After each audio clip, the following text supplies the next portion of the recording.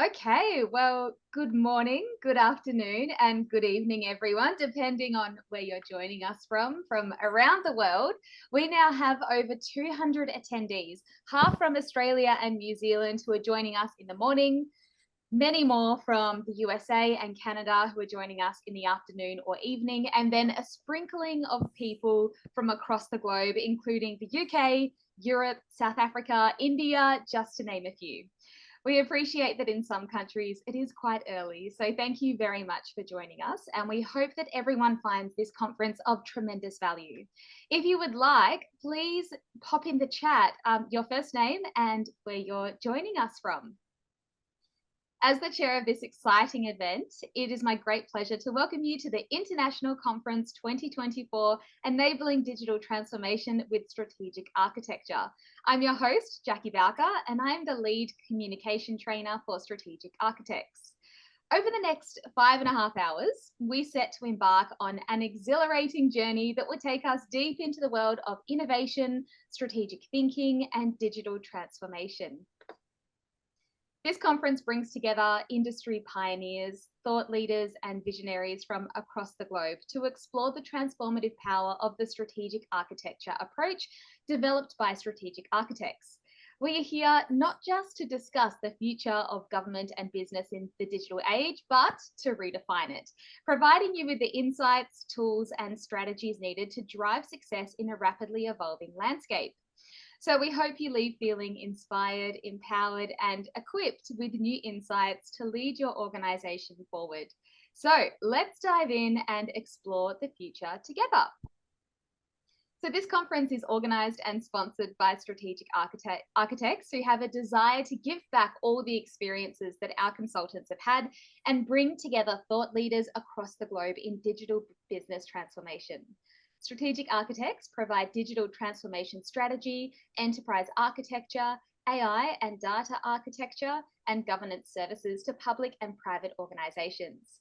We provide consultancy services in the development of a wide range of digital ICT strategies, the development of enterprise, business, and data architecture, and guide project delivery through using an evolving architecture approach. Strategic architects provide consultancy services as pre-qualified suppliers for government in Australia and have successfully guided government with effective strategy and architecture to define strategic business goals. We also deliver a range of strategic architecture training courses to professionals, and today we are launching some special low-cost offers on a range of courses.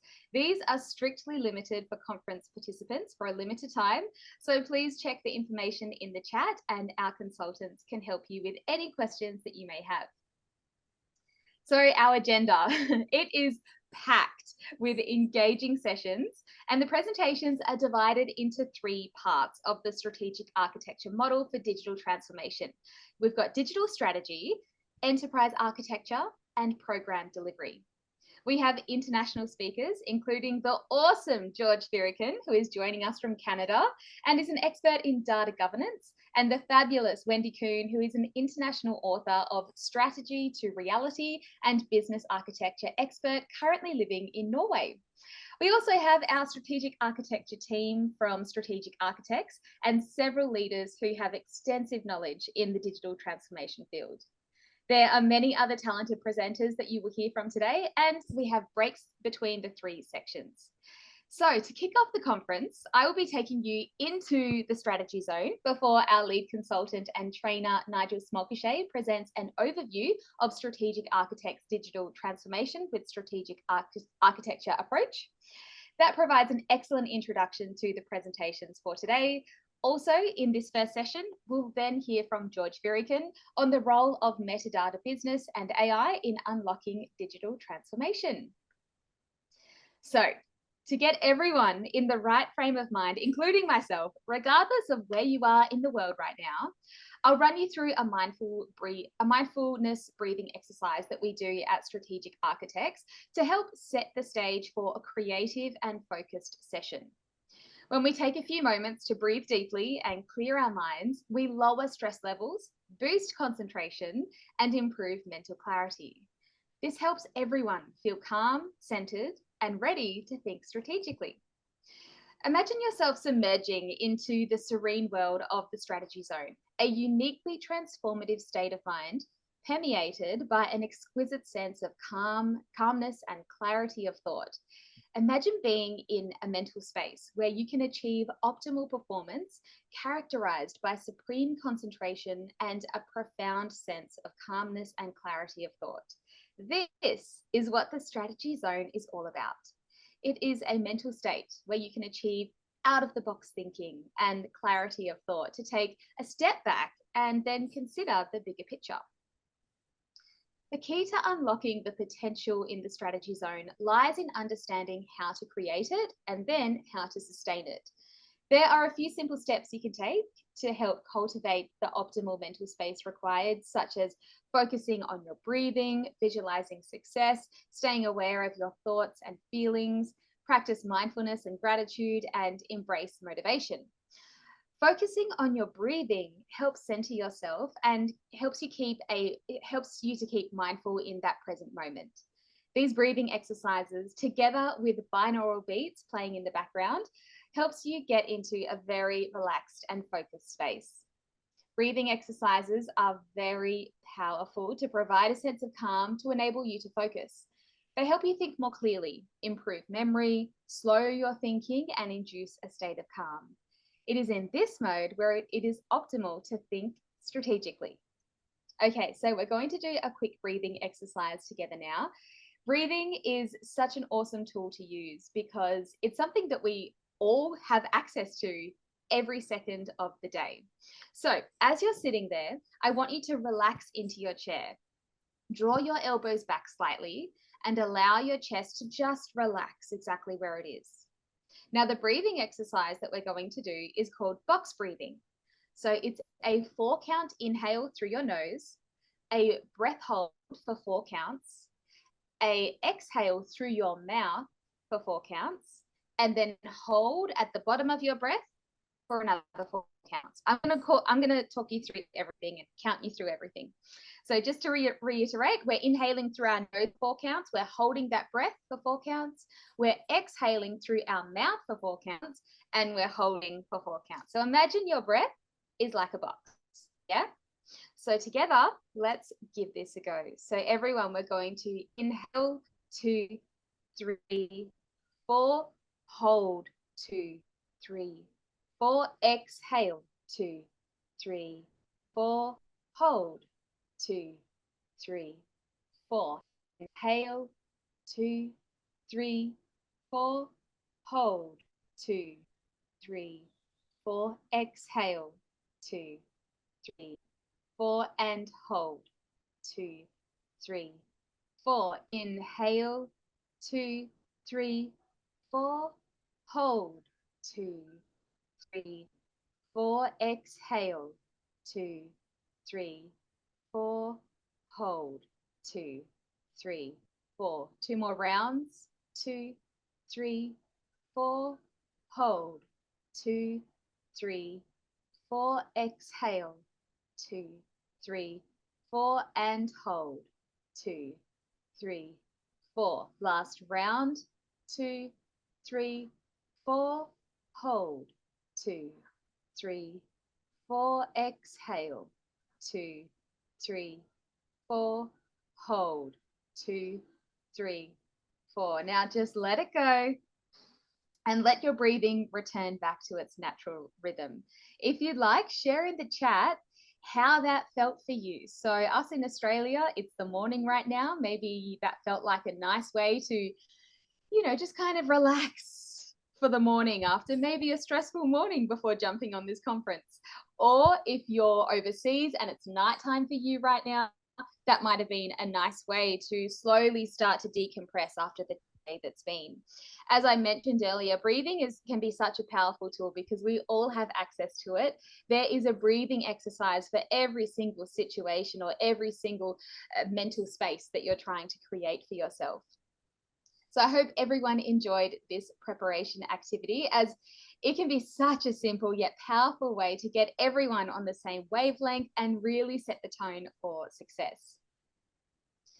Okay, so up next is our Managing Director and Lead Strategic Architect consultant and trainer, Nigel Schmalkuche.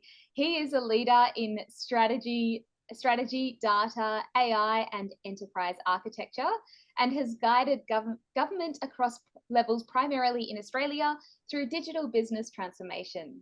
Nigel has many years' experience as a coach and trainer for strategic architects and has facilitated training courses in strategic architecture approach through digital business transformation to over 500 participants for over 20 courses in Australia, New Zealand, USA, and Canada. Nigel has written 2 books, AI and Data Strategy and Data to Insight, that demonstrates his experience in enterprise and data architecture, and is here with us today. So welcome, Nige. Yeah, how you going? You can hear me. I had my microphone off because I thought you don't want to hear all that loud breathing of mine. I thought, yeah, I better take it off. So yeah, no, I do. I actually feel a little bit more relaxed. You get a few Good. get a few nerves in the when you're running these sorts of things. But We're yeah, all friends here. appreciate that. It definitely helped. So thanks for Good. getting us in the zone. Yeah, awesome. So, Nige, you and I, we have done quite a bit of work together.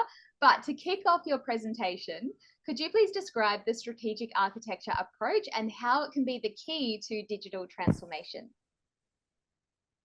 Yeah, thanks, Jackie. And I wanted to have this session towards the start, just to give the whole conference a bit of a feel about strategic architecture and the approach that we do. So I'll just flick on to that next screen. What it is that high level of strategic architecture approach is something that has been talked about a little bit, like over the years. One of the things that I've found is it's not talked about as much as, say, enterprise architecture or business architecture or program management, etc. So the way we've put it together is the 3 levels is you've got the digital strategy, you've got the enterprise architecture and the program delivery, and that holistic approach, strategic architecture approach to the development of architectural products. We concentrate mainly on government, and that directs and guides the development of that strategic outcomes, business outcomes that you can achieve. Um, so there's not much written about it, but I did find in particular when I was studying to be an enterprise architect many years ago, the Open Group Architecture Framework TOGAF, it did talk a little bit about strategic architecture, and it defined it as a long-term summary view of the entire enterprise, and a framework for organizing operational and change activities. So that's what their definition was. So it was a fairly broad definition, and definitely you could say that the business side of things and the business strategy is very important as far as that's concerned. But strategic architecture, I guess, is just more than just business strategy, which is really around that strategic planning side of things. So it's more than just strategic planning, but it's also more than enterprise architecture, which really does get into the layers of architecture, which is business information, data, applications, and the technology side of things. So more than that as well, and it's also more than the strategic planning. But what we've found is sort of applying strategic architecture, particularly to digital transformation. We always ensure that it's aligned to the business strategy, the business strategic goals, operational models, that may need to change, and making sure that that organizational change for the digital transformation is in step with the business. So it definitely is a key part of that. So we do talk a lot more about it, and it is one of the things that particularly appeals to senior leaders, because there's a lot of complexity with digital transformation. And if you can reduce that complexity, uh, the strategic architecture approach works pretty well. So strategic architecture uses that approach, and we develop our strategic outcomes from that. Just a little bit more detail with what the strategic architecture is about. If you look at the three boxes in a bit more detail, the digital strategy, the enterprise architecture, and program delivery, essentially we're trying to keep those in sync. And I think it was just yesterday, Jazz, I was talking to you about the sync bit and how you get that arrangement. It's really trying to keep this strategy in sync with the program delivery, and then making sure that the architecture is the one that is making that in sync. Because really, when you're dealing with the digital strategy and you're dealing with executives, they don't need to know the really technical aspects of solution architecture and what that includes. However, they want to know that you're doing it correctly. So you've got to come to a point where you can explain that well and draw that out into, an executive summary, something that can really explain it well for the executives. And what I've found is some of the big transformational programs, the sponsor might have 400 people under them. They're not going to know all the detail, but they need to know that that can be summarized for them, and that's what strategic architecture can do. So, as you see there, it guides the development of the future for your organization, that strategy, but then that architecture translates that and makes sure that that happens within the program delivery. And that's that sort of evolving architecture approach that we talk about. But when you're out in the programs, and the project managers here will know that you're talking to the customers, you're coming up with things that suddenly say, okay, well, hang on, the strategy's not right here. We've got to focus a bit more on customer experience. We've got to focus more on accessibility for the users, these types of things. And there's a whole range of those things. That then feeds back to the architecture. So then we update the strategy. So really the digital strategy needs to be updated every year at a minimum. So I guess the digital strategy has that vision alignment. So has that overarching vision, objectives, and you're able to have that clear purpose and drives that design of the enterprise architecture and program delivery. So the strategy sets the strategic priorities. It identifies those priorities. We make sure, as enterprise architects, we make sure that the roadmap is done in collaboration with the senior executives to make sure that the strategy is reflected in the roadmap and the initiatives that come out of that. And that consultative approach is key to developing the good strategy, the good vision, the strategic priorities, the themes that come up there. And I'll talk a little bit about themes later, but the themes is really has to come from your senior executive.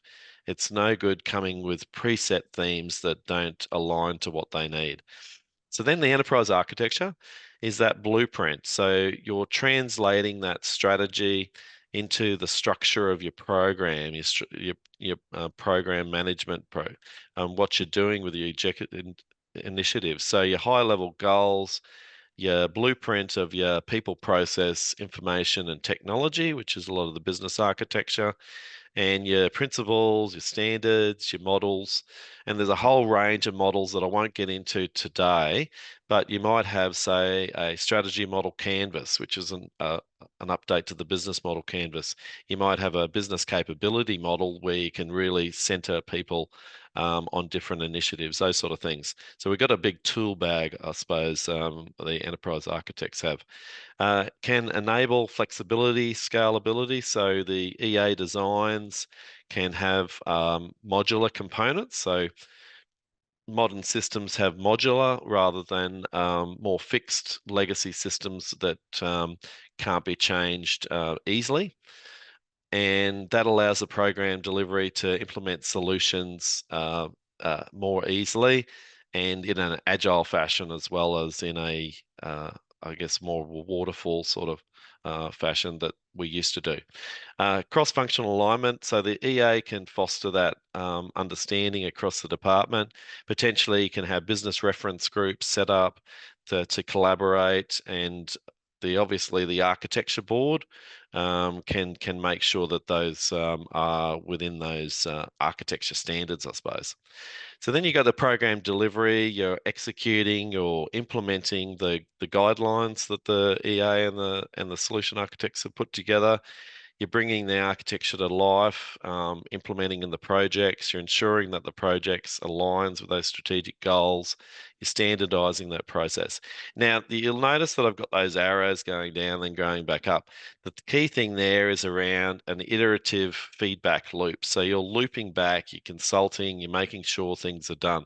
And the program managers and project managers are key there because they're taking that information, business analysts, and they're making sure that that information comes back, and you're ensuring that your strategic outcomes are being aligned to what your program and your projects is, and you're making sure that you don't have siloed projects. You're making sure that they come back. So you might have project managers and you might have program managers looking over that.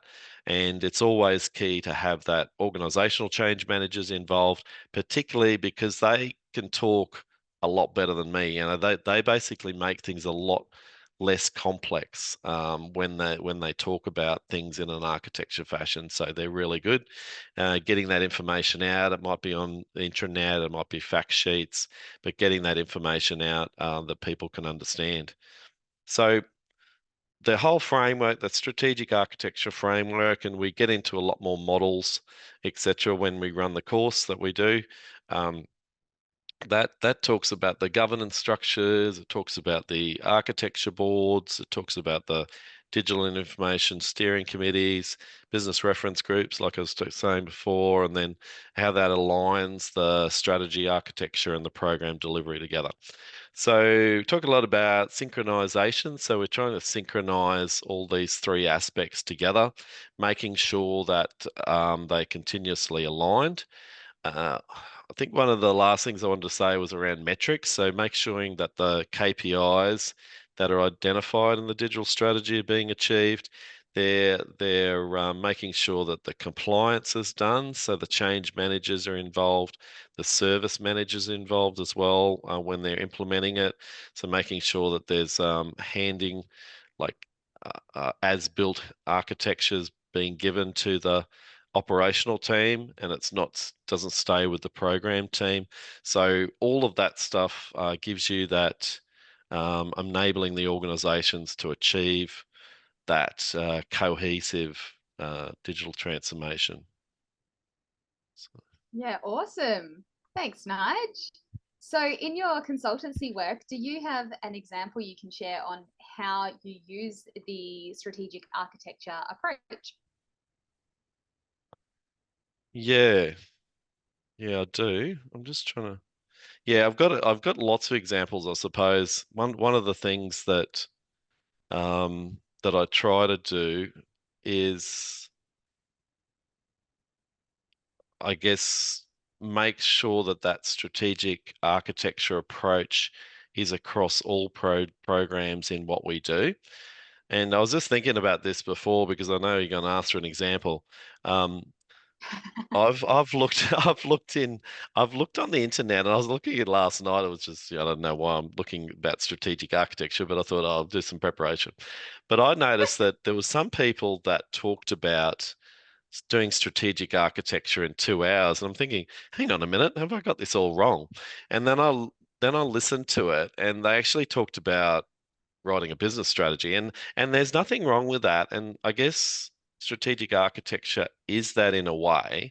And when I was thinking about like your question around examples, yes, that's what we have to do. So we need to know that the business strategy is there, or actually write it if it's not there. So I'll give you an example with that. I actually went out to a company to do a IT strategy, digital and IT strategy. And what became apparent was they didn't have a business strategy. And I was thinking, well, how can I do the IT strategy without a business strategy? And I only got 15 minutes with the CEO, and I got from him, and it's quite a big company.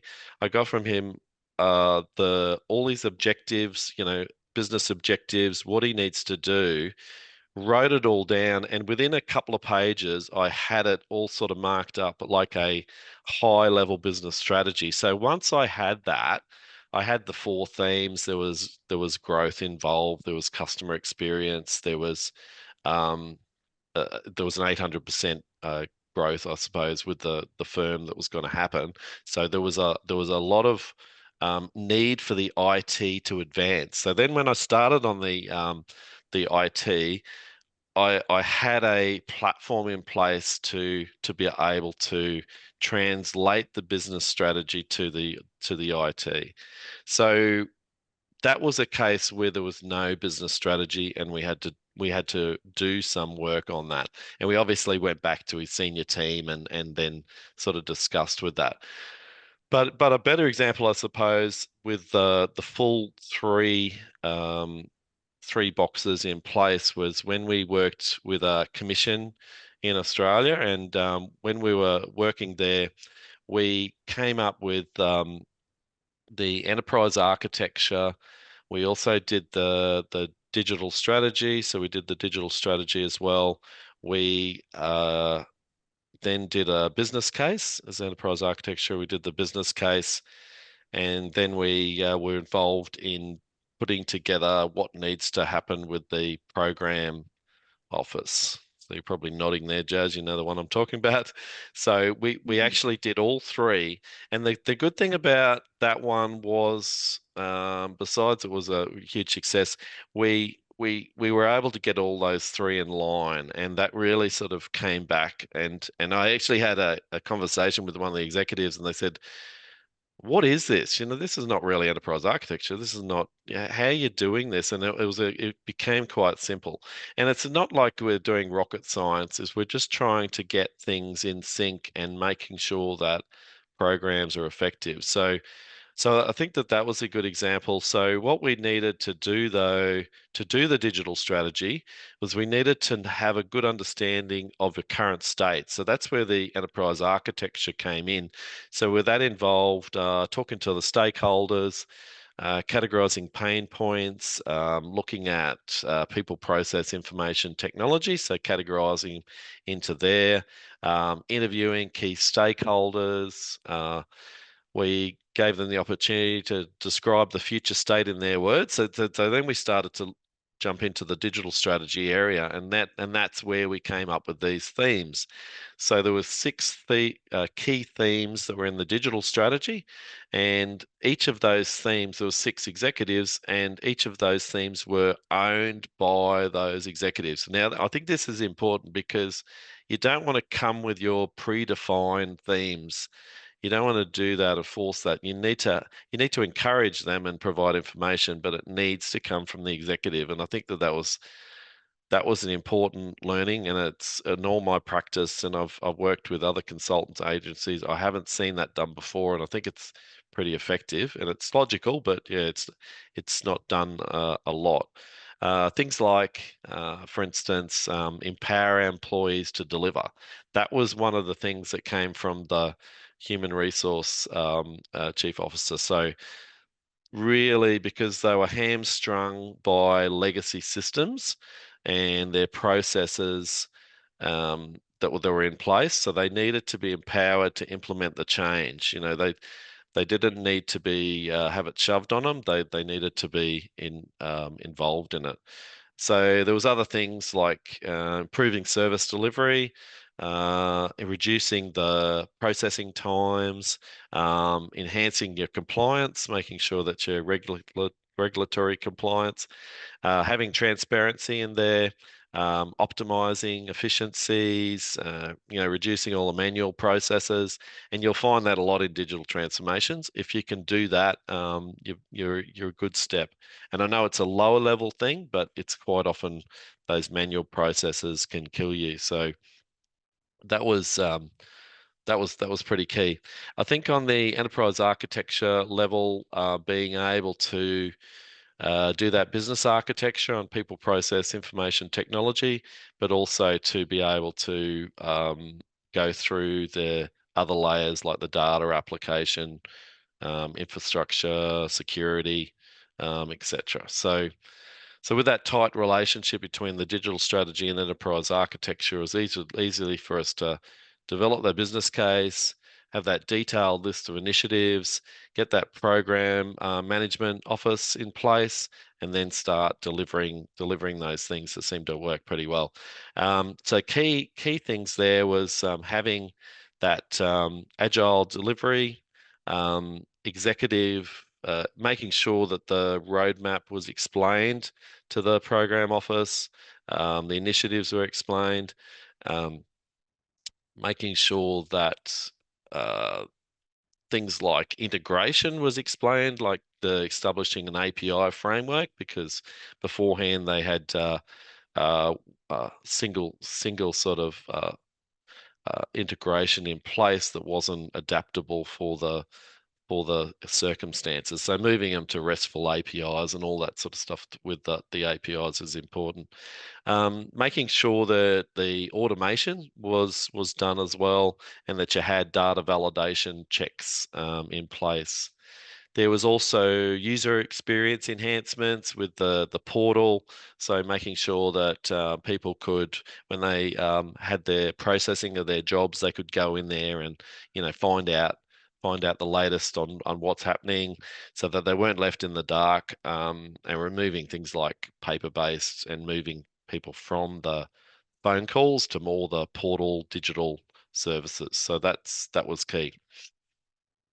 Yeah, so Jackie, just a couple of other things I think was the strategic architecture helped as far as setting up the boards. I think having the architecture board, having a business reference group, and having the information steering committee and all set up with what they needed to find out, and using that strategic architecture approach to have good executive summaries, with flashy graphics, and really being able to explain things really well in a way that they could understand, and not hiding anything back. If there was issues, making sure that was front and center and that they saw that straight away.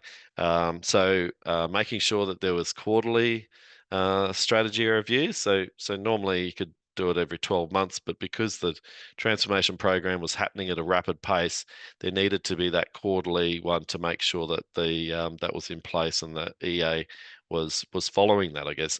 And then the performance metrics was key to make sure that we're hitting the mark on each of those metrics. So some of the results so far is a 50% increase in delivering some of the products.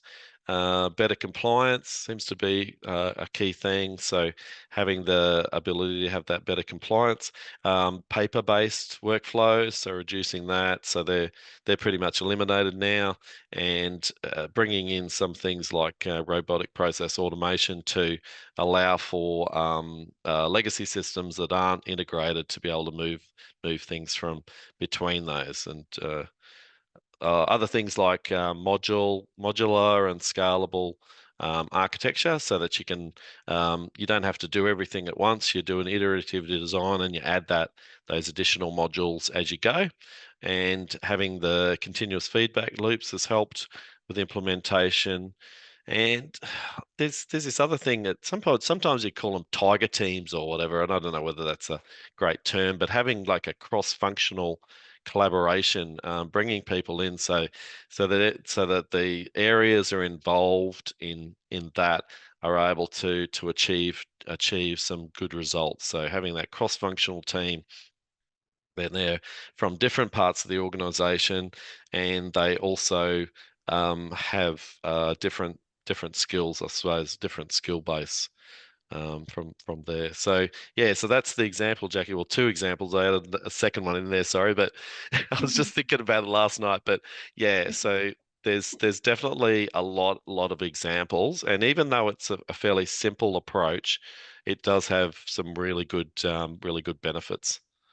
Yeah, great. So, Nigel, I'd love to know, are you born with the skills to be a strategic architect, or is that something that you have to learn? Yeah, I think it's probably a combination of two. I'll just bring this next screen up.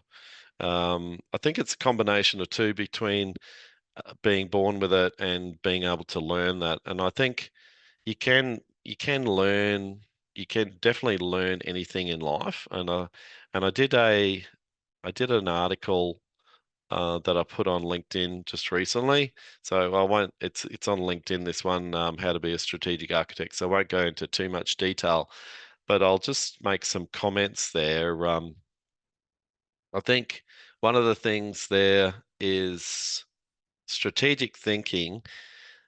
Generally, I've always been a bit of a strategic thinker, so that probably helps. But it's definitely a skill that you can take up as well. That you can try to think of the big picture, identify opportunities, on how you can get that impact goals together. So some of the work that I've done, where we've come in and done consultancies when we've seen that there's multiple vendors involved, and we can see that there's duplicated efforts, that muddying the waters, and the strategic thinking helps us define that clear vision, streamline efforts, and get back to that the senior executive, I suppose, that has that needs to understand all these different issues that are happening. So the digital strategies can be relevant, and that takes a strong bit of strategic thinking to do, and so that they're not just reactive, and you can continually focus on the long-term goals. So I think that strategic thinking one is possibly one that you're born with a little bit, but you're also able to learn those skills a little bit, because you just take a think about, get in the strategy zone, like you've got us in, Jackie, and then have a bit of a thought about what's possible. Yeah, so just quickly, some of those other skills like business acumen. It's always best to particularly when you're from that IT side, to make sure that you're thinking about the business change and the innovation and what's needed. So how can you be doing that, and keeping that, I guess, keeping the customer front and center with what you do. So things like leadership is also leadership's also a skill with strategic architect, and not everyone wants to do, I guess, that leader role. But as a strategic architect, it's definitely in that space, and that you're trying to inspire and motivate others. I think with the advance of AI, we will find that AI will be doing a lot more of the automated tasks. So you'll be able to do a lot more leadership roles, and I'm talking about even Nick McDonald's. You'll be doing more responsible leadership roles, while the automated activities are being done more by AI and automation. That's what I can see happening, I think. Um, so when you've got organizational change, you need that leadership involved, and you've got to be able to pick up and report anything that you can see when it's going away from your digital strategy, and making sure that people know what's happening, I suppose, in what's being done. So yeah, so leaders are not necessarily micromanagers, but they get the best ideas from the team, and coordinate that. So I think leadership is also a skill that you're more born with a little bit, but you can definitely learn those things. Uh, tech, Technical translation, I think that's something you can definitely learn. I think technical translation is good because you need to adopt a few different hats. When you're talking to solution architect, or with a data um, data analyst, or a, say even a designer, or a data scientist sort of thing, you need to have a hat whereby you're listening to them and finding out the technology solution. But you can't necessarily talk in that way when you're talking to the executives. So you need to take take a bit of a step back and see what it is. Like I talked to a data scientist once, and they talked about this solution they were doing. They were very excited about it. But it wasn't information that you could go to the executive until he said that, okay, this will reduce costs by 80%. And I said, well, that's what we've got to start with. That type of thing. You take the key parts of it when you're talking to the executive as you go. So having that technology translation skills bridges that gap between the complex technical details that you have. So things like innovation is where the strategic architect shows their value. By harnessing the power of innovation, you can bring that together. Design workshops are also important, and yeah, being a data storyteller as well um, is key there. I think a data storyteller can tell a story about different parts of the data and how you got insights from that information as you go. So yes, that's a fairly bit of a long answer there, but I think there's definitely some skills that we can pick up on, we can use, but there's some skills that you basically can learn and improve. So yeah, Yeah, I've of always course. I been guess I've it's yeah. I was just going to say the I've always term been in that natural born strategic. leader. Yeah, and that's the thing. So leadership in particularly is one that you want to have with people that want to have those roles, and a leader doesn't necessarily be a person that tells you what to do. It's more they bring out the best in the person. Yeah, I'd say. All right. Absolutely. So, Nigel, I know that you've got a few more slides to take us through before we switch over to our next presenter. So, do you want to bring those slides up for us? Yeah, I did have more, but I've talked too much as usual. So so so so what I'll do is I'll do it really It's my quickly. job to move it along. Yeah, exactly. So what Oh, I'll thanks, do. Andrew. So we have two questions in the chat, Nige. Okay, cool. Yep, I can do So those. let me just try track those Just down. just before I do that, Jackie, I'll just touch on this slide. It's got a lot to it, I think. But what I tried to do here was to represent all the all the challenges, I guess, that we've faced, and there's probably more, but I just wanted to represent all the challenges. And one of those things when we're talking about strategic thinking was to take a challenge and try to convert it into an opportunity. And that's what's shown there. So the move to people driven, for instance, you can look at that, and then the greater engagement with the customers is something that you focus on, and that enables you to take that challenge and turn it into a positive.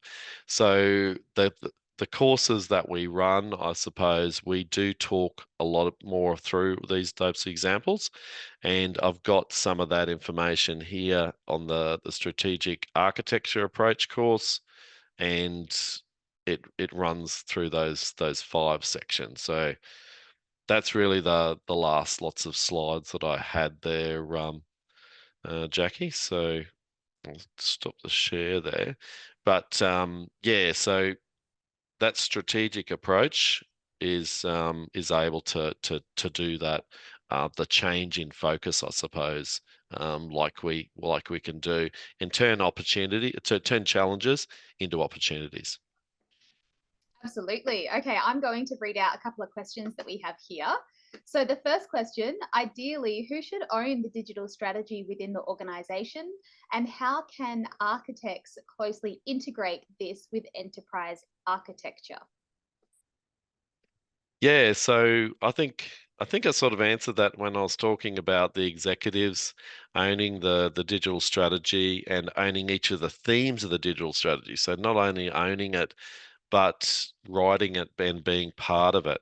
And then the enterprise architects need to be part of that delivering of that strategy and making sure it's delivered effectively in the programs that are done. Of course. And so the last question here. These days, with our mission to entwine digital data and technology so tightly with business products and services, do we still need a digital strategy? Yeah, absolutely, because you need to have that, and that's a good question because recently I was working on a project that didn't have a strategy, and I noticed how not having that strategy, we didn't have that like clear direction, the vision and everything else, and it was kept running into issues with that, so we're going to do this, and then we had to do options analysis of, okay, whether this option or that option. And I think some of those issues would have been worked out if we had a good strategy. So I think it's vital that the strategy's done, and it needs to be done first, but that's not the end of the story. It needs to be something that's not put on the shelf. It needs to be something that is continually re-advised as you go. So Of course. Well, guys, thank you so much for your questions in the Q&A throughout this entire conference. If anyone has any questions or anything to add, please continue to keep chatting. This is an awesome conversation to have. But Nige, that is your time up. So I'm going to cut you off there. Yeah, good idea. But thank you so much for your time, your knowledge, your expertise. You can now kick back and enjoy the rest of the conference. And I'm sure, well, I know that we'll be hearing from you a little bit later today. So thank you, Nige. Thank you. All right, moving on to our next speaker.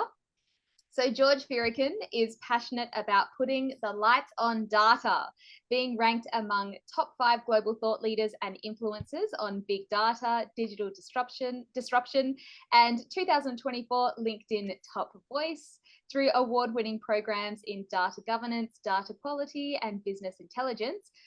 George's innovative strategies have garnered international acclaim.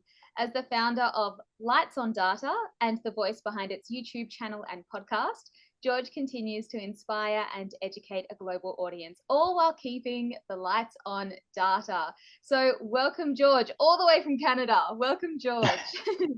Thank you so much, Jackie, for the lovely introduction. And thank you to you and Nigel and the entire strategic architecture team for having me on this event. Really appreciate it. And of course, thank you for being here. It's my pleasure. It's my honor. And thanks to everyone for, giving your time to learn, to share, to network. I love the event so far. And thanks so much, Nigel, for sharing all those tidbits. I took a lot of notes. So, but I'm also happy to hear that we're going to have a copy of this. So really appreciate it overall. All right, let me share my screen as well, as that will be easier to see some visuals as I'm talking. All right, enough about me. I'll just mention this though, in case you don't know it already, but I do love to create content.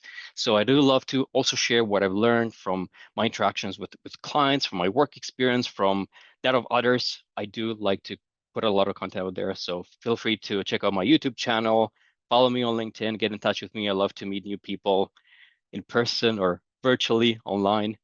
Check out my podcast. There's lots out there, lots to choose from for sure. So I thought we can start with a really quick overview of some really key terms as part of digital transformation. So let's start with the digitization and digitalization and make sure that we are on the same page here when we're talking about these terms. So digitization really is that basic process of converting information from analog to digital formats. Let me give you a quick example. Let's say you went to buy something and then you have one of those receipts, right? The paper receipts that you're getting in store. And what you can do is put it through a scanner or you take a photograph of it and then you turn it into a digital asset. It becomes a JPEG, a photo, or a PDF. So this is digitization. Digitalization, on the other hand, is the use of digital technologies to improve or to automate existing business processes. So again, let's take the receipt example again. So we bought something and now we want to be reimbursed by our company. And a lot of us kind of still do this. And a lot of us still do it, let's say, in the old school way, right? We have that receipt, that physical receipt. And then what we do is we take a form, we fill it out by hand, and then we kind of drop it into the inbox of the finance team for them to pick it up physically and do the rest so that you can get reimbursed. Well, again, digitalization really improves this business process with the use of digital technologies. So what we do instead, we take advantage of that digitization piece. So we now have that JPEG, that PDF, that photograph, and we attach it to maybe an online form that we also fill out, which kickstarts another process in a more automated way. Maybe it sends an email off to the finance team, or puts it in their queue, and maybe it does some triage and other fun stuff like that. And that's what digitalization is. What about digital transformation? Well, digital transformation can really be thought of as the strategic outcome of digitalization. It's the impact, it's the strategic shift that's caused by digitalization. It really involves a fundamental change in how an organization operates, delivers value, and meets evolving customer needs. It's really at that point where adopting digital technologies and processes fundamentally changes the organization's culture, structure, and value delivery in many, many ways. Now, digital transformation, it's often seen as adopting new technologies, but the real transformation, in my opinion, from my point of view, it really happens when data becomes accessible, data becomes trusted and actionable. To unlock true digital transformation, I think we need to have a clear understanding of our data and our metadata, which is not always easy and straightforward. And we kind of tend to ignore this part oftentimes. And when we end up making a lot of assumptions about our data and our metadata. I want to give you this example to try and get the point across. Now, I do have an accent. It's not a Canadian accent. I'm originally from Romania, from Eastern Europe. And I came to Canada when I was a teenager with my parents. I was about 15 or so at the time. My English was good, but it wasn't perfect. There were certain intricacies of the English language that I would not get right away. So it took me a little bit of time to learn that. But I remember that first year, I went to my friend's Justin's house, and we were sitting on the couch in his living room, and we were playing this video game. I think it was like Mario Kart or something like that on a Nintendo. And we were having a great time. And all of a sudden, from the garage, just next to his house there, we hear these very loud noises, these clacking, banging, clashing. It was so loud that we could barely hear ourselves in the video game that we were playing. So I'm asking Justin, "Hey, Justin, what's happening? What's going on?" And he goes, "Oh, it's just my dad. He's making a racket." And I thought to myself, "Oh, wow, Justin's dad is building rackets, like tennis rackets, badminton rackets." That's what I thought. That was my assumption. Obviously, that's not what he meant. Making racket, it's another way of saying causing a loud noise, making a ruckus, things like that. So why mentioning this story? Because I feel that we have similar misunderstandings in our current workplace. And not necessarily because some of us are, not native speakers of the language that we're working in, but really because of the intricacies and the context of our business. And that can really create problems, such as, different units referring to the same business term, but meaning different things, right? You're asking two different people to define a customer within your organization, and you might get three different answers. Or if a report or some data is being pulled by two different people, they might get two different answers, even though the request is exactly the same. We have problems when we're feeding our AI algorithms these misunderstandings too. We have problems of stakeholders losing confidence in data, or even worse, making decisions based on incorrect information because of a lack of a common understanding, because they have their own assumptions and maybe IT has different assumptions about what they're talking about. We even have problems because people spend hours chasing information that they cannot find, or if they find it, might find it in multiple areas, and sometimes it could be conflicting. And again, these problems can be compounded with AI, right? So yeah, these are problems, but luckily all problems are opportunities in disguise, right? And again, I think the business glossary, the data dictionary, data catalog, machine learning metadata store can provide us with these opportunities. So we're going to find out a bit more about these. Because again, to unlock true digital transformation, we need to have that clear understanding of our data and our metadata. Okay, let's get into it. And to do that, I'm going to talk about the sandwich. Yes, you heard me right, the sandwich. I think it can be delicious. You know, you can have it for breakfast, lunch, and dinner. Maybe you're having it right now, or you're going to have it shortly. And I think we all know what a sandwich is, right? Hands up, or put in the comments there if you think you know what a sandwich is. I think we can all identify a sandwich, though, when we see one. That's kind of pretty obvious. But here begs the question, which one of these would you say is not a sandwich? If you only had to pick one, which one would it be? The hot dog, the grilled cheese sandwich? I mean, that kind of should be a sandwich, right? It's in the name. So unless I'm trying to trick you, or the burrito. I'm curious what you think, but I'll revise. I'll come back to this at the end of the presentation, and I'll give you a fun anecdote about it. What do you think if we're asking AI about this? What do you think it would say? Well, let me give you this example. A few years ago, there's this company called Foodvisor, and they raised about $4.5 million. I think it was 2019, I believe. And they created this AI-driven app that kind of helps you track what you eat. It's pretty cool because you're basically taking a photograph of your plate, and it gives you all these interesting things. I mean, what it is, yeah, you should probably know what it contains if you prepared it yourself, but it also gives you all these nutritional values and food facts about what you're eating. It's pretty cool. Unless what you're doing with their app is you're taking a photograph of a chihuahua and it thinks that it's a muffin, or you're photographing a parrot and you think it's guacamole, or you're photographing your labradoodle and you think it's fried chicken. It's because of the context. It's really because of what's been trained on. It's the metadata, and it's trying to do the best possible. It thinks that you're photographing food. That's what its context is. So, okay, let's say that you are, any data professional or a business professional, or even from the point of view of an AI algorithm, and you're working on a project that involves data on sandwiches. Maybe, let's say your company wants to start selling a new sandwich on the market and wants to see if it should. Or you want to develop a new marketing campaign that targets sandwich foodies. Or again, you're, let's say, an AI algorithm, and you're trying to predict what sandwiches will sell most. Actually, this is what this company called Ryanair did a few years ago. So Ryanair is this low-cost airline that's mostly operating in Europe. I think it only operates in Europe, actually. And what few Ryanair passengers realize as they bite into their sandwiches is that the trolleys that are rolling down the aisle are really serving more than snacks.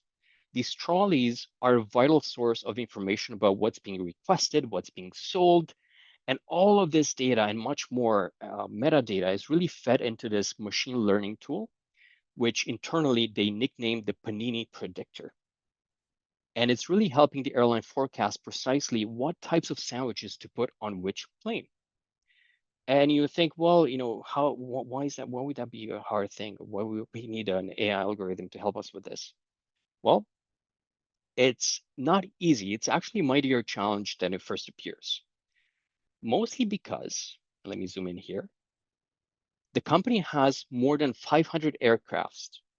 It runs about 2,900 flights every single day, and one plane is traversing multiple routes across multiple countries. And obviously, each plane has limited space, about 5 trolleys worth of space, and it can only be stocked once every 24 hours.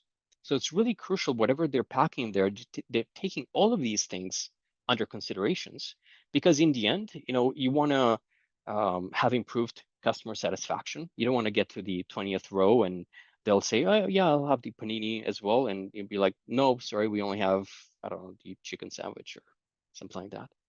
So you want to improve that customer satisfaction. You also want to cut waste in half. If nobody wants paninis and that's all you have, you're going to throw it out after 24 hours. That's a waste on multiple reasons. And of course, you want to also boost the sales. You want to sell as much as you have packed in there. And that's what they did. But, regardless if you're Ryanair or you're working on your own sandwich project, the question that you should always ask in the beginning is, what data do you include to make sure that whatever analysis and whatever decisions you're going to make on it, it's going to be good and reliable and accurate. Are you going to include data on hot dogs, burritos, club sandwich, grilled cheese sandwich, all these other types of sandwiches? Maybe. And that's why I think we should put our assumptions away and first understand the definition. So when we're talking about sandwiches, what do we mean when we are talking about sandwich? So here's one definition that comes from the United States Department of Agriculture, which says that a sandwich is a meat or poultry filling between two slices of bread, a bun, or a biscuit. Here's why this is important. Because based on this definition, technically, the grilled cheese sandwich, even though it's delicious and it has sandwich in the name, it's not considered a sandwich. Sounds And like that's agriculture that it come from the agriculture. Yeah, you yeah. expect that. And funny enough, it's really because the USDA kind of covers the labeling of meat, poultry, and egg products. And there's this other administrating organization called the Food Drug Administration that kind of does everything else, including the dairy piece. So if you actually work for the USDA and you included data on, let's say, grilled cheese sandwiches, you would end up with invalid results from their point of view. Even though, well, yeah, we all know what a sandwich is. Well, not in this context. And we often, make assumptions like that, right? And again, maybe, the sandwich is not the best example there. Maybe we would all be on the same level with that. But there are really plenty of business terms out there that seem obvious as to what their meaning is, only to find out that's not the case. So, for example, customer. I think that's the a great example, because again, you ask two different people in your company how they define the customer, and you probably get three different answers. These are actually answers that I got from when I ran this workshop a few years ago with a company, and it took us actually a few days to come up with that final definition, everybody to agree on how customers should be defined within the organization, because different departments or different people, even within the same department, had different ideas of what it should be. So really making assumptions on meanings of business terms such as customer, but other ones like cell conversion rate, credit, GPA, you name it, is really what creates challenges in the workplace. And of course, it creates even more challenges for AI, as you can imagine. So to avoid these challenges, we kind of need to have this trusted place where business metadata is being recorded in our organization that we can refer to, such as the definition of a sandwich. Because we know it's information that's been approved, it's curated, it's maintained. So yeah, we don't have these misunderstandings. But of course, we also need more business metadata than just the definition. And this is just a sample, like synonyms and who's the data steward that we should reach out to, who's the business owner, what's the definition source, its usage, classification, policies tied to it, has it been approved to be used organization-wide, and so much more. And the cool thing is that we can actually find all this information in a business glossary, which is a collection of business terms with their unique definitions and other useful related information, like the metadata or attributes that you saw there.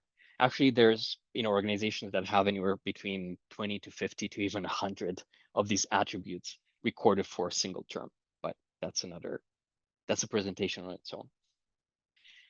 So that's the business metadata. We record that in the business glossary. What about the other side? What about the technical metadata? So let's say we now know what a sandwich is, and based on that, we know what data sets we should include in our project. Here, we're looking at a data set that's actually a sample from a data set collected from a quick serve sandwich chain, trying to keep it on theme. But really, especially if you're on the data side, IT side, technical side, it would be great for you to understand where you're looking at here. What do all these different columns represent and mean? What type of data do they contain? Are there any specifications, default values, type of keys, and so on? All this information is very useful if you need to do any ETLs, ELTs, reverse ETLs, but it's also good to gauge if the way the data were recorded fits the requirements of your project or not. it's really a good way to understand if you need to do any data wrangling, data munging, before that data is available for your machine learning AI projects. So all of this technical metadata we can find in a data dictionary. And a data dictionary gives you the specifications about a field or about a column, if you will, in a database, as well as the tables and other fun stuff. Quick recap here. We have the business metadata and the technical metadata. The business metadata is recorded in a business glossary, and we find the technical metadata in the data dictionary, which again gives you the specifications about fields in a database. The business glossary is business owned because it holds that business verbiage. It's this curated place where we can find definitions such as, what a sandwich is from our organization's point of view. We usually have one business glossary for the entire organization. The data dictionary, on the other hand, it provides a very application or technology-centric view of the data. It provides the description of a data element and its metadata. You can actually have many data dictionaries, usually one for each application or database, or let's say an instance of the data dictionary. You don't actually need to, have multiple software or tools for it. Yeah, so that being said, though, the business glossary and the data dictionary, they can be connected and they can reference each other. So if you have, what is a customer, you can connect that to different columns such as customer name, customer ID, customer address, the customer table. So you can see that relationship between these two. The data catalog. I think the best way to understand what the data catalog is and does is to first take a look at Amazon as an example. Amazon carries millions of different products, and yet as consumers, at least this is my experience, I find that we can find almost anything fairly quickly. And in this case, I was looking for a cookbook on grilled cheese sandwich. I typed that in. I had a handful of options there, and I easily found one that I thought it would fit my needs, which I clicked on, and it's what you're seeing here. So, besides Amazon's really good search capabilities, and I would say also find capabilities, right? There's that distinction. You can search well, but you can also find things well. I find that they also give you detailed information on each product, such as the description. You have a list of related products. You have the seller information, shipping times, and because it's a book, we actually have metadata that's tied to the fact that it's a book. So things that it's hardcover or soft cover, how many pages it has, how much it's weighing, its dimensions, so forth and so on. And of course, we also have customer reviews, and I think this is very important because it's often informing our decision to go for that product or not. Okay, so hold that thought there. Data catalogs work in a similar way, but for your databases. I mean, really any data stores, really. The purpose of the data catalog is to organize the, hundreds, thousands of an organization's data sets to help users search for and find specific data and understand its metadata, and then download it or request access to download it, depending on how you have that set up there for your data catalog. Let me give you an example. And because I'm being vendor agnostic here, I was only looking at free stuff. So this is an example from data.gov. This is a data catalog for open data from the US government that everybody has access to. And I was actually looking for data sets on sandwiches, as you can imagine. And this is actually a data set on dietary intakes from a national survey, and yes, contains data on sandwich consumptions as well. Now, similar to Amazon, we have the description, which is that huge paragraph there at the top of what the data set would contain. We also have like a privacy policy, and we can just click on it and request access to download it. Actually, in this case, you don't need to be given to be approved. You can just download it right away, use it for whatever you want. The cool thing is that that's not all. It has a bunch of other metadata as part of it. So it has things like the publisher. That's basically the owner. That's their way of saying that's the business owner. You have maintainer. That's the data steward. That's again their naming conventions there. You have a link to the data dictionary as well. And in some cases, for some of these data sets, you can actually even have reviews from other people that have used this data set. And this is a pretty cool concept with certain data catalogs, because in a way you're really crowdsourcing this information, and you can just provide feedback and say, you know what, I found that this was really good for that, or watch out for the data accuracy on these columns. I find there's all these empty values, but here's the context why that should be, and how maybe you would want to augment those columns for your own needs, and so forth and so on. I think it's a pretty cool concept that some data catalogs as solutions have implemented, and again, the organizations that are using them have the option to kind of implement this as well for them. But the idea with the data catalog is that it's this single point directory that offers the user the ability to locate information, data sets, and it also further provides the mapping between the business glossary and the data dictionary, as we saw in this example. In this case, it links to the data dictionary. So the machine learning metadata store. Just a quick reminder with machine learning, very high level, we're not going to go into a lot of detail with this, but you tend to start with the hypothesis about which input data might produce desired results. You then train the models, you tune in those hyperparameters until you build the model which produces the results that you need. So this is kind of what this diagram here, the recursive diagram, is showing, courtesy of Jeremy Jordan. And because you need to keep on trying things, there's a lot of trial and error that you have to do with machine learning, with AI.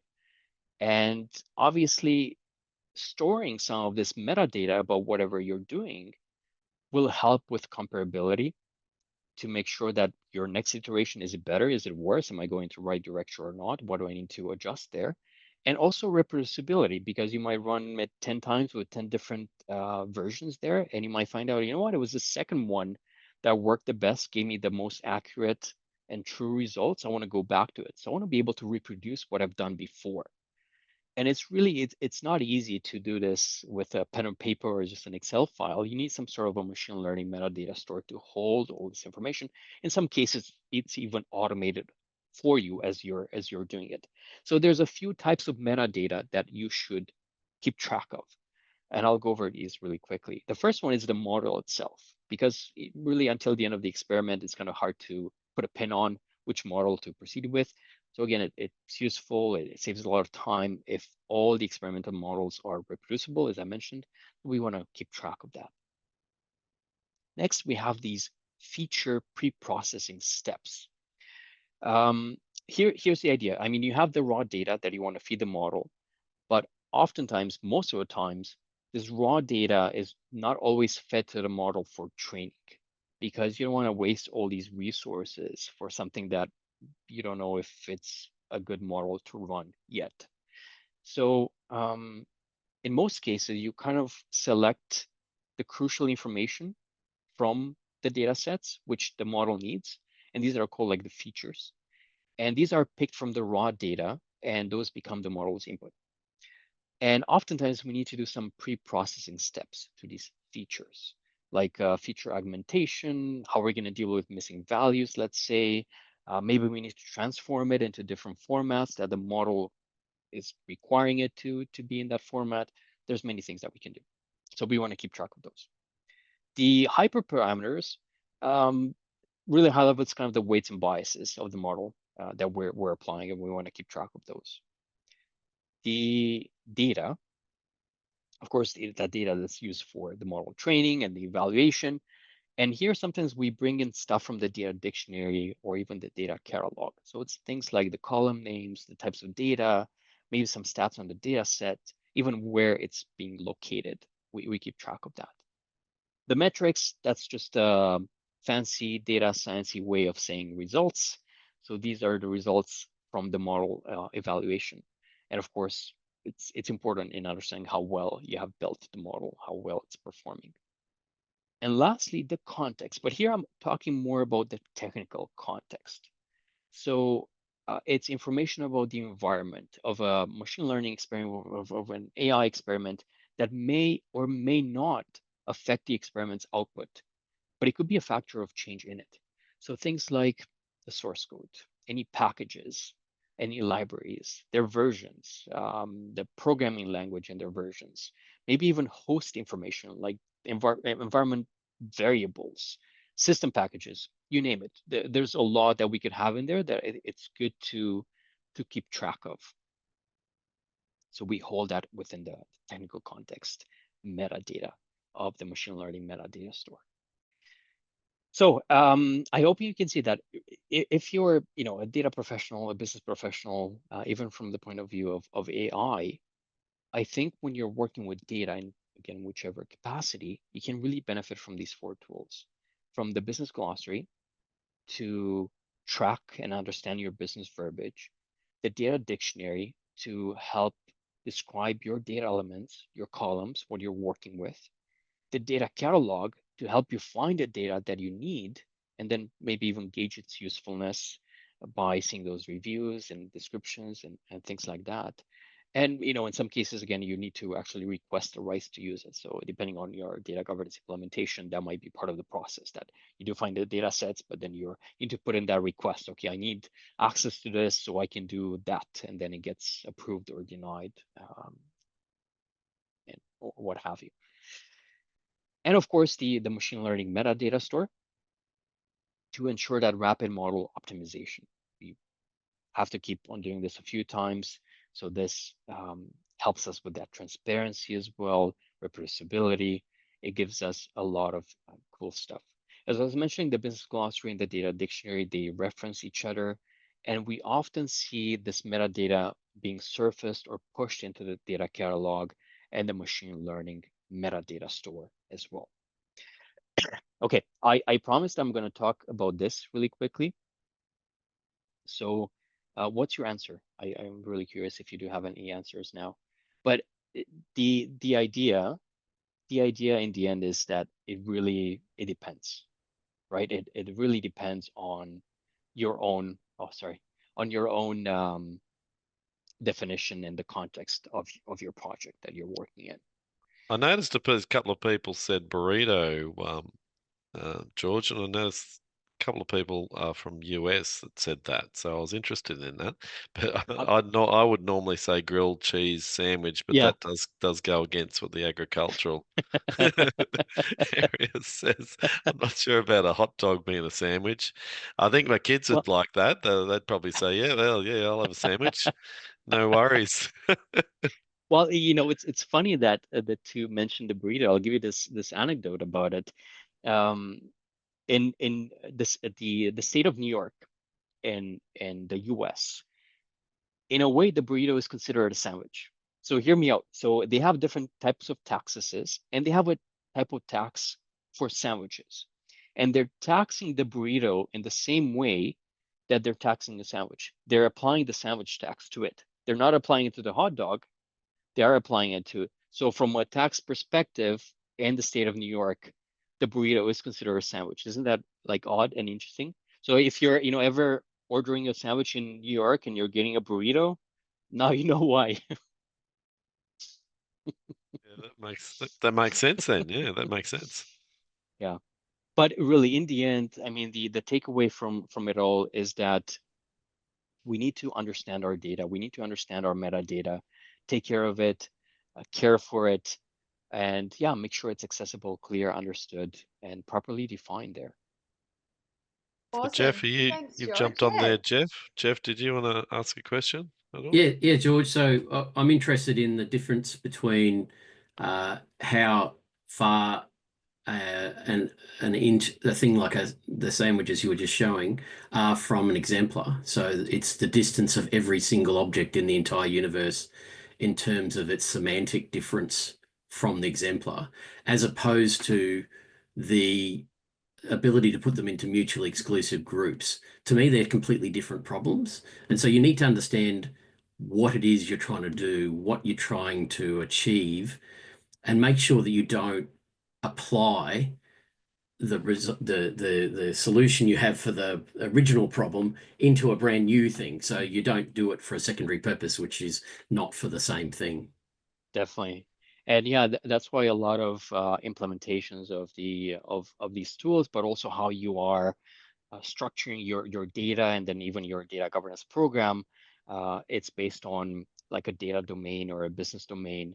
And then you might have different definitions for, let's say, sandwiches, depending on that domain that it and the context, I guess, that comes with it that's being situated in. Cool. Yeah.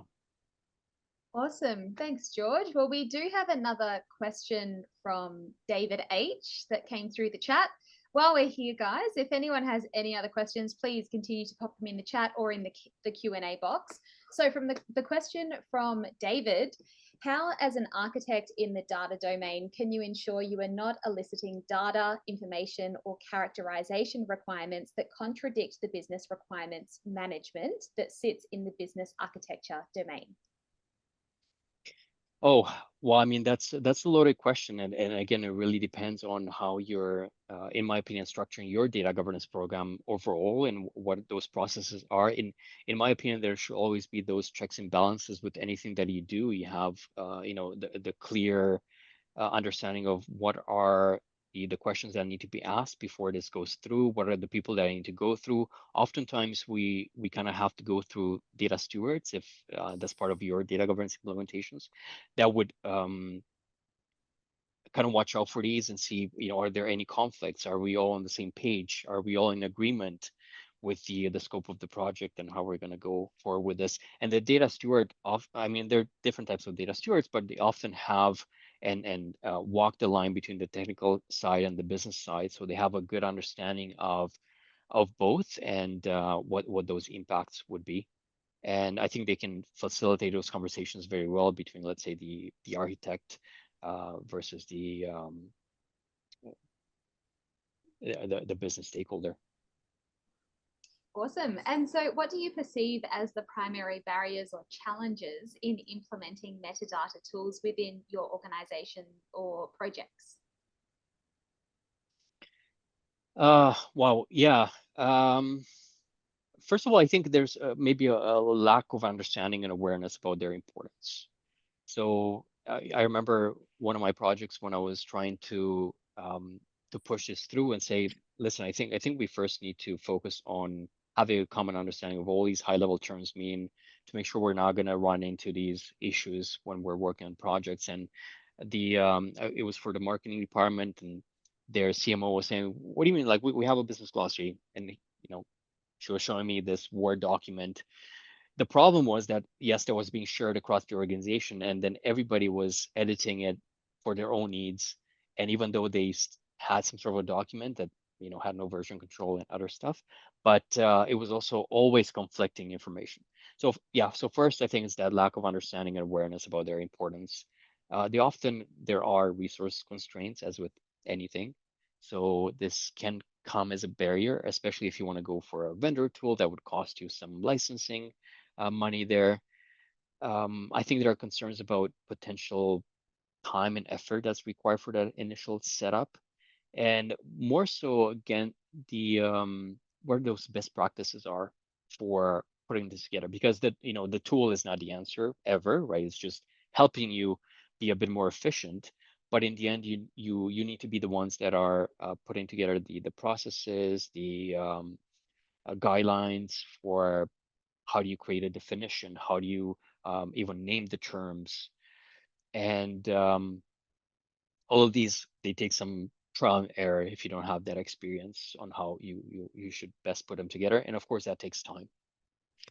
I got an extension to that, George. I was just thinking, because I think the business glossary is one of the key ones, isn't it, to get the terms across your organization. But I was working, it's just around COVID times in aged care, and there was a business glossary, and it wasn't necessarily being edited, like you say, by different people. It was there, but it wasn't actually being translated into the way information was coming out, like on SharePoint and that sort of stuff. So you had the COVID and aged care which is really it was a really tough time, and getting that information out, particularly around reporting, and how that was done. There was a disconnect between the what the glossary said and then what they were what was out on SharePoint, and it was more like a knowledge management thing because there was different SharePoint sites and there wasn't any governance and there was all that. So I don't know. Eventually they got that sorted out, but have you seen that as a problem? It's not just the glossary being right; it's all the messaging and Oh yeah, I mean, yeah, there's so many things that come with it. yeah. Oftentimes, and not just with this project, but I think with projects in general, we forget to involve the stakeholder and the main business stakeholders from the start. I feel like, oh, we think this is a good idea, and we are so excited. We go ahead and we implement it, and then we involve the business stakeholders later on. They're like, yeah, I never asked for this. I'm not on board. What are you saying? Or we involve them in the beginning, and then we're like, okay, let's go on and build you the best option. And then they don't hear from us for 6 more months, and then we come up with it, and they're like, oh, okay, I forgot about it. Yeah, that's not what I want. It's something else. So the lesson learned from that is we first of all need to involve those stakeholders from the beginning, get them on board, have them understand the why, right? They need to dial into the WIIFM, what's in it for me, and from the start, you need to tie whatever you're building, let's say business glossary in this case, but I think it applies to anything, to tie it back to the business goals. It obviously needs to serve a purpose, but then you need to connect it all the way to the unit level and even to the individual level so that the unit, individual understands, well, how does it benefit me? I need to understand what's in it for me. What do I get out of it? And once you're able to do that, and there's many different ways that you would be able to do so. Of course, a lot of consultation discussions to understand their pain points and then tie this end result to the pain points and how it's going to help address some of that. And again, I think business glossary, data dictionary, data catalog, and everything else, you can easily be tied to a lot of pain points that organizations are facing today. Once you get them on board and you keep them on board and engaged and part of the solution delivery, they'll be more likely to be able to adopt it and use it throughout. It's not just going to fall flat. Change management overall is really such a huge component when it comes to digital transformations. With any change, really anything that we're bringing in as new, we need to involve those stakeholders. We need to have those ongoing communications, the training, the rewards as part of it. And we need to make it simple, right? As simple as possible. Yeah. We ideally we don't want yet another tool that they now need to log into and search and yeah. Yeah, that's outstanding. And just one last thing, like we, I did actually do a presentation with you, wasn't it, on the Good Data Morning Show? I think that was cool. Yes. And Yes, you and did. that's been renamed, hasn't it, George? It's been renamed to just the Lights on Data show. Yeah. So if you see that come up, and I know you post a bit in LinkedIn, George, that's really good. Plus your data governance courses are really good, and I've had feedback from those as well. So Oh, thanks, Nigel. yeah, it'd be really good. Thank you. George, I just have a couple more questions for you. So Sure. what metadata tools should organizations focus on first? I mean, I think it depends what the driver is, so why you're doing this.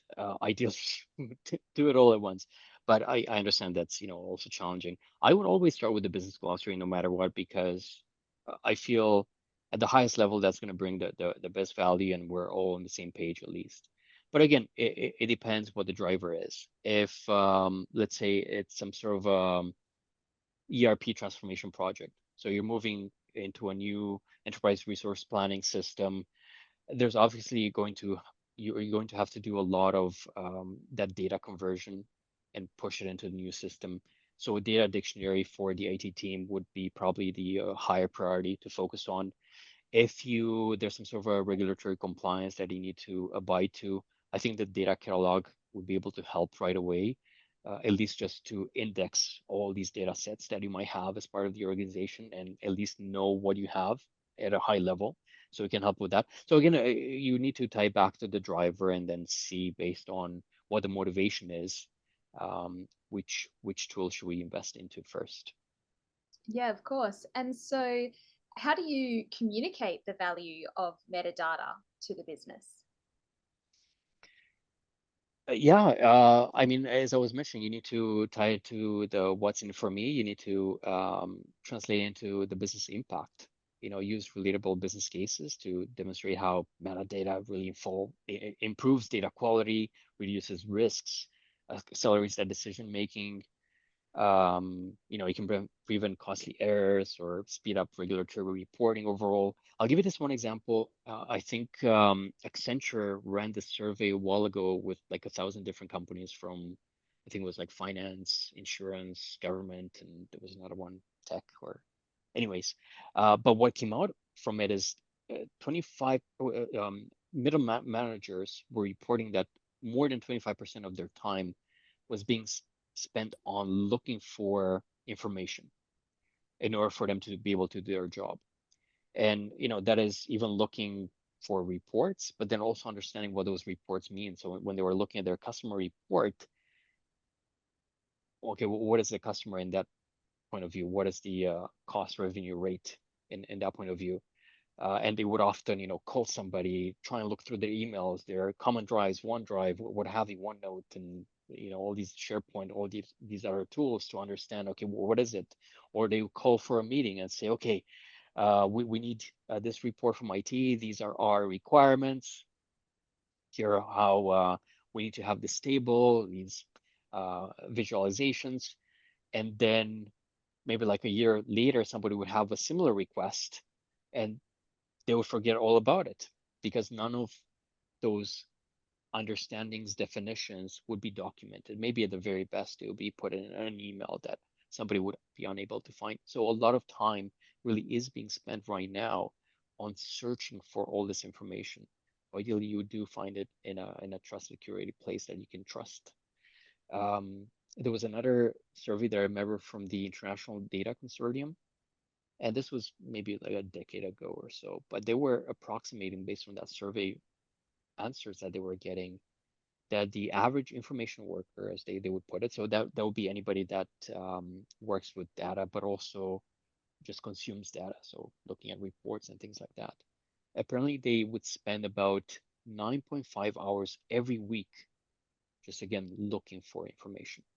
That can equate up to, I don't know, $20,000 US per year spent on people just searching stuff, and in some cases, not even finding what they're looking for.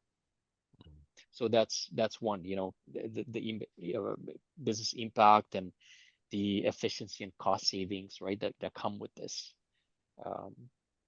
having these tools in place. Not to even mention that machine learning metadata store.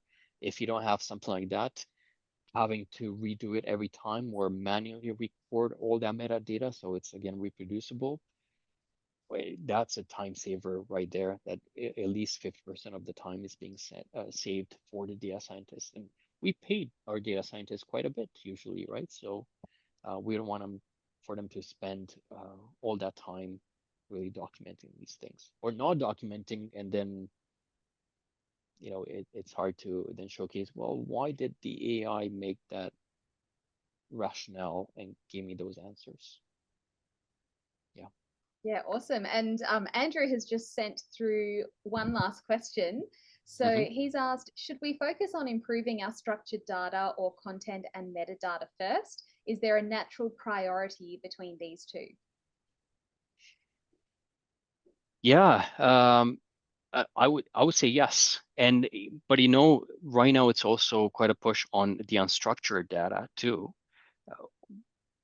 Mainly because of the rise of the LLMs and the chatbots and things like that. So that's also taking priority, let's say. But I would say yes to your answer.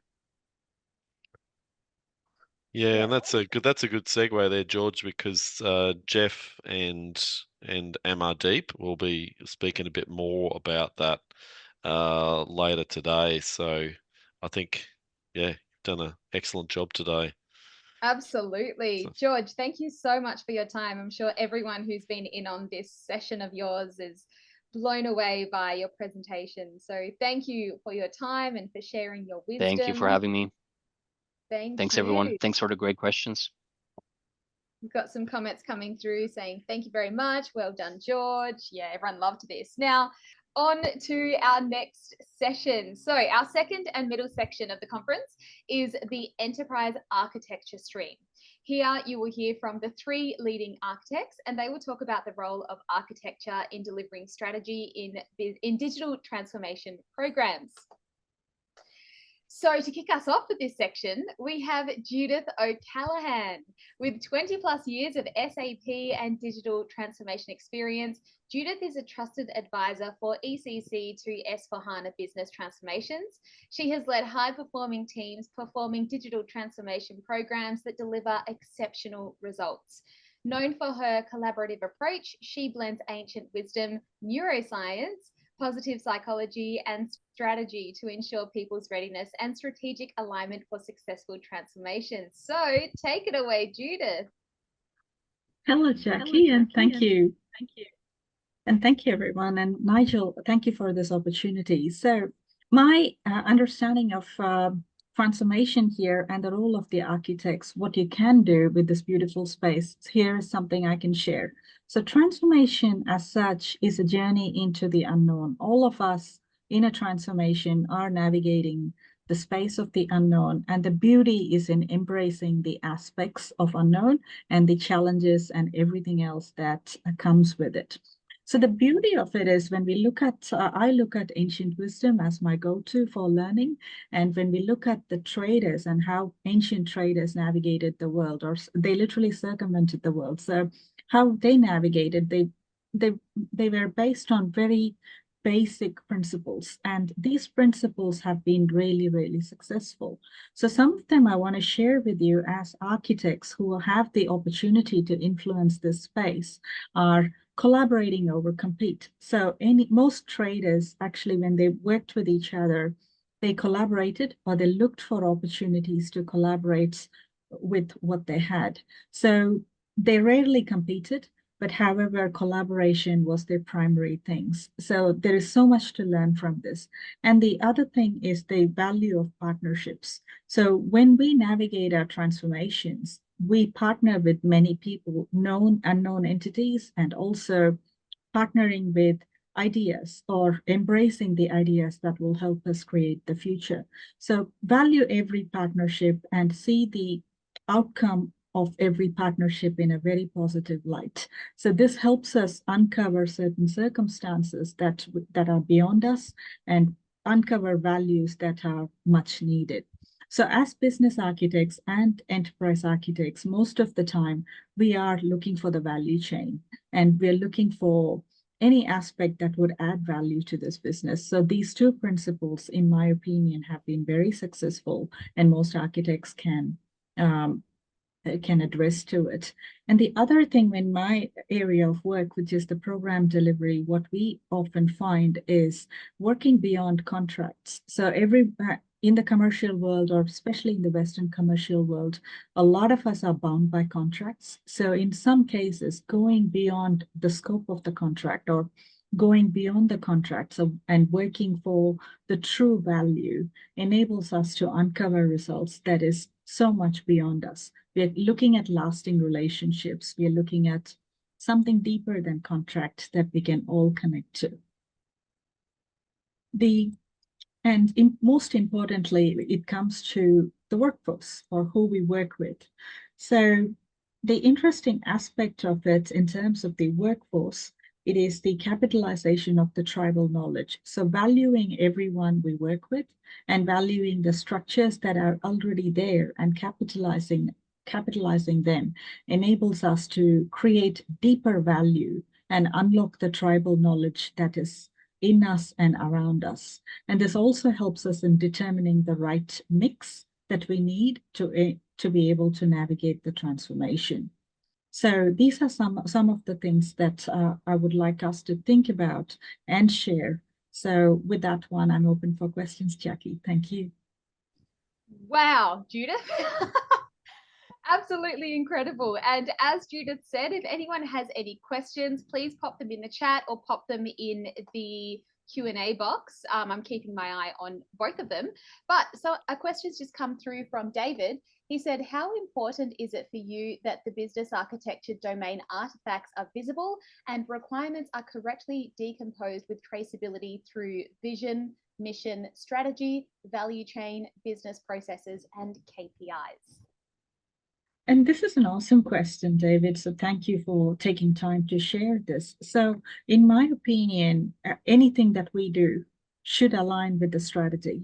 So any artifacts that we create or any action we do or we choose not to do should align with vision, mission, and the strategy, and ultimately the value chain and the business processes. So yeah, hopefully I have answered your question in a very circumvented way, but tip to any architects or any of us working in this, anything that we do, let's make sure it's aligned to the overall strategy. So as Nigel often says, most of the areas that we often walk into, we find that the strategy, the vision, mission are not very clear or even not documented in many organizations. That's where I think our puzzle actually starts, by asking those very basic questions that enable us to unlock those values. So if the strategy of the business is not very clear, it is very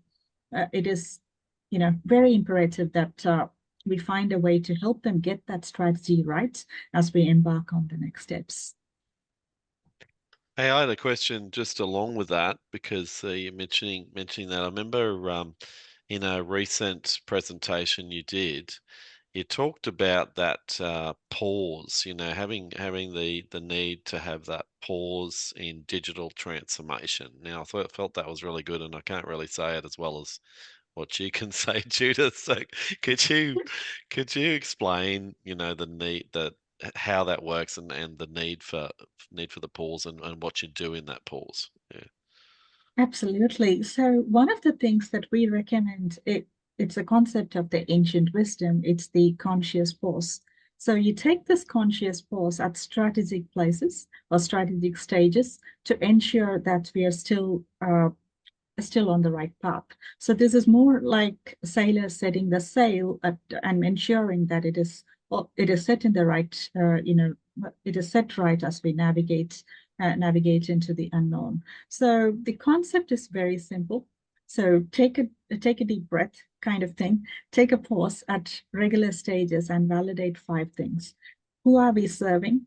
Are we serving the right thing? And are we still continuing to work with the right people and work for the right people?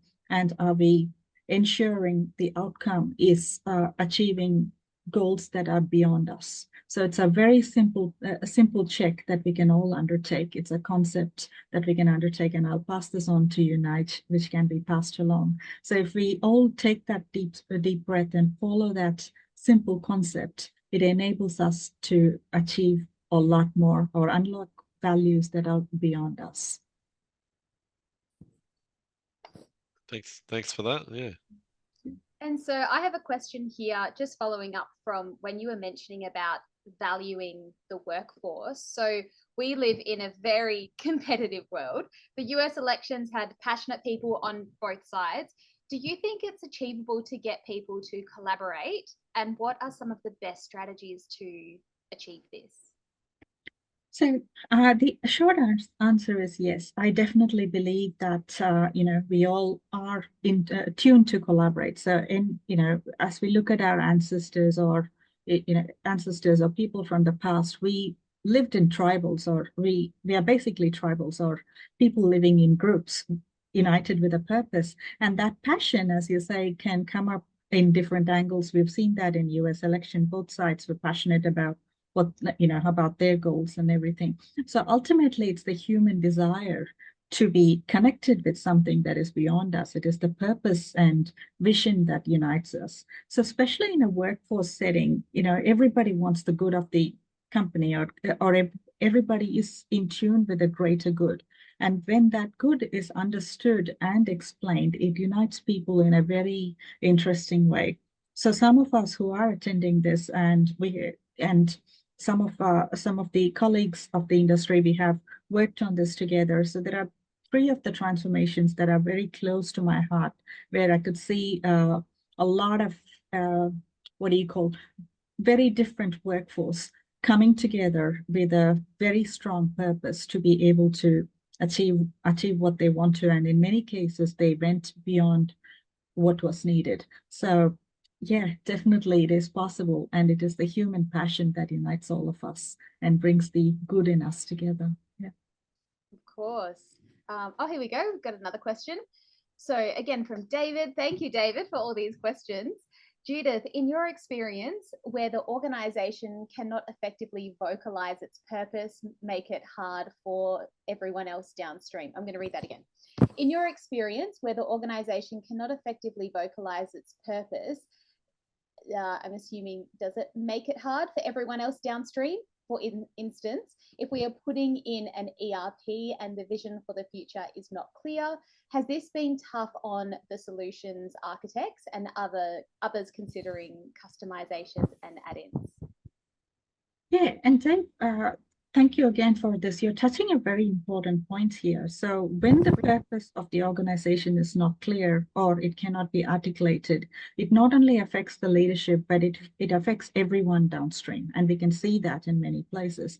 So one of the main contributors for ERP transformation failures, so Gartner says it's 80%, and some people claim it's more than 85%. Either way, a lot of ERP transformations fail. So when we look at why they fail, it's because it comes to very simple things like the purpose and the vision wasn't clear or wasn't clearly articulated. Yes, it makes the job of business architects and solution architects, and again, downstream wise, multiple vendors working on it, very, very difficult.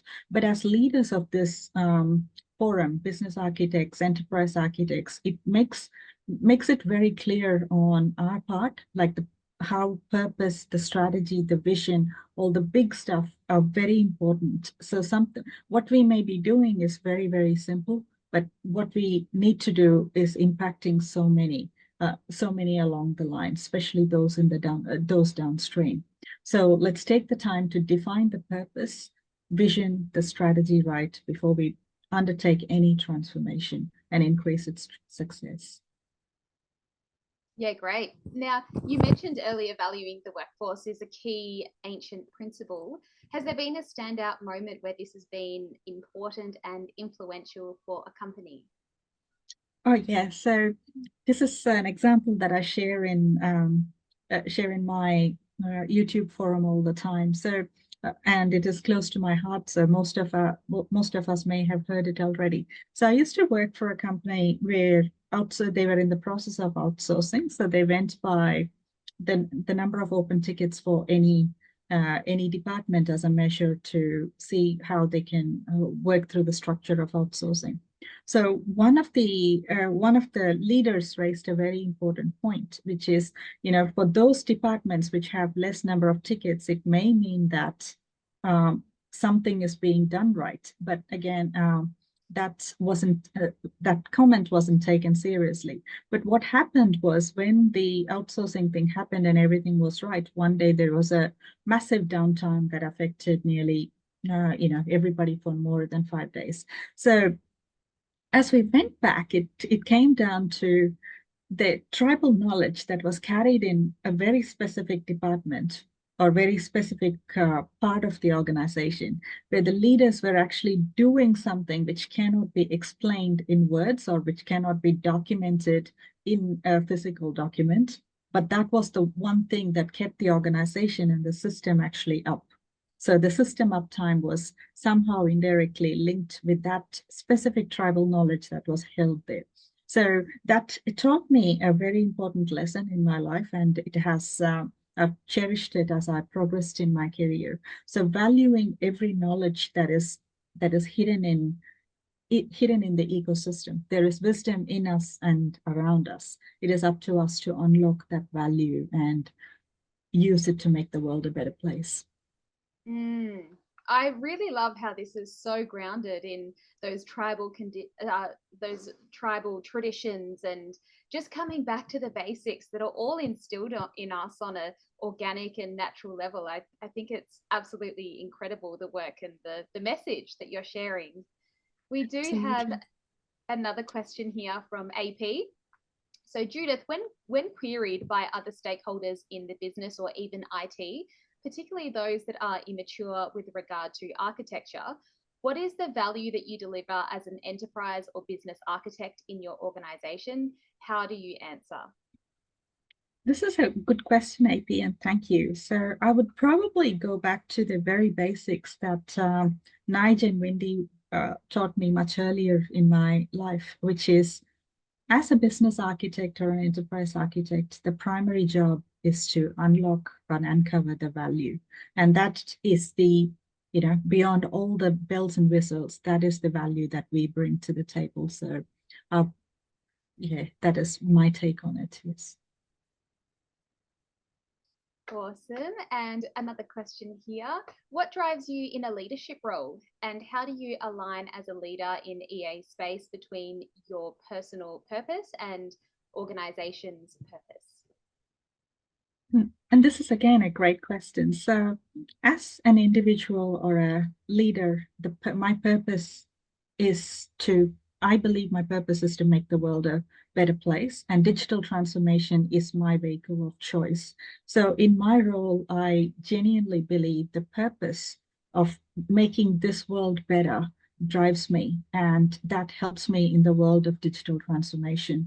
So being aligned to my purpose, I believe we can unlock, or we can see a lot of value, hidden value, and help our clients unlock them and embrace what is to come. We have a beautiful opportunity here in this world.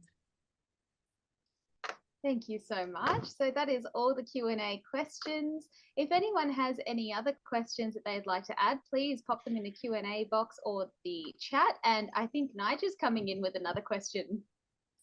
Oh yeah, I was just popping in again because I actually thought, Jackie, and this seems to be because of your questions and off the cuff sort of you actually really relate to this bit quite well. Yeah, and I noticed that, and I think because it is based on some historical sort of principles and everything else.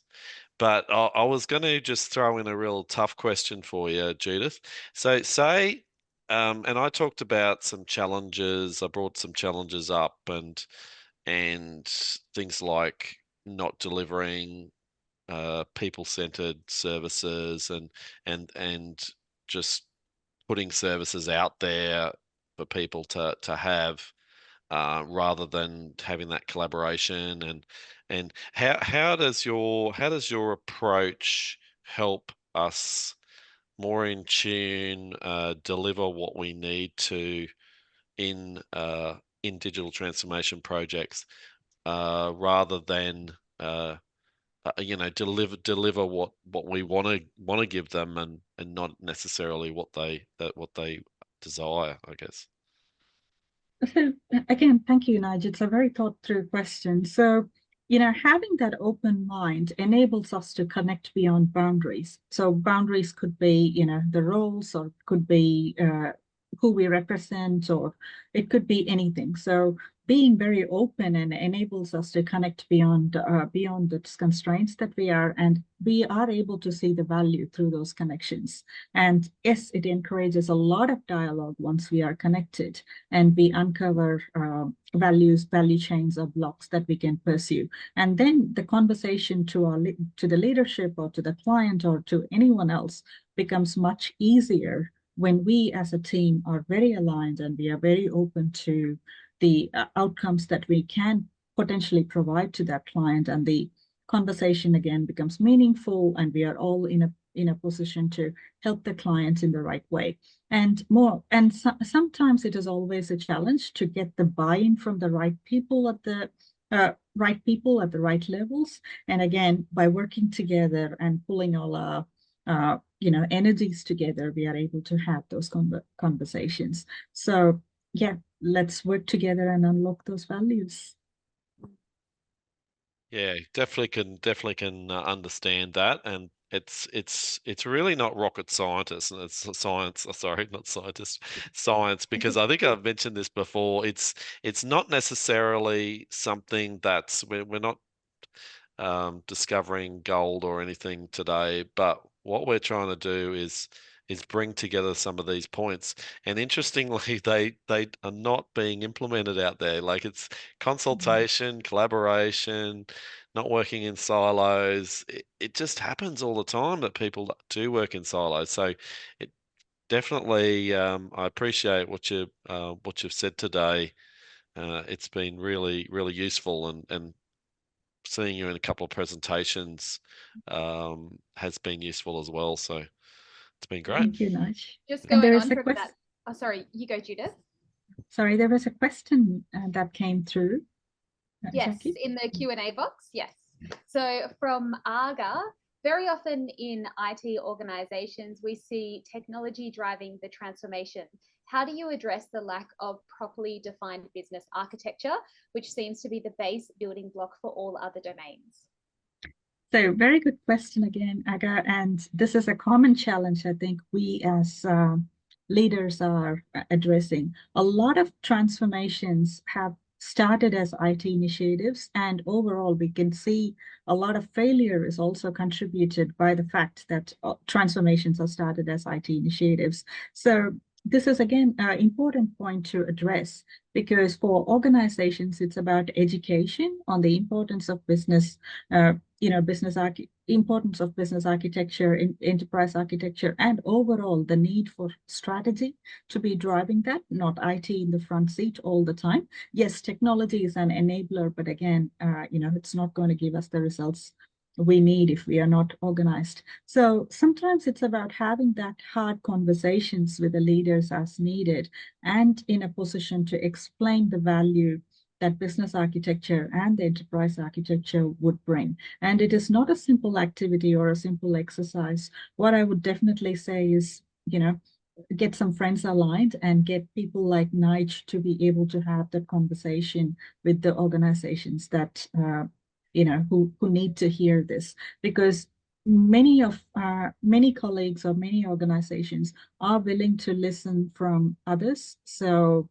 others who have been through the journey. So identify other organizations or other similar organizations who have been through the journey and help them articulate the importance of business architects doing their job to help them there.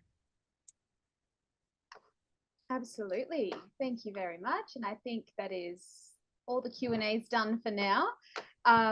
So Judith, coming from a communication background myself, I feel as though we have just drifted so far from the base, what is so ingrained in us on such an organic level. And it's really beautiful to see you come on here and speak about human connection and collaboration and valuing partnerships and all of those things that really mean that we're just taking it back to the foundation, the bones. And once we've solidified those foundations, it's then that you can utilize these amazing other vessels that will help you achieve the desired outcome for the team, the organization, the business. But as long as we're grounded in those, the foundations of human connection and communication, yeah, I think you can't go wrong, right?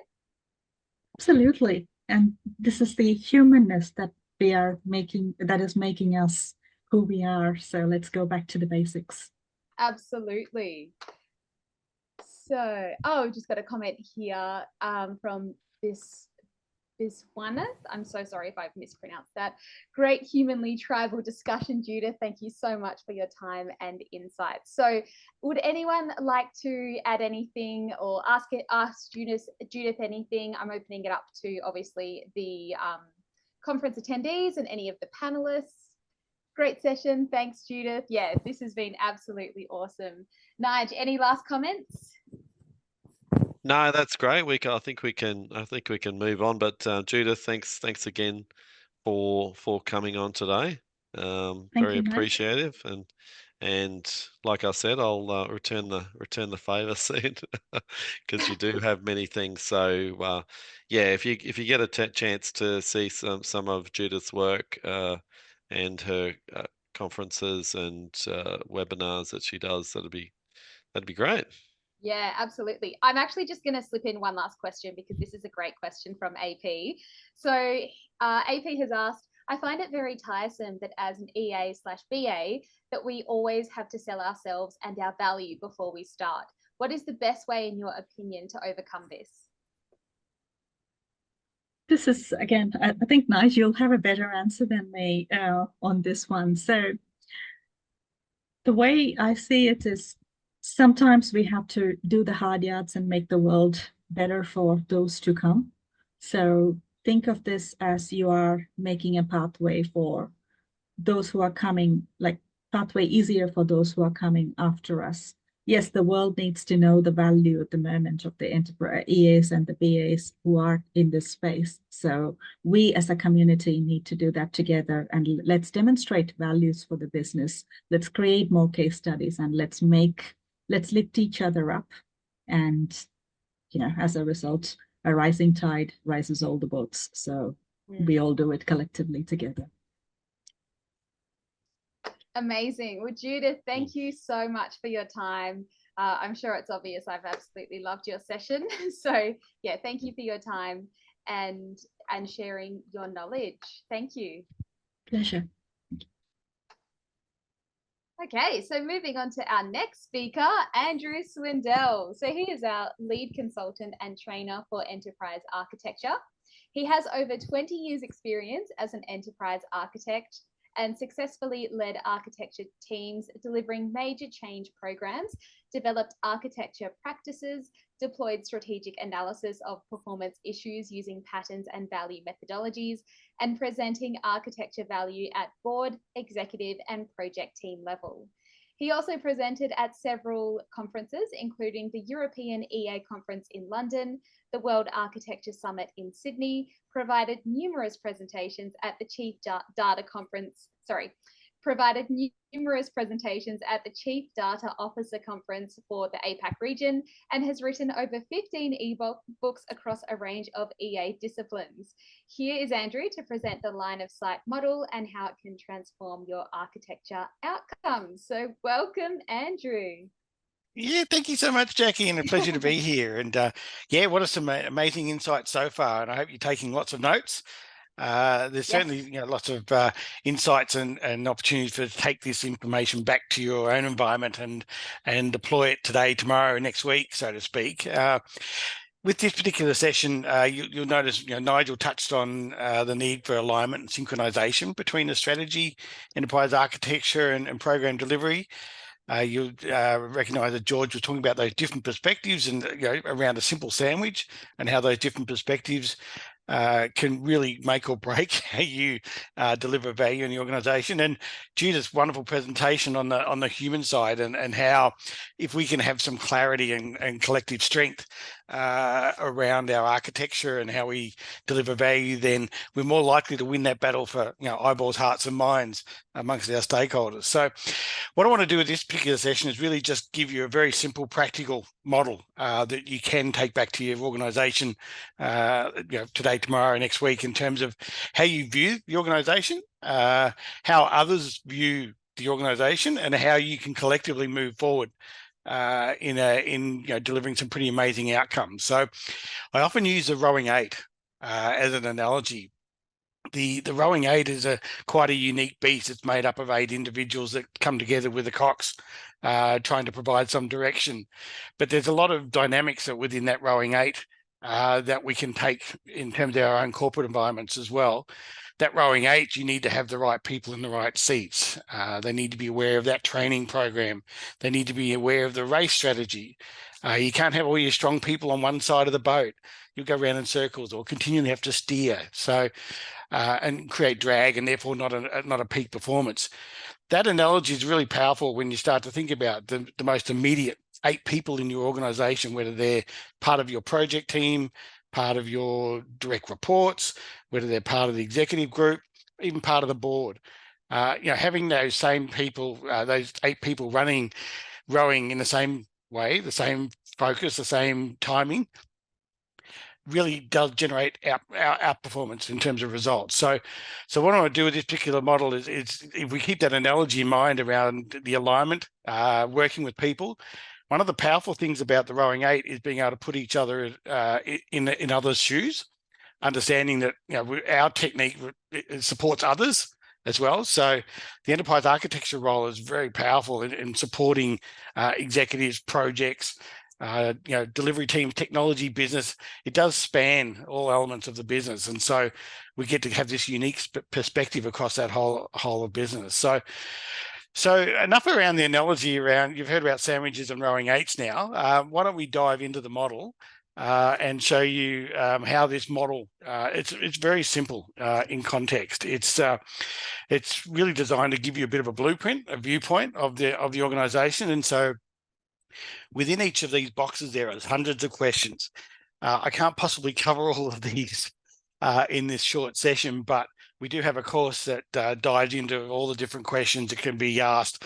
And so seeking answers and therefore identifying value and opportunities that you can deploy architecture value to your stakeholders. So there's four basic bubbles to it. The strategy framework. We've talked about different strategies and different approaches. The architecture framework, which is essentially the DNA of the organization. The project delivery and change management piece, which is your waterfalls and agiles. But also you go to market, which, heaven forbid we talk about customers, but if you're not serving a customer directly, then you should be serving someone who is supporting the customers. So I guess I'll just work through these layers with you to give you some questions to ask about your environment, and I've got a next step model after this, which goes into a lot more detail. So you'll get to see the relationships between. It covers the business perspectives, it covers the data and information perspectives, it covers the application perspectives, covers the infrastructure perspectives, it covers the project delivery and roadmap PMO perspectives, and also covers that strategy piece as well, where, if you haven't got the building blocks and the strength at that level, at the strategy level, then there's a lot of fish hanging on hooks, swimming around, but not sure how to come together, to Judith's point. So let's consider this strategy framework piece. If you consider that this is everything you know about your organization from a strategy perspective, it might be the business strategy, it might be a digital strategy, it might be a data strategy, it might be a marketing strategy, it might be a finance strategy. All of these strategy pieces are all sitting there hoping to bring people to come together and help deliver the primary business strategy. But you can imagine that they've been done at different times. They've got a different group of people involved with them. They may not have a logical owner in the business. So who's running this strategy in terms of delivering on the outcomes, reporting on its progress? Do we just do a strategy for the piece for the sake of doing a strategy? It's a really strong need to get those building blocks in place to ensure that strategy is a very clear and can be clearly articulated, not only by yourself, but also by the stakeholders that you're dealing with. So if you can't clearly articulate the business strategy, then it's hard to expect others to do that as well. And so often we find, there's one representation of the strategy, but it hasn't been operationalized into the business. So we don't progress report on it. It's not reflected in our roadmaps. We don't have it as part of our regular conversation, quarterly or yearly reviews. So it's really important to get those strategy pieces embedded. And I guess one of the real value statements from the architecture piece is, here is the strategy, and the stakeholders you're dealing with, do they recognize the strategy as well? What does it mean for them? What does it mean for them in terms of their ability to respond to that strategy? And that's where the alignment, the getting the 8 people in the boat to all talk about, I know what this business strategy is. I know what we're trying to achieve. I know how you're trying to help me and I'm trying to help you kind of perspective. So you can see there's just so much in this strategy piece to get that clarity. And the best run companies are the ones, the ones that outperform are the ones that got that strength of clarity, that simplicity. There's enough people in the organization that can articulate the same strategy. So there's a lot of opportunity in that particular strategy space to get the strength. And so your role as an architect, you can bring that strategy piece to every conversation you have. you're a purveyor of the business strategy. They can't argue with you. But what you can do is identify, well, what does this mean for the marketing people? What does this mean for the sales people, the operations people? So you can talk about impact assessments and things like that. So it's really powerful just to work within that strategy piece to be able to help align and bring people together for the journey. The wonderful world of architecture, and so these particular bubbles are agnostic of any particular method or framework. So, so if we just go back to the other one, back to the previous slide, that's it. This architecture framework, I just want to sort of provide some context for it. Whether you're with a Zachman, a TOGAF, a DODAF, a PAF, any manner of framework that you think is framing your reference points. What I've done is tried to simplify it, and so 4 domains across 3 layers of detail. And what it means is that there is a whole bunch of questions in each and every one of these boxes. So we talked about the level of maturity in the business architecture space. Well, yeah, who's the business executive that's going to support a business architecture piece? Often technology are the teams that get requirements from marketing, get requirements from finance, and get requirements from operations, and we're going to try and consolidate and corral and bring those different business units together, because often the requirements are quite similar. So you can imagine in this operational physical piece, the lowest level of detail around requirements should reflect in this business architecture piece, should be reflecting in your process models, and should be reflecting in your value streams, and should be reflected in your operating model. So all of a sudden, you've got this line of sight, what's happening with your business and the DNA of your business in that business architecture space. What you can then do is look at the business, the strategy itself, and say, well, which parts of the strategy are working or not? Which parts of the business are working or not? Have we got enough visibility around these particular business architecture pieces? So you can see how you can use these bubbles of opportunity to draw a line of sight. The same goes, the whole information and data architecture. If you haven't got an enterprise information model, what is the most important data for your organization? What is the data that should be secured, should be defined, should have a logical owner, should be protected, not letting projects take data and creating new sources of truth across organizations and therefore more spaghetti. So there's a real strength and opportunity in that information data architecture layer that George really called out, the need to manage that data and that content in that layer. In the applications layer, again, we've got these different levels of information around the application portfolio. Obviously, if you've got a register of applications, then you've got somehow you can manage and measure what applications you've got. You can track your patches, you can track your license profiles, do all sorts of things at that level of detail from an operational perspective. I guess from an executive perspective, they don't want to see the long list of 300 applications you might have in the organization, but if you can clearly represent what applications support what functions or capabilities, then you've got a chance of creating some logic around the model and a story that they can buy into. What it also allows you to do is do impact assessments as well. The scoping activities are really quite a lot quicker to market in terms of those scoping activities.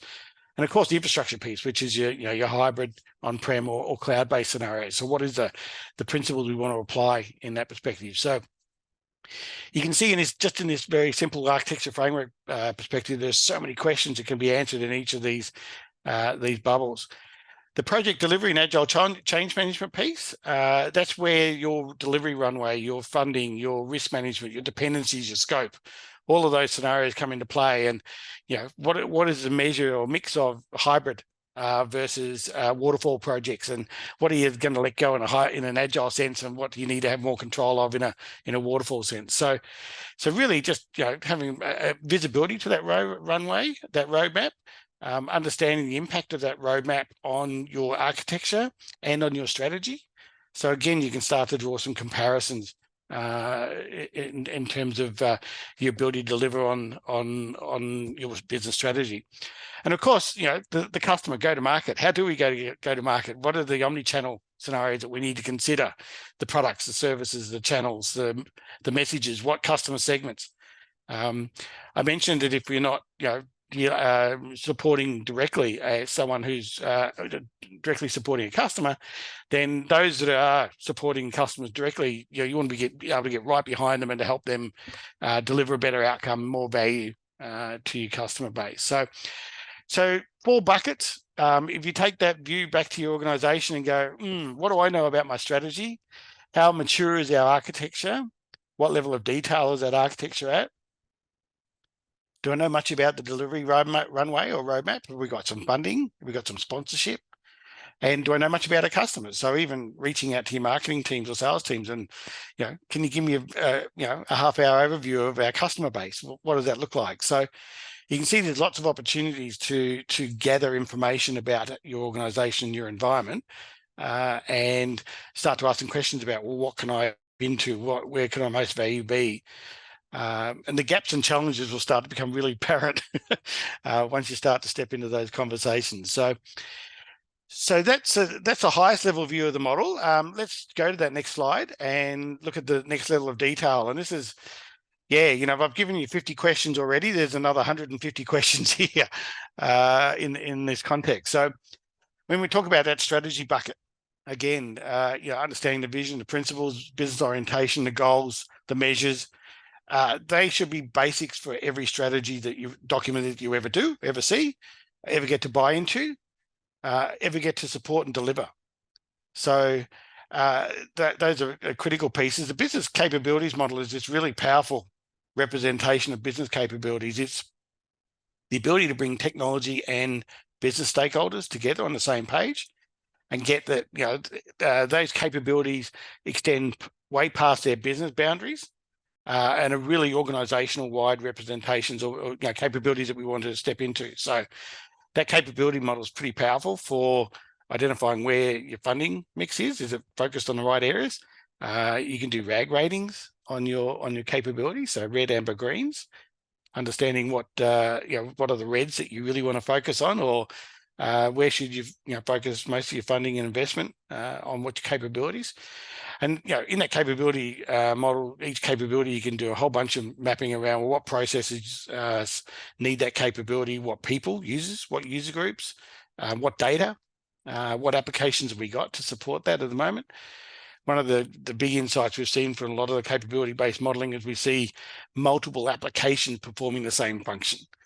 And so you can see that the duplication, the ability, the amount of extra IT that needs to be supported, the amount of extra skills that need to be maintained, the ability to share information when we've got these multiple applications doing the same thing, really does create a little bit of a handbrake. So opportunity to simplify, bring some business cases to life as well. So we break this, I've gone through the architecture framework in enough context, but the project delivery and agile piece is really powerful as well, because agile runs quite differently to waterfall. And so the level of architecture oversight is quite different.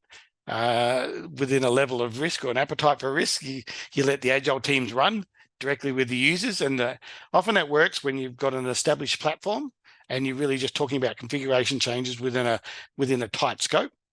But if you start to run agile, I've seen organizations run agile across their whole portfolio, and all of a sudden they've just got this spaghetti taking shape across the whole portfolio. So it's very hard to sort of rein back into some more structured, disciplined discussions. And so using the architecture reference models, either conceptually, logically, or at a physical level in the project, allows you to create some of those guardrails.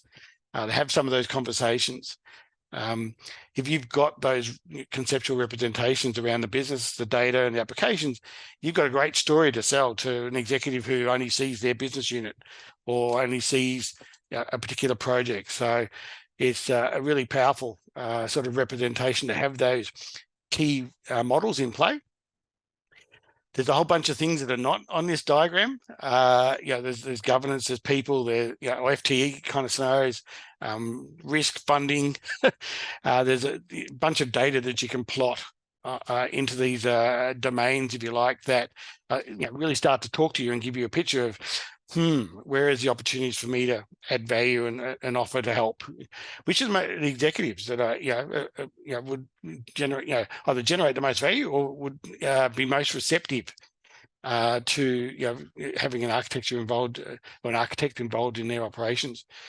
And so what I've found, in certainly starting with environments, is to just understand what those conceptual representations look like, because they give you a sense of how the business works, where's the most important data, what are the biggest applications and platforms. They really start to answer some questions there for you. So this go-to-market piece is really powerful for those that can get involved with the business and work with the marketing teams, the sales teams, the operations teams, all the different business units that face into the customer. And so understanding that the omni-channel perspectives, integration pieces are really quite powerful in there. Also the security pieces as well. So you can see there's a number of different elements that are not directly represented here on the model, but integration security can certainly be in that applications portfolio piece. How data, all of these need a level of governance as well. So, who's governing business architecture or data architecture? Is there a movement? Is there a group of people coming together to bring data management to life, to uplift our data assets, to make decisions across business units that affect the value that's been generated for the customer? So I've been in environments where they have different naming conventions for the same asset, and they bump into each other, and they've got to translate, and it's because they hadn't got that strong business alignment, business perspective, and nor do we have enough visibility to the data as well. So really powerful, I guess, in terms of using this model. Is there any questions at this stage, Jackie, that may come up?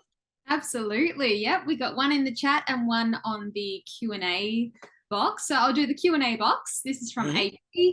Can you include enterprise and aligned IT strategy in the strategy framework box, or is the enterprise strategy and then the other boxes the IT related alignment to it? Sorry, I think I misread that. The follow-up question. Or is it the enterprise strategy and then the other boxes the IT related alignment to it? Does that make sense, Andrew? I think if I can interpret that, yeah. So again, level of maturity, level of visibility, who's been involved in both strategy pieces. So that enterprise business strategy should be talking to everyone in the whole FTE complement in the organization. Technology piece might talk to the executive group, but it does talk to everybody in that technology space as well. So I think the technology strategy should reflect the business strategy. And so if you're not repeating the business strategy themes, principles, strategic intent in your technology strategy, then you've got an alignment bridge that you need to jump into. So yeah, I think there's this great opportunity to have both an enterprise and an IT strategy, but having business executives talking the technology piece as well. It shouldn't be just the CIO as the lone rider of that IT strategy. So I think it's the more you can engage, bring the executives along for the journey. You are in this battle for eyeballs, hearts, and minds. So, being able to bring that strategy to life, and the regular reporting is really powerful as well. Being able to operationalize that strategy. It's not a set and forget. It's something that you want to put it in front of your executives every time you can, because it will give them a sense that you've got some boundaries, you've got some agreements with them.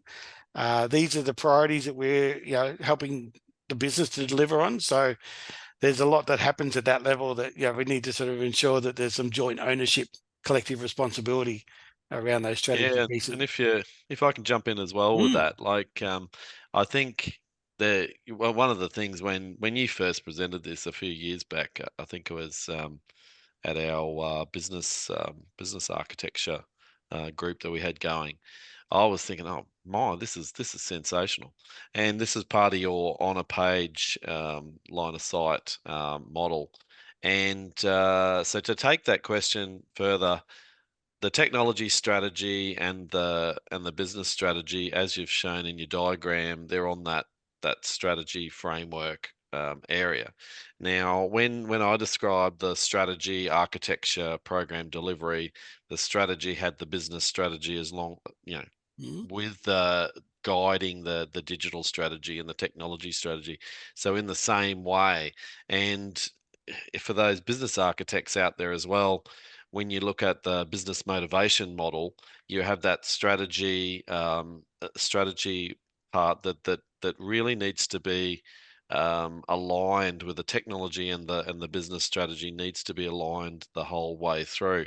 And it seems like a very obvious thing, doesn't it? But it doesn't actually happen, because sometimes you've got that the business strategy people doing the strategic planning, and you've got the technology people in another area, and you also got data strategies and AI strategies and others, and they're done independently. So what we need to do when we're writing the technology strategies is to make sure that there's a strategic alignment section at the front of it that does that alignment, to make sure that's front and center, particularly, and then it's reflected as you go.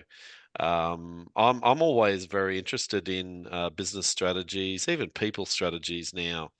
They have a lot of technology leading statements in there. You know, we had the COVID and we had digital workplaces, and you will notice that the people want some of these things. They want some of the ability to work virtually. They need to understand those sort of aspects around digital. People want digital as far as their their person, what they're doing. So it is very linked. So the alignment is key, and then that technology alignment goes right through down to the architecture and the program. So I love it. I think what you got is really, really good.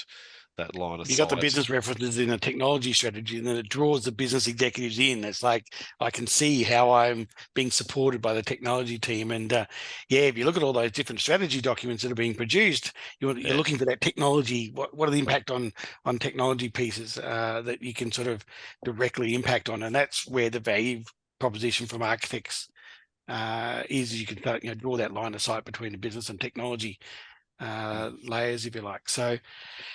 So we've just got one more slide, I guess, in terms of, unless there's any other questions. Yep, I've got one more question for you. So this is from David H. The line of sight is a constant issue in businesses because of everyone seeing themselves as a different organization within an enterprise. I would like to know the opinion of Andrew on the alignment based on a fundamental issue we have in business architecture and where the approaches can assist with this. David has also offered some context. He said, that is everyone wanting to be a customer. For those of us from long business improvement backgrounds, there is no such thing as an internal customer, and it is dangerous because it creates silos, creates friction between business processes and customer journeys. It dilutes the true customer focus, creates issues with cross-functional collaboration, creates replication in the value model and value chain, etc. Well, I think there's a lot of experience wrapped up in that question in terms of, a lot of experiences and war wounds attached to that. It's it's a really interesting question. When I talked about the rowing 8, there are people in rowing, single sculls. Some might be in a team of 2 or a team of 4. Ideally, you create teams of 8. You're more likely to get critical mass of people coming together. And so I guess one of the tools and techniques applied, managed to bring the information management to life at Transport for New South Wales. And we had 200 people coming together on a monthly basis with eyeballs, presentations, and really appealing to them as to what would help them in their role. And then being able to use your reference models in anger. So the value streams and operating model is a really powerful representation because it breaks through all the organizational boundaries, job boundaries, roles, levels of detail. It's a strategic view of the business and how we think it's running, and they can throw stones at it and interrogate it and adjust it based on their reference points. But what I've found is you can get that strength in that business architecture space through the value streams and the operating model. The business strategy canvas is another tool in that space as well, that getting that strength, those three models in play at the conceptual level, then it's hard for them to argue or molding their experience or understanding who they should be talking to if they're going to deliver a particular value from a value stream. So I guess I've used those 3 models in anger to sort of really bring people together. Not everyone will be on the same boat. They won't be all paddling in the same direction. We've all heard of lay down Sally in a rowing context. It's I think there's just there's a level of resilience required around bringing people along for the ride and those who want to be engaged with the organizational story as well. So I hope that answered. There was a lot in that question, but I think we could put a whole course together around that wonderful world. So I guess just to give you a sense of, hopefully I've given you 50 questions today with a very four simple buckets of potential opportunity and value for you to deliver value to your stakeholders. When we go into the line of sight course, there's so much more in there. So we go back, go and interrogate each of those buckets, and there's so much opportunity to understand the level of maturity, who's the owner, how long has it been going for, what outcomes are being generated, what's the governance attached to that. Do we have enough 8 people in the boat to move the dial in terms of our maturity? So I guess from a line of sight perspective, obviously, applying that line of sight. So, range of questions of your environment. You can apply that model to enable decisions, to see what decisions are being made, have a look at your roadmap and your runway, funding and focus, and see whether you think that's delivering on the strategy. Looking at how to generate insights that add value. And I think, being really clear on some of the reference points you have in the organization will help with that. Obviously, the impact on key strategic organizational metrics. From my perspective as an architect in 20 years and 45 companies, we all get a chance to impact, reduce costs, increase revenue, improve compliance, improve safety, whatever those key metrics are for your organization. And I think if you've got those clearly defined in your world, then you can bring those metrics to every stakeholder you engage with and say, well, we're trying to achieve this. How can I help you step into these metrics or help you improve your role? And you'll find that, the line of sight model is a really great model for executives who have just come into a new role. That 100-day plan where I don't know much about this organization or the environment. I don't know who's who in the zoo. I don't know what we've got to play with. I don't know, where the strengths and where the challenges and where the roadblocks are, but I can interrogate the strategy. I can look at the architecture, framework, and maturity. I can look at our delivery runway, and I look how we go to market with our customers. So if there's the 4 key questions you can start to, dive into, then you'll start to get a real sense of what's happening in the organization, and therefore how you can deliver more value in your role. So, and I guess this last point is really powerful around the operationalizing of your strategy. I have seen a lot of strategies that sit in the shelf, and they might have a yearly review at best. Some of them get to the end of a 3-year strategy and wonder why we didn't deliver, or we delivered by accident, not by design. We don't have the logical owners of the components of that strategy. So I think there's lots of opportunity to step into those 4 domains and add a lot of value. So thank you for those questions. Are there any more questions, Jackie? I have a here. Can you describe one of the best use cases for using the model in an organization, the line of sight model?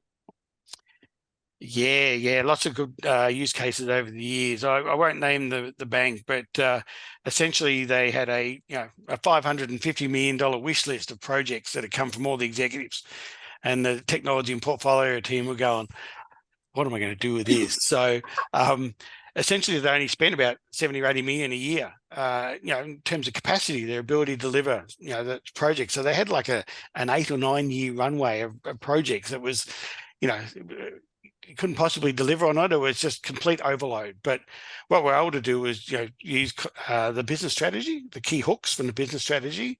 We were able to use the capabilities model. We were able to use the business operating model and how the business operates.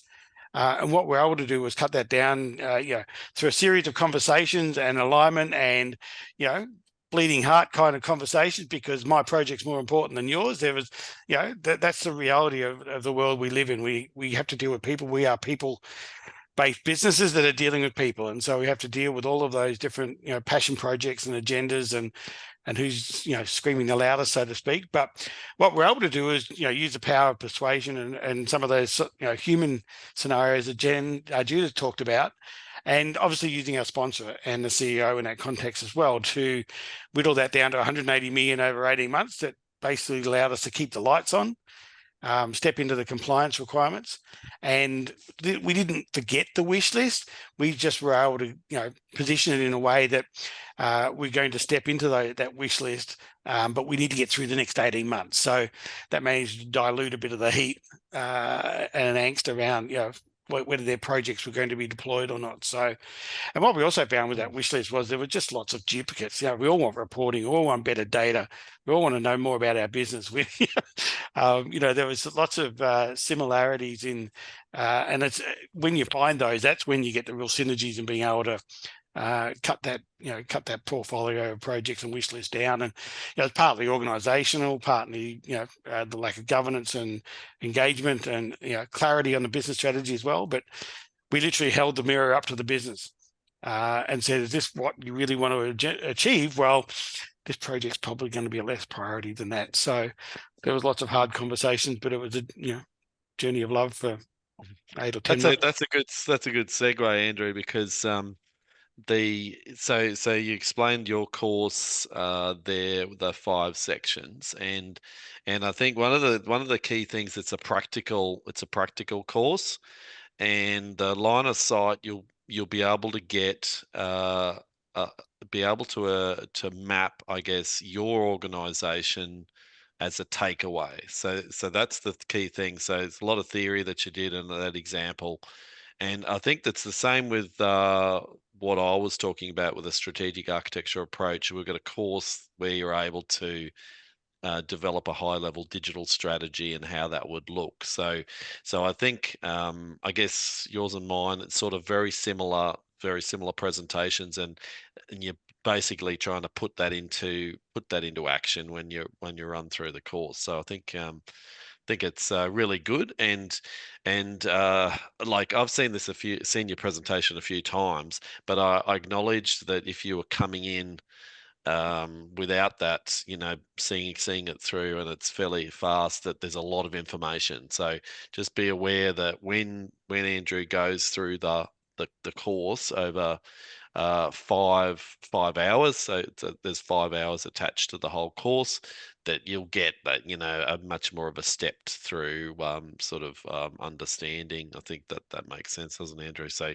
it'll be the beauty of the model is more, that you can enter it from wherever you are. So if you have a strong focus in business architecture, look at the strategy and the business architecture constructs. If you're in data, look at the business and the data and what that means for the project runway. So if you just a strong techie in the application infrastructure space, you can still apply the architecture, the strategy perspectives, and see how that's represented in the funding and roadmap. So, and the light bulb moment seems to be, I reckon, when you start to apply it.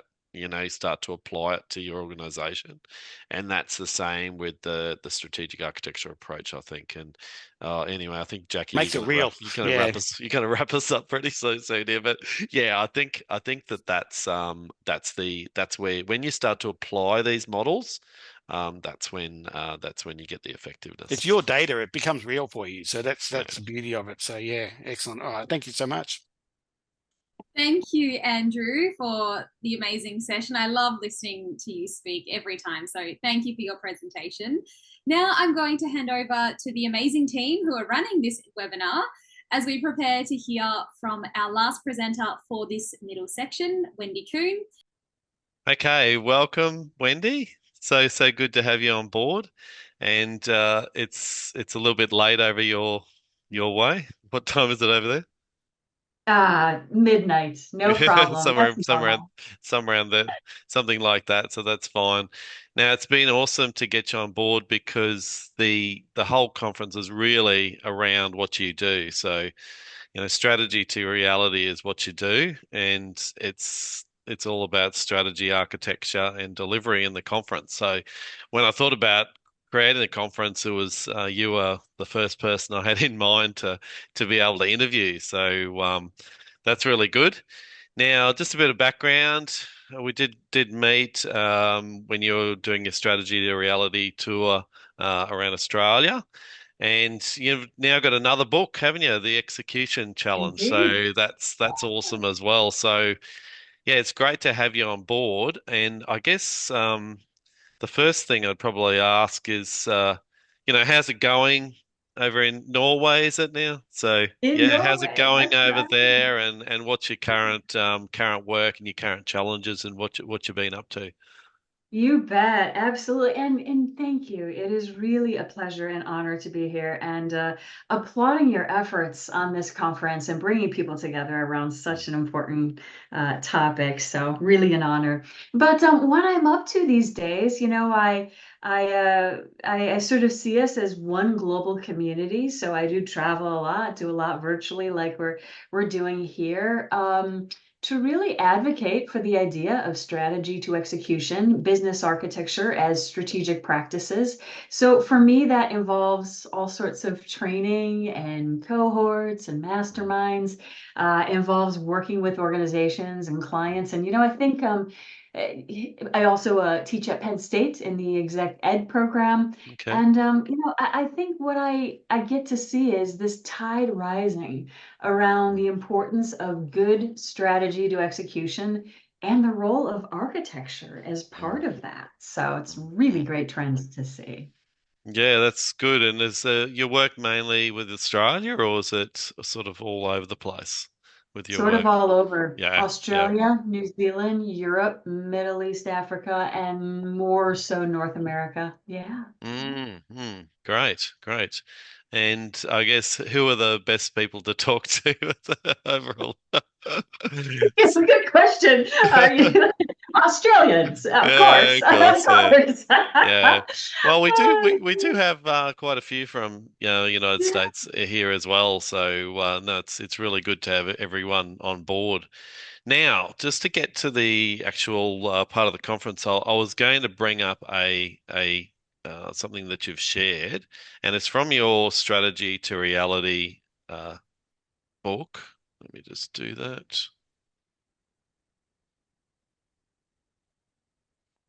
Cool. Okay, I think we've got it there. That looks familiar. So, so yeah, so the obviously you've got your book here, and this is probably one of the key diagrams I think in your book. And what I think the viewers would like to hear is if you could just flow through that approach that you've got in Figure 1.2 in your book, and maybe just give us a few examples as you go through, and just take the floor and just show us how it relates to the programs and projects that you've implemented. Sure will, happy to. So, a comprehensive perspective here from strategy to execution. And it's circular on purpose, right? This is a very iterative, and in fact, this doesn't show all of the details or nuances or feedback loops, right? Or agility, of course. It's just sort of what are the big things we do. So what's not shown here, but I'll emphasize, is that this takes a team of teams working together hand in hand from end to end to really make this work as we know. But starting in the first step there, develop strategy is, it starts with clear strategic intent. That's the foundation of any transformation or, strategic direction for an organization. So that is clearly critical. And of course, strategy is more agile than it's ever been before as well, right?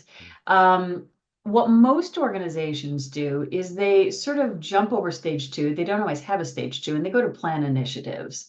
That is where I see the execution challenges are born. They show up later, right? But it's sort of born by skipping over step two, and I'll come back to that in a minute. But when I say execution challenges, I mean things, we built an experience for a citizen or a customer that's really disjointed, right? Or we invested in the same system multiple times, and it's not just technical debt, but operational debt as well, right? So there's a people and process sort of complexity side of that.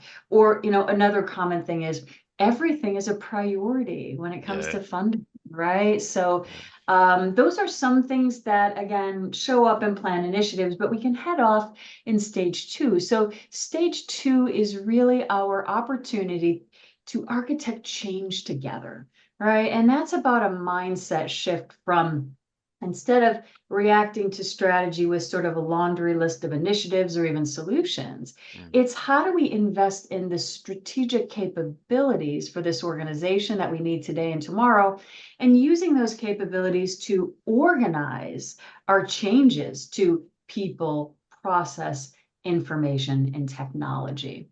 The plan initiatives, then there, of course, we have all sorts of waterfall and agile type of planning these days. Execute solutions is not just technology, of course, but business as well, harmonized.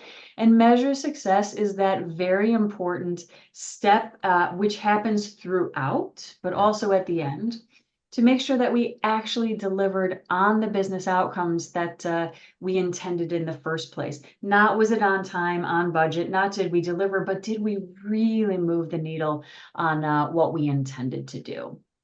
So that gives a bit of an overview. The role of architecture, as I mentioned, is, and as we know, it's critical in here as well. And it plays a role throughout, but really in the beginning. So business architecture, right, in particular as the tip of the spear, informs strategy by helping us to understand, do we have the capabilities to actually carry out that strategy? How well are they working? And if we, go with one strategic option over another, what's the impact to the organization? In the second stage, architecture is really front and center to assess impact, sort of catalog the changes by capability, give us a view of the future state. I find that business architecture is sort of a center of gravity for design, bringing together human-centered design and process and tech and org and all those things. And then architecture also helps to shape initiatives at a macro level around capabilities and capability investments in stage 3 there. So that's those are sort of the roles I'll highlight, and I'll give some examples and some shifts next. The other thing I will say is that what organizations also need in this very sort of fluid and constantly changing world that we live in, business architecture gives us a golden thread, right? To be able to tie together strategy and business direction to our capabilities, to our initiatives and solutions. So if anything changes in the direction, right, we can also ripple that through and make sure that the portfolio of work is indeed tied back to the strategy as well. That's really good, and it is a really good theme. And one of the particular things I liked when I looked at this diagram is the focus on architecture, and it's like I've been in projects where that's been done in 2 weeks, and it's been a major program, and the two-way thing as well, the informing the strategy, but also informing down the line. And I guess it's a two-way as well. You would find in programs and projects and talking to the customers that maybe the strategy is not exactly right, isn't it? So that's Exactly. That's the other thing. Exactly. And Nigel, maybe I'll talk about some mindset shifts and some examples here if that's helpful. That's a good idea. So yeah. So of course, I always like to say this is not about architecture. This is really about a human journey. This is about human change, right? And in different ways of working, different ways of thinking. So one of the big shifts is from silo thinking and planning, right, to what's best for the enterprise and working, in collaboration across business units. So in the plan initiative stage there, I think a good example of that is organizations that I work with and many around the world. It's a powerful technique. They will look at their portfolio of work. It could be in progress, ideally before it's planned. And they will understand for each, proposed business case, which capabilities is it uplifting? And what that tells us is are the planned set of work, is it tied back to strategy? Is it tied back to the capabilities that strategy needs? And also it helps us to understand, do we have any overlaps or even gaps, right, in capability investments? Because again, we're not looking initiative by initiative, we're rolling it up to this aggregate capability perspective that transcends business units. So that's a really good place to start, a really good technique that organizations use there to start bringing that enterprise mindset. And that people, process, information technology, and that capability-based approach, like personally, I've found that to be really a game changer when the digital transformation is a focus on the technology tools and stuff, but the actual organizational change from people and also the processes they currently do with, say, the legacy technologies, there's a big shift, isn't there? So I really love the fact that you talk a lot about the capabilities. Yeah. Yeah. And Nigel, I think that is you really made an important point there around that people, process, info, tech. It expands the focus from just the tech. We're always about those dimensions. And even to that point, I think there's another mindset shift that's around technology or solution first to business first. Because digital transformation or the use of any of these technologies is always ultimately about the business and what we can do to make it work better, or how we can leverage technology in strategic ways. And so maybe to, again, another example there, organizations, as they look at big forces, right, of emerging technologies. Obviously, AI is our biggest example right now, but there are others, and there will be others, right? It's not looking at where do we use AI? How do we do AI, right? It's what are we trying to achieve as an organization? And again, how can this help us strategically? How can it help us operationally? And organizations are actually using their capability maps, which is like business on a page or a few pages. And they're saying, where do we leverage AI for these capabilities? It's not just a use case, it's for enablement of a capability. And so again, we have this sort of golden thread to put that technology into context. We can also harmonize investments with those capabilities, with other things that are changing the capabilities. And from a transparency and governance perspective, we have that capability to know that AI is working on this capability. This business unit or these leaders own that capability. That capability appears in this, value stream or process or journey, which means it's touching these stakeholders. And even, this capability is tied to this regulation or internal policy. So it really gives us a governance and transparency framework as well. Yeah, exactly. And I was just going to take the screenshot down. And just a couple of questions, I think some key questions to ask. So just at the beginning of the transformation, so I've noticed that at the beginning of the transformation projects, everyone's keen. We've got an idea. We may not even have a strategy. It's kind of but we're going to do this digital transformation. What's needed at that start? If you say you had a greenfield, you've just been put, lead of the architecture team or the business architecture on the project, what would you do at that first starting block? Yeah, and I love that question, and I love that as a best practice to actually do that. I know you and I have talked about things like data literacy and how important that is. And I'll say even, technology knowledge to how do we leverage it strategically, right? So I feel like there's also just some literacy there as well. But from my perspective, from the architecture perspective, I think that initial onboarding is what I call architectural thinking. And kind of framing the concepts around that does resonate with executives. And what I mean by that, right, is just how do you take that capability lens that we were talking about? How do you shape work around it? How do you think about it from a strategy perspective?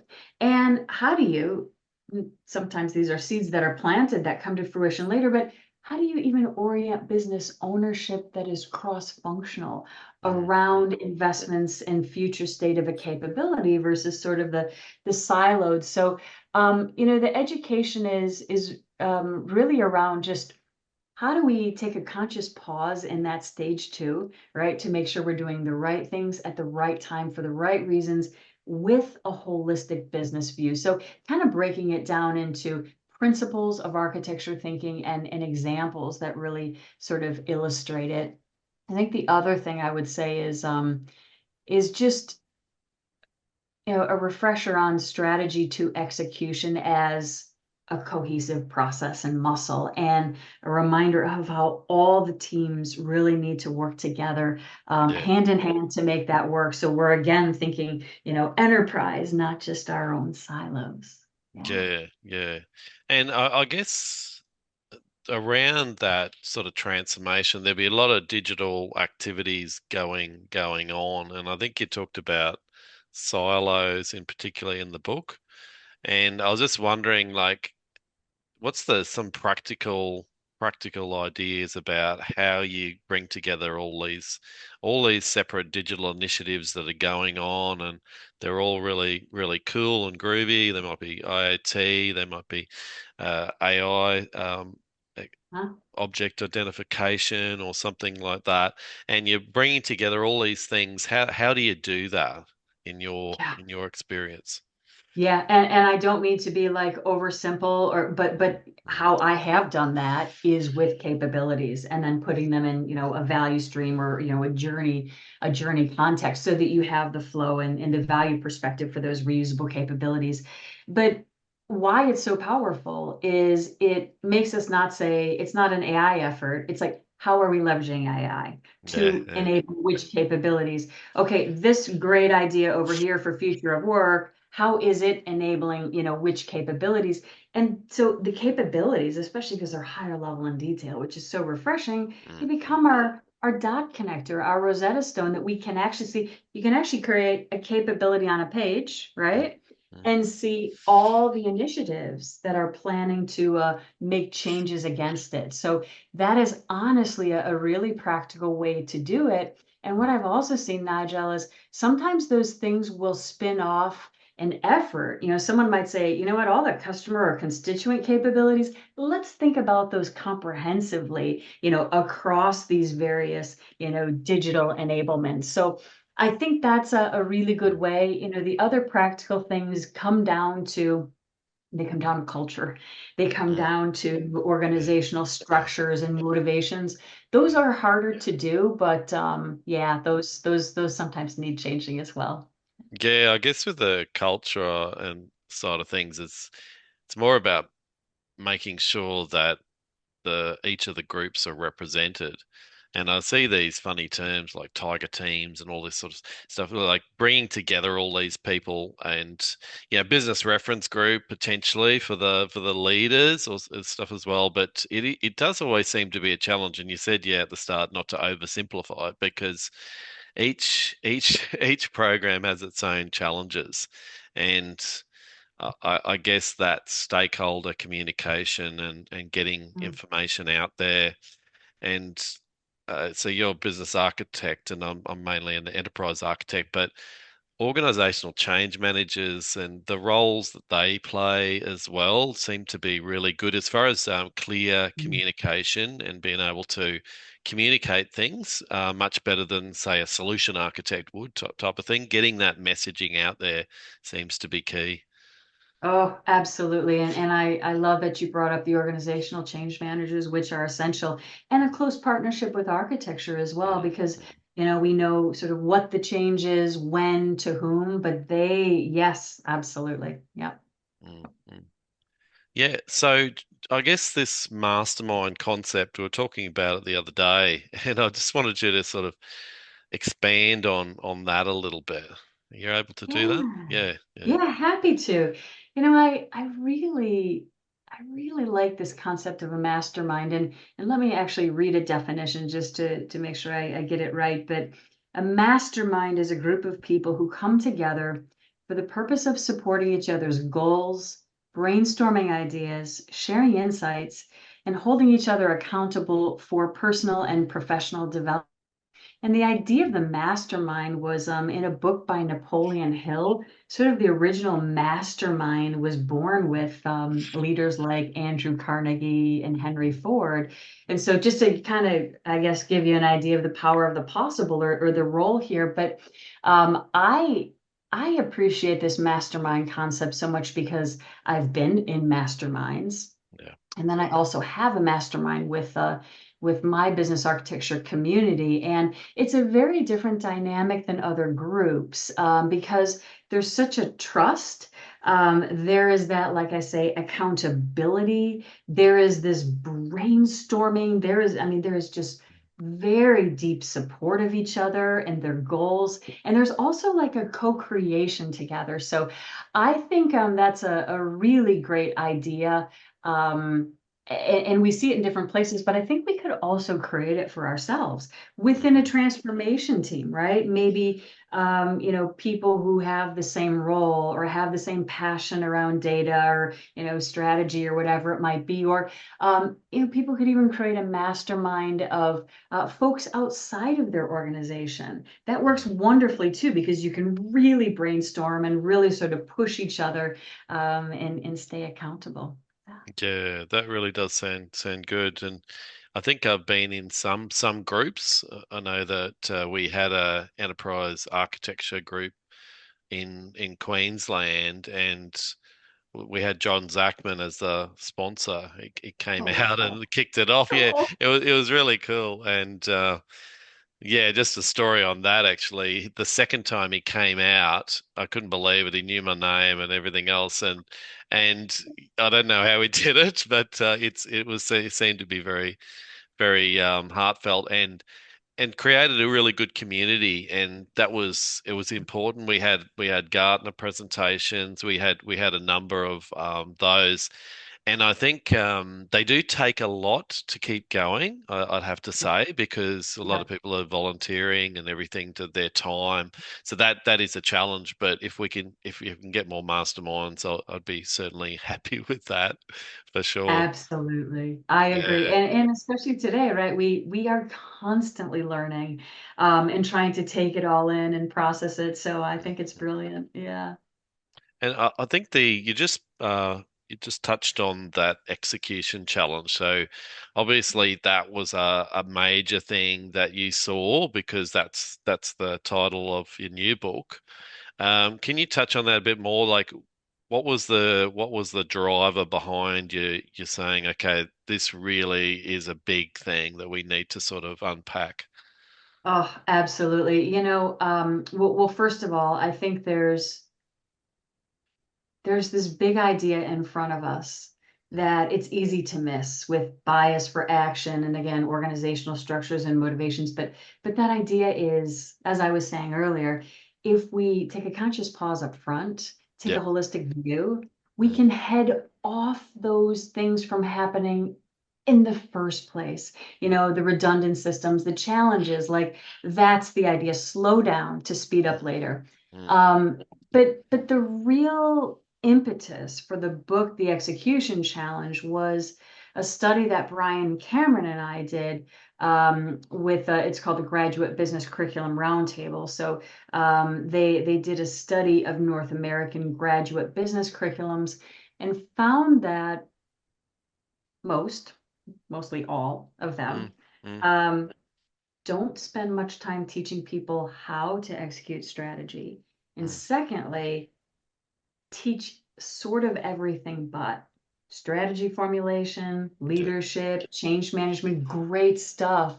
Mm, But, that to Brian and I really highlighted that there is a gap there that needs to be bridged, that architecture is a major part of that. And yeah, that was really the inspiration there. Yeah, that's really good. It's like I haven't read it fully yet or anything, but I think the whole concept is really really good, and the execution challenges is everywhere really.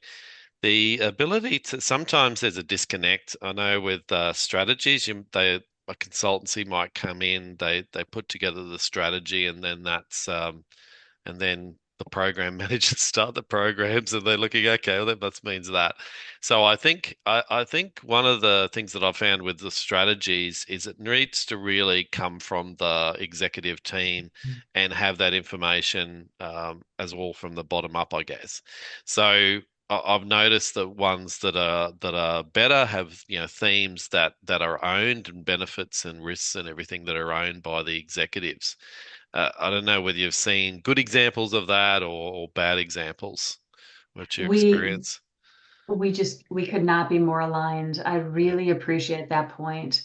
I believe that strategy to execution has got to be an internal muscle for Mm. every reason, for the true competitive advantage, or the true, serving of a constituent and mission, as well as just to be able to, react to change as much as we need. And just like you're saying, with the strategy formulation, what I see, and this is not, any challenge to consultants, but a lot of times organizations, I see they're adopting the same things because we're kind of like pollinating the same ideas. So I think that strategy formulation muscle is important. I also think the architecture muscle is important internally as well, because, Yeah. to be able to take that, here's the direction. That's a leap to say, all right, this is the parts of the organization that are changing, and here's what we need to do. So Mm. again, there's a great role for consultants in many ways, and capacity building, all those things that we know, but architecture as a muscle, and then that full end-to-end strategy to execution as well. So it's a great call out, Nigel. Yeah. Yeah, yeah. Just to finalize things, I guess I was just thinking, because you're really top of the tree as far as the business architecture work that you've done, and I just wanted to call out if you got some takeaways or some key thoughts you could give around business architecture for the participants here today. Yeah, you bet. Just kind of like overall themes or things to consider, or Yeah, yeah, yeah, yeah. yeah, absolutely. Well, one thing that comes to mind is success factors for business architecture. It's not perfect models. I mean, No. yes, we want them and they're fit for purpose, but success factors proven again and again by organizations around the world. One, continuous value delivery to the business.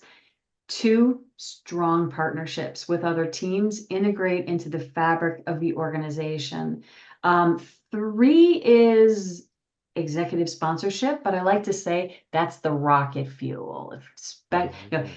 If you only had executive sponsorship, but not the other two, that will eventually fizzle out. But if you have all three of them, that is true rocket fuel. So that's one thing I might share.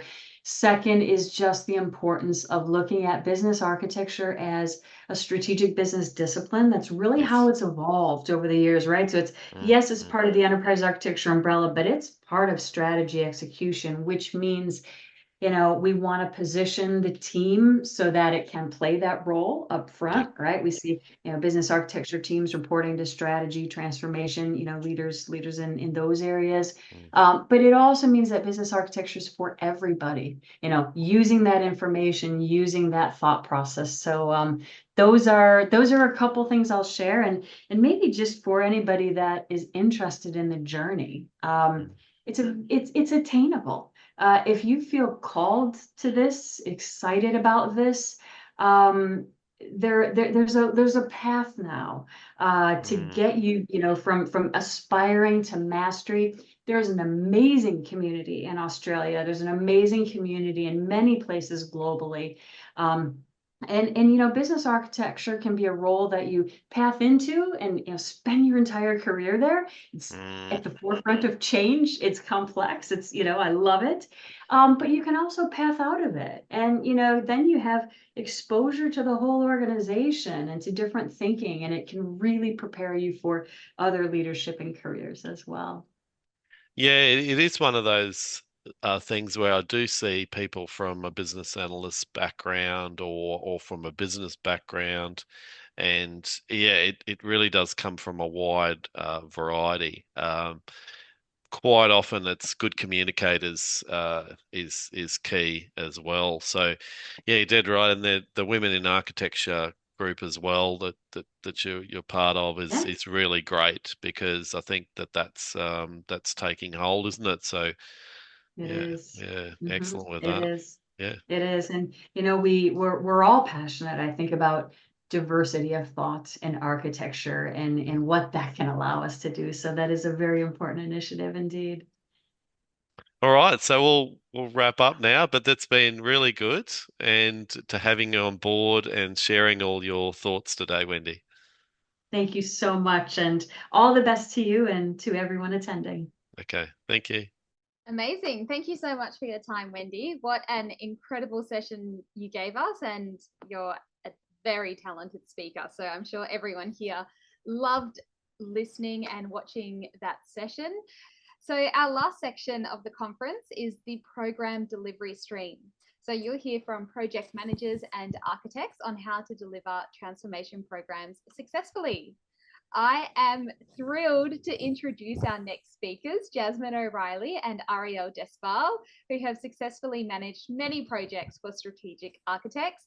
They have a warm connection with our clients and keep the project team to account, ensuring cost, time, and quality measures are adhered to. Jasmine O'Reilly is a leader in the project management space, and she has over 15 years of experience. Jasmine has established herself as a leading voice in project and change management, known for her innovative people-first approach. She founded the Outlier Group, formerly Level Up Consulting, with a vision to challenge traditional consulting models, putting empathy, boldness, and tangible results at the heart of everything they do. Today, she'll share insights from her journey, including how her maverick mindset has helped drive transformational change across sectors like healthcare, IT, and not-for-profits. Arielle Despal has achieved success in the project management space, building a reputation over several years, solving challenges that are presented during projects. I will now hand over to Arielle as she has a discussion with Jazz on transformation through project delivery. So over to you. Thanks, Jackie. What an introduction. And it's been wonderful to listen to the speakers and Nigel and Andrew. It's been really great. Well, Jazz, welcome. Yes, Thank you for having me. Yeah, this is very 15 exciting. years. I think I started when I was 10. Right, I'm only 25. No, I'm joking. That's what I meant. That's what I meant. Thank you, Jackie. Yeah, so I'm hoping as someone that doesn't have quite that much experience, we can, bounce ideas off each other and really listen to what you can bring to this space. Alrighty, Jazz, let's jump right in. We'll be diving into the exciting world of project management and digital transformation with the focus of finding the balance, specifically how to navigate technical demands of a fast-paced evolving environment while staying true to a people-first approach. So, Jazz, how do you balance the technical demands of digital transformation with a people-centered approach in your projects and programs? Excellent question. I'm really glad that you introduced this by saying the exciting world of project management. I mean, I love it. I'm sure there's lots of people out there who do, but it can be seen as a bit of a burden. But it's so critical when it comes to delivery that you have, a project manager and a project team who really get it. The way I like to describe it, I went a very long time of saying that a good PM is the bridge between the business and our technical teams to make sure that the project is delivered. But I think a better analogy is perhaps that of the seesaw, and this is where the balance comes in, Arielle, where if you think of there's the two sides of the coin and you never want either of those crashing, it's the PM who stands in the middle that sort of keeps the balance between the two. And how we do that, particularly with a people first project management approach, is, well, I mean, it's in the title, right? We make sure that people are involved in every single step of the way. And by people, we really mean the people that are impacted by change. So often when we're doing, strategic work or even architecture work, it's with stakeholders who potentially sit at that very top of a project food chain, the sponsor types.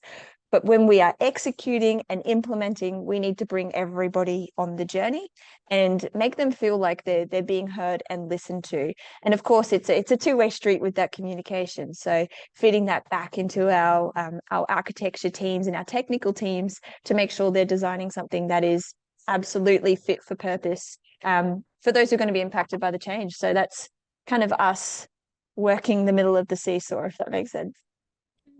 Yeah, I can see that. So definitely a people approach in your leadership and as you're building your projects.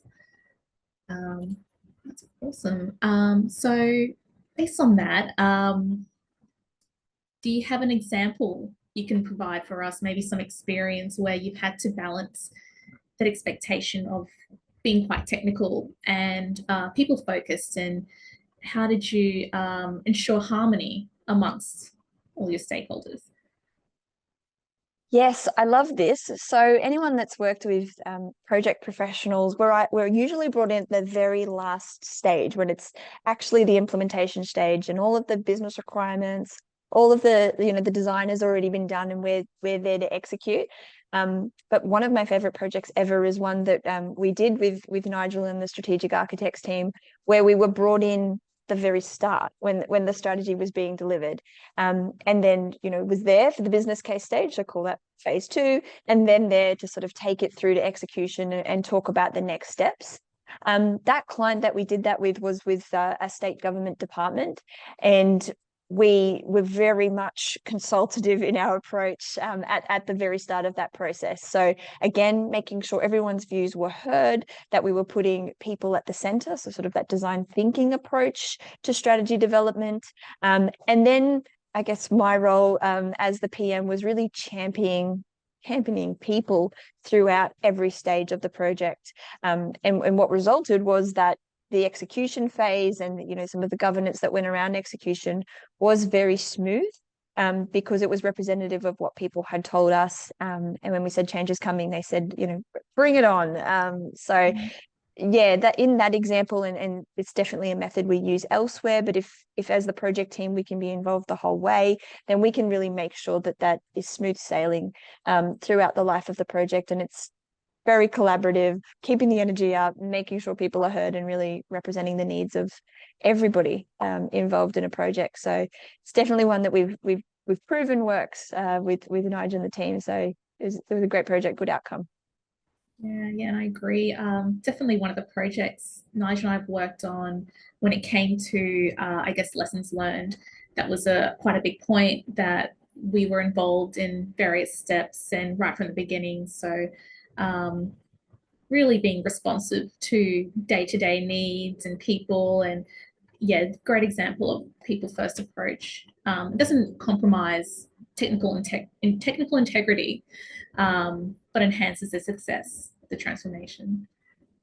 Alrighty, so my next question: how does people first approach influence the development and implementation of digital strategies in your projects? That is a good question. I think the best way to describe this is that we don't work in silos and don't work in a vacuum, as the saying goes. And so, as I mentioned before, it's the role of the PM, if we're involved at the front end of strategic design, to really be the voice of people who are impacted by change, as I mentioned. But you can't be the voice of those people unless you actually physically meet with them and physically go into their environment. And then that's something that we would do at the very start of a project, particularly if it's at that strategic design stage. So what that enables us to do is to really represent a broad range of stakeholders throughout the business, and we bring that into design, bring that into strategy, and kind of have that anchor of why are we doing this, what is the the benefits of the change that we're working towards, and make sure that that is reiterated again and again and again throughout the process. And I know this is something that Andrew spoke about earlier, and we've spoken about this numerous times, Andrew, about how we have to be in sync and working as a collective unit, not siloed departments delivering separate components of a project. We're stronger together, as the saying goes. So yeah, that's kind of how we bring it into the project process. Yeah, definitely. And I guess how you, like you just mentioned then, like as yourself, not into silo, does that also mean as a team as well? So it's not just quite separate team members, like you're all sort of collaborate. It's not just the project manager, being involved with the stakeholders. It's, coming back to your team as well. And these are the risks and issues. This was raised at maybe board meeting or, wherever you are. So yeah, I think that's a good reflection too, that you do invest in your team as well as in the project. Yeah, absolutely. And just to quickly go rogue for just a second, just to expand on that point a little bit, Arielle, because I love it. Even if we just, I guess, zoom into what project delivery looks like, the traditional way of doing things is that we have project manager, maybe a coordinator that's helping them out. Maybe there's a change manager, comms, you name it. There's very siloed, distinct project roles. But as we're seeing lots of innovation, or I'm hoping that there's more innovation, but innovation in project management where there's sort of more of a coming together of those roles, but even cross disciplines with the same humans. So if you engage people at the start of a process, that really is change management activity, and it doesn't have to be a siloed role for a change manager. It really could be part of what a project manager does in the future. Some of them do it today, but to be more of that. And so yeah, I like that idea of being able to wear many hats if you are that bridge between technical and business teams. So be able to identify, some of the business analysis tasks that need to be done or haven't been done, PM the schedule and budget and all those wonderful things that a project manager does. Also having an eye on change, and that can either be 3 different people or it could be one person bringing that all together. But yeah, the siloed way of working is no longer serving its purpose. Yeah, definitely. So on that, my next question, I guess it's based on those that maybe are involved in the project at a later stage. Like how do you adjust your strategy to involve those so they're not coming in blind and who's who, you know what I mean? Yeah. Yeah, absolutely. We see this all the time. It even happens to our team, as I mentioned before, coming in at that project kickoff. But a whole lot of work has happened before then. And also, as I mentioned before, usually strategic thinking is done by a group of stakeholders that aren't necessarily your project governance committee when you are at that implementation stage. So most of the time we see project sponsors and even our senior responsible owners and everyone in between kind of inheriting projects. Sometimes it's their pet project, but most of the time it's not. And they are juggling business as usual and project work. So the very, very, very, very first thing that we do as a team is that we spend time talking to them, as I say, going to their environment, being present with them to really understand their motivators, their capacity, what are their concerns with this project. So just right off the bat, they feel listened to, heard, and we can also provide the context and the history of how did we get to this point. That's something that shouldn't happen once. That should keep happening as part of stakeholder management. And it sounds very simple, but it's often overlooked to sort of take that time, invest that time of bringing people on the journey with a project.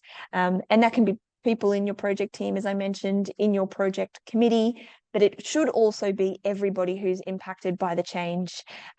Traditional change management often leaves us where we're, tacking on change at the very end of a project, but it should be throughout the process, and there's some really cool ways to do that. But yes, talk to people, listen to them, give them a channel to communicate back with you, and do that from the start. And you'll bring them on the journey quickly, and you'll also get great feedback as you go along the process. Yeah, definitely. So regular touch points and open communication, that's really key here. Great insight, Jazz. So how can enterprise architecture support a people-centric focus while guiding projects and change initiatives? That's a big question. I think the answer is like everything. When enterprise architecture and strategic architecture is done right, it makes project implementation such a joy. But I guess I keep mentioning it, it has to have that balance. You have to be in sync. It has to be a two-way street. So creating architecture in a silo, yes, you can do it. Yes, it will get through. But the, I guess, probability of that project being a success and delivering the benefits that you want are probably lower than if you engage people and the project team along the way. So I think there's such an opportunity for there to be more focus on enterprise architecture. I know there's lots of professionals in this space already, but consult, bring in more people, bring in your project managers, and they'll give you a reality of what's going to work, what's going to stick, what's going to land with the project team in the business as well. And that might also inform things such as what's in the business case and what needs to be presented to a committee. So lots of consultation, lots of talking to people, so sort of people first everywhere. Yeah, Jazz, I was just going to jump in there as well, because you just mentioned, I suppose, enterprise architecture is my sort of area as well, and the strategic architecture side. And you mentioned that project kickoff, and that's the big challenge of when you have that project kickoff. And it's funny because I was in a project kickoff recently, and from an architecture point of view, I was thinking, oh, God, this is crazy, because what happened was there was this onboarding pack, right? And it had a list of documents, right? So had a list, and you know what projects are like. You don't have the time to look at, probably, I reckon in total would have been about 400 or 500 pages. You don't have the time to do all of that. So I wrote down what you said then. You said context and history. So I reckon that's where the enterprise architect can help. And that's that strategic architecture approach. We're sort of helping in there. And you heard Whynde talk about business architectures for everyone as well. I reckon, and we're not doing our job very well if we don't induct the project team quickly and easily, and provide them the context, because they don't need to necessarily look at 400 pages. They may need to go and get that detail when they're doing the project. There might be an initiative brief or something that they need to look at. But what they need to know is what are we trying to achieve? What's the what's the strategic objectives? What are we trying to do, and what are all the stakeholders, like on a one page, like what Andrew was talking about, like that sort of context is key. And yeah, it like I said, it happened to me the other day, and I'm thinking, oh my goodness, what am I going to start with? What do I read first? I was thinking, oh no, this is going to be challenging. We've got all these things we've got to do in the next couple of weeks. How are we going to do it? And I was freaking out a bit. And and I think you can really help start projects with that. And another thing that we do, we got a course on, is like data literacy and digital literacy and that sort of stuff. Can we all start on the same basis? We manage our records this way. We put our information here. We follow this governance, and I know you're a big believer in governance as well. It is really key. So I think you hit the nail on the head with that a couple of times. And the Arielle's question was appropriate, because I think enterprise architects can really help at that stage. Definitely. I'll just expand on that a little bit, Nigel. So there are a couple of tools that we would use after we've spoken to everyone, so that's kind of week 1 of a project, but week 2 is we do 2 really important documents. One is a project charter, and that's a 1-pager where we're all clear on what are we doing, when are we doing it. And it's not specific to enterprise architecture, but it's specific for everyone to be on the same page and bring people on the journey. The second thing that we do, when we're doing this more and more and more as we do projects, are agreed ways of working between the teams. So being very clear on roles and responsibilities, meeting cadence, actions, all those traditional project things, but again, bringing people on the same page. To your point of, would it be amazing for a project lead or a project manager to have a 1-page overview? You know, as Andrew mentioned, as they are in the kickoff phase of project, 100%. I am often asked if to run a technical project, do you need to be a technical PM? To a degree, yes. But my answer is often just enough to be dangerous. And what I mean by that, in the nicest way possible, is a PM is most effective when they really do understand the design. They understand the purpose of the design. They understand what it's looking to achieve, and then they can champion that in the business. And often PM is in a more fortunate position to do that potentially than a technical team. We're in more forums. We've got more, you know, we're at many more tables. So if we're consistent with what we're trying to achieve, then we can consistently spread that message on, and we do the same from a project perspective. So yes, please send the 1-pagers. That would be awesome. Yeah, and just on that, Jazz, you mentioned that PM don't necessarily have to have the technical background, but some knowledge. So I like to think myself as this analogy, like an Uber driver. You know, I can get you to A to B, but I don't know how to build the car. So that's where I try to think. I know enough, but don't ask me those in-depth coding, technical, Python, whatever. So yeah, I understand that. I like that analogy. Yeah. Get you from A to B. I guess we might have time for another question. Yep. Awesome.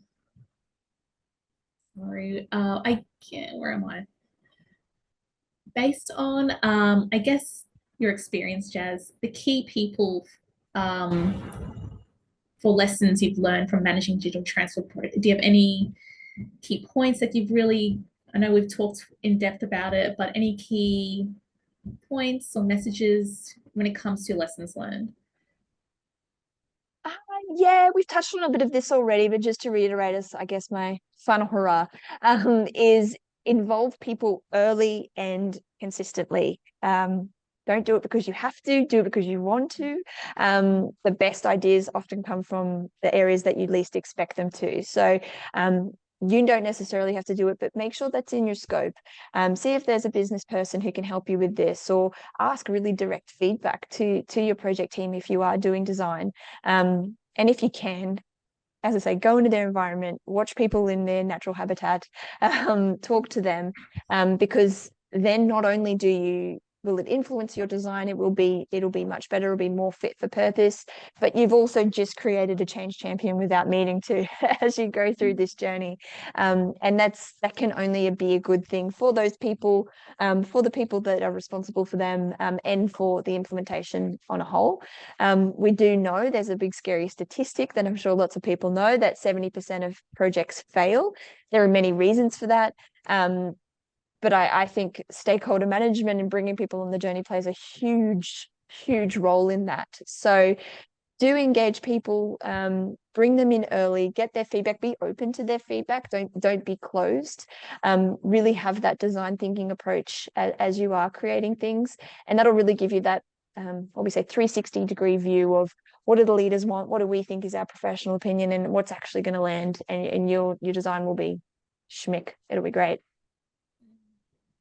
Wonderful. No, thanks for the insight, Jazz. I wanted to mention quickly as well that you're on the judging panel for PMI Queensland's award night. So that's amazing. Congratulations. Hopefully our Brisbane friends, if you're around, I think it's in a couple of weeks, on Thursday 25th. I remember, but maybe you can catch Jazz there. some networking opportunities there as well. Yeah, absolutely. Judging's already done. So yes, 25th, the winners will be announced. Very excited to see that. But also, if you are interested, as I mentioned earlier, my team are really starting to narrow in on what does the future of project management look like. We're currently getting some feedback and doing some research. So if you have some strong opinions, please let us know. But it's high time we bring this people first approach as the status quo, not as as we say, an outlier way of doing things. So please, yeah, send through any feedback you might have. Amazing. Thanks, Jazz. Awesome. Thank you so much, ladies. What a beautiful session. Thank you, Jazz. Thank you, Arielle. Awesome insights. Now, moving on to our next speaker, it's my pleasure to introduce the next speaker, Jeff Popova-Clark. Strategic Architects has been lucky enough to have Jeff present for us before, and he is a leader in data analytics and data governance in Australia. His presentation today is Enterprise Data, Uncovering the Elephant in the Room. So welcome, Jeff. G'day. Looking forward to showing you guys the elephant in the room. I can't guarantee you that it will be pleasant, but one thing's for sure is you'll be leaving here with some interesting thoughts about how this goes forward. All right, okay, so look, this is going to be fun for me, because I've got 40 people here which I'm going to torture. I love torturing particularly architects, and this is because you all know about this thing, but you don't think about it. You deliberately put it to the back of your mind and you ignore it, as does everyone else in IT. But I'm not going to let you do that. I'm going to uncover it and I'm going to shove your face in it. You ready? It's not going to be fun. But at the end of it, you'll realize, yes, it's important. We have to deal with this thing. So firstly, look at this beautiful picture. We've got HR systems, customer relationship management systems, ERPs. We've got third-party data coming in, all coming into our beautiful data lake, and it's pulling data out. And it goes to Artie, my artificial intelligence robot, who of course has got the latest and greatest LLMs and the most fantastic artificial intelligence. And you come up with these fantastic insights and ideas. And of course, from that, you get business value. It doesn't have to be dollars or profit. It could be risk reduction. But anyway, the key is it's business value. This is the nirvana. This is where we're all trying to get to. But as a guy called Ronald Reagan said about 40 years ago, government is not a solution to our problem. Government is the problem. Now, the key is that you might agree or disagree with Mr. Reagan's politics, but you've got to say that was a pretty impactful thing to say. Government was generally thought to be the solution. How could it possibly be the problem? Well, here we are in 2024, and a guy called Jeff Popova-Clark is telling you that information technology is not a solution to our problem. Information technology is the problem. All right? And unlike Ronald Reagan, I think I'm right. But anyway, we'll go through. I'm going to prove this to you. It's not going to be fun, but you already know this. Okay, you ready? Here's a simplified diagram of how things are connected up. And as you can see, it is quite simplified compared to most organizations. We've got all of our packaged apps and the ones that we've created, all of our databases, all connected up to all the things that are whistling and blowing data around all over the organization, all over the world, in fact. And that's what we're using to get the information we need for our organization to improve its outcomes.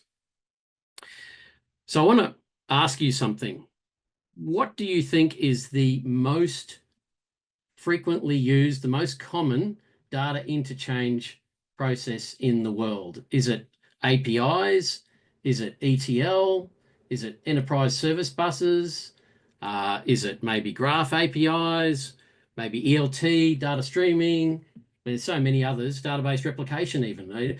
What do you think is the most important one or the most frequently used one? Anyone got any ideas? I'll give you a couple of seconds to think about it. Well, the actual answer is a human.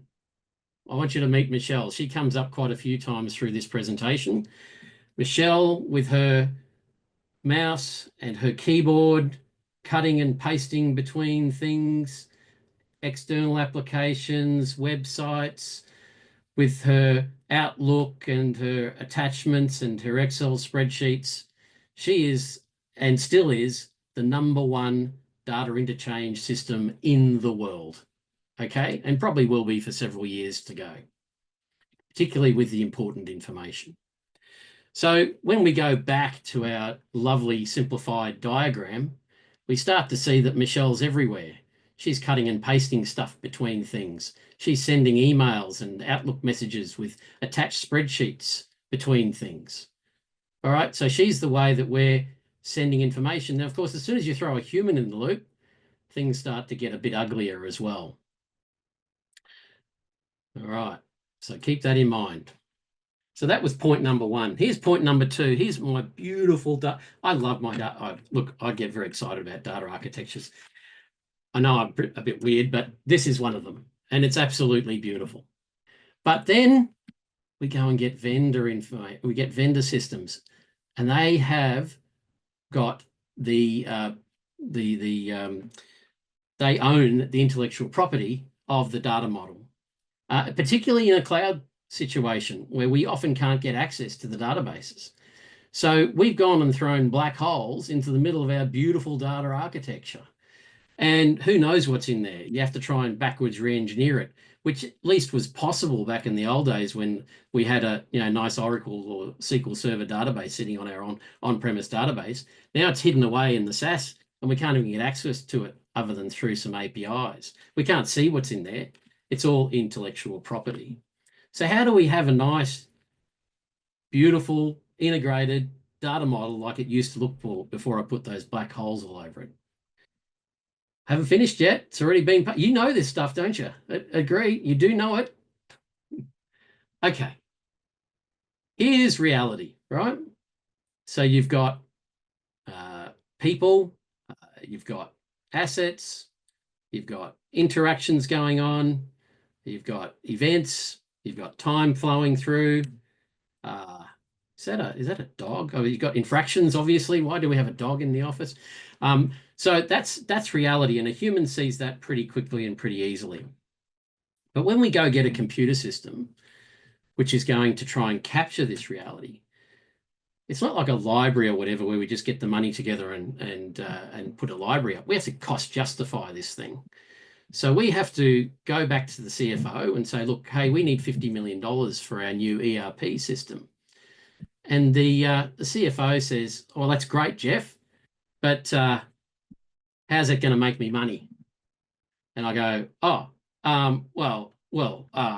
we've got 500 people doing these processes at the moment. We're going to get it down to about 350. That's 150 people saving. That's about 50 grand each. We'll make it back in about 5 years, right? So what have I just done? Well, firstly, I've focused everything on just the process. Not everything's a process, but if you listen to the business process re-engineering people or the SAP marketing people or whatever, they'll tell you everything's a process. But guess what? As soon as you start only collecting the data that's to do with processes, you're losing a lot of the color. You're losing a lot of the information about that reality. So we've just made it a lot less clear. And then what happens is we've managed to get the justification. We got our $50 million. We managed to improve our outcomes and let's think positively. We managed to improve our revenue outcomes because it was a CRM system, not just a process improvement that got rid of people. But at the end of the day, then the government or industrial relations or something happens in the environment and we ring up the vendor and we say, look, something's changed in our environment. We're going to need to get a customization to be able to change this. Can you give us a quote on how much it's going to cost? Anyway, so they give us the quote. We take that to our CEO. The CEO swears and invents new swear words that you've never heard before and tells them to go what they can go do with their quote. And then tells us, no, bad luck, work around it. Just work around that. They go, okay, great. Now our system is no longer even fully representing all the processes. Then we have to integrate with the outside systems as well that we don't have control of in our internal enterprise architecture. So we're integrating with those. On top of that, we have to, so we've got some missing bits and pieces as well. Then we have clever users, particularly when the CEO said you can't do that change, and they start co-opting bits and pieces of the data model and the information system in ways that you could never have predicted. So they start using the old sales taxes, GST and things like that, and they work around things. Or this particular little field, it happens to not have a limit on it, so it's a free field. So they'll start typing stuff in it and making up new processes that you didn't hear about. And so they'll start throwing that in. So they start to really twist what's going on. On top of that, we've got system breakdowns. We've got, the fact, as we said before, the vendor is not going to tell you what's in the data model. We've got data entry errors, staff turnover, new staff who didn't understand stuff. We've even got misaligned incentives. So we've got some staff who've got AHT, so that's average handling time, and they have to try and get through the phone call for their call center quickly. And so they're just skipping over fields that they're not mandatorily supposed to be filling in. So they're just missing it all together because data quality, they don't care about that. They've just got to get the customer on board or whatever it is they're trying to do. And then, of course, back when we did do the original system, we did actually bring across data from our old legacy systems too, and we made all sorts of, so we got all those problems. So that was the reality that us humans can see very easily. And this is how it's stored on the left in the computer system today. So just imagine what that's done to our beautiful, lovely concept of data flowing lovingly through the HR and the asset systems into the data lake and off to our clever little Artie to give us insights and ideas. But wait up, Artie's not that smart anyway, for a start. Have you ever gone and had a look and seen how smart these artificial intelligence things are and how smart these algorithms are? They're not that smart. Now, I've been doing this particular set of deck for quite a few years, well before ChatGPT came out. But I've seen no need to change this as a result. Just as an example, I've gone to see DALL-E and Midjourney. I keep asking them, draw me a pentagon. They can't draw a pentagon. It's as simple as that. Just keep asking them and say, look, and it comes back and says, oh, I've fixed it now. I've gone from a 6-sided figure to a 5-sided figure, and it just shows you another 5-sided figure. It can't do it.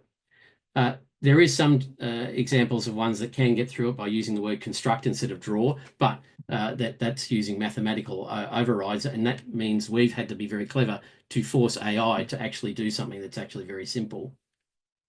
And the normal one that I was using before the LLMs came along was the self-driving car. So I don't know if you can see, but in the little blue car, there's my little Artie. He's driving the car, or she's driving the car, or it's driving the car.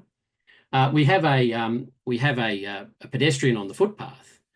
Now, Artie's got 4 or 5 humans in cars sitting behind him, waiting to turn left into the driveway. Now, the pedestrian sitting on the footpath and would have the right of way. Now, Artie thinks the pedestrian has right of way. But the problem is the pedestrian can see all the people behind him say, no, you go through. Just starts waving Artie through. You go into the driveway first, and that'll let those other cars who aren't trying to turn into the driveway to go through the clear way. But Artie doesn't understand what's going on here. Why is this pedestrian waving their hand and wanting me to go through into the driveway? They've got right of way. So Artie just sits there because Artie's very dumb. Okay. So now, what have we got with our beautiful diagram now? We've got rubbish data, a not very smart Artie, and that means we have garbage, which means we have a very upset Carl, who was the executive who spent $2 million, has been promising the CEO all these wonderful business outcomes is going to come from his AI project. This is very, very common. All right, so was that painful enough? I've taken you through. You all knew this, really, didn't you? Just admit it. You know all this stuff already. I've just taken the Band-Aid off. I've opened up the drawer and you can see the elephant in the room again. So, Jeff, you can't just run around telling people all the terrible things that are going on without having up some ideas of some solutions. Now, I wish I could say I knew my solutions are going to work. I've seen some bits and pieces of these work to some extent in some places, but to say that we've got the full solution that's going to fully fix all of this would be not true. I haven't seen anywhere in the world where this is. In fact, one of the questions I've had after this was, where you've seen some terrible things in the past, obviously, Jeff, where is it worse? And I have to say it's worse everywhere all the time. As every year goes by, this problem gets worse and worse, and no one's been able to fix it. But let's have a crack. One of the best ways is the Donald Trump method, which is it's not a problem.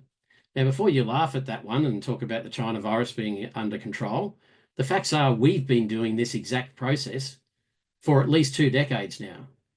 People like me have been talking about this for about 2 decades and saying to you that this is getting worse and worse, but no one's done anything about it, or at least they haven't tried to do it significantly. So this, it's not a problem, is one of the most well-tried solutions. It ain't a solution in my view. One of the ones now, I've talked to some people within Google and Facebook, and they tell me that this is a very Pollyanna or rosy view of Google and Facebook situation. But what you can do is you can control the whole data lifecycle. So you start with what it is you're going to use the information for, and then you work out how you're going to collect it. So it's more about, we need to understand everything about the individual. So how are we going to get them to give us the information in the first place? So you're working backwards from your target. No one does this for any other sort of systems. So with your ERP, no one starts with the reporting and the analytics and the business decisions that you're trying to make and then work out what information you're trying to collect. No, they all start with the processes and say, how are we going to make these processes more efficient so that we can cost justify this particular IT system? Now, the problem is if we did the same thing with libraries, I can just imagine the librarians going up to Alexander the Great and saying, hey, we want to make a library in Alexandria. And he goes, well, how's it going to make me money?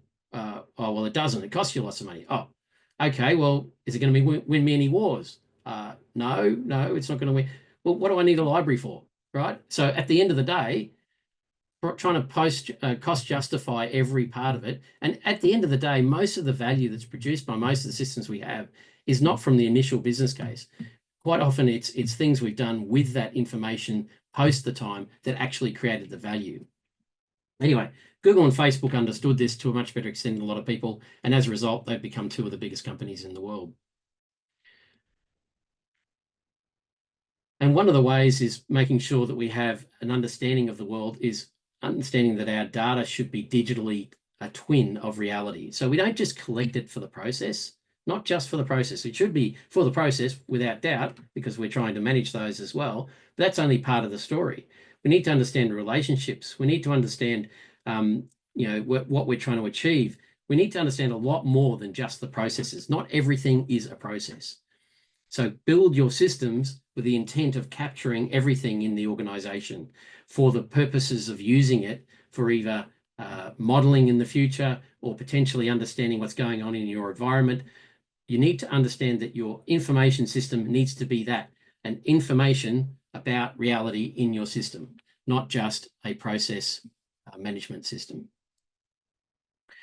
And of course, strident enterprise architecture. So there's the kinds that Andrew and Nigel were talking about earlier, which is all about achieving our new changes in our business, the strategy that we want to be able to achieve. But on top of that, we need to make sure that all of our systems are working synergistically together. So we can't have the HR person deciding to run out and get their own training system without it being compliant with the rest of the organization and being able to integrate with the other parts of the organization. So it's really important that we get our enterprise architects not only being part of the design of the future, but also being well empowered to ensure that stuff doesn't happen that isn't part of that design, and that we can slowly but surely get our legacy, which is that spaghetti we were showing before that Andrew talked about as well, that we actually start to clean up that spaghetti and get things back to something that's a little bit more logical and for the purposes of our organization. This is hard, and this takes many years, right? So, and you've got to draw a line in the sand and say, right, from here on in, we're going to do things in an enterprise architecture way, in a well-planned manner. And I fully agree with doing that. But you're going to have 20, 30 years of legacy that you've got to deal with as well. So you've got to slowly but surely clean that up. So it's going to take years to get this done.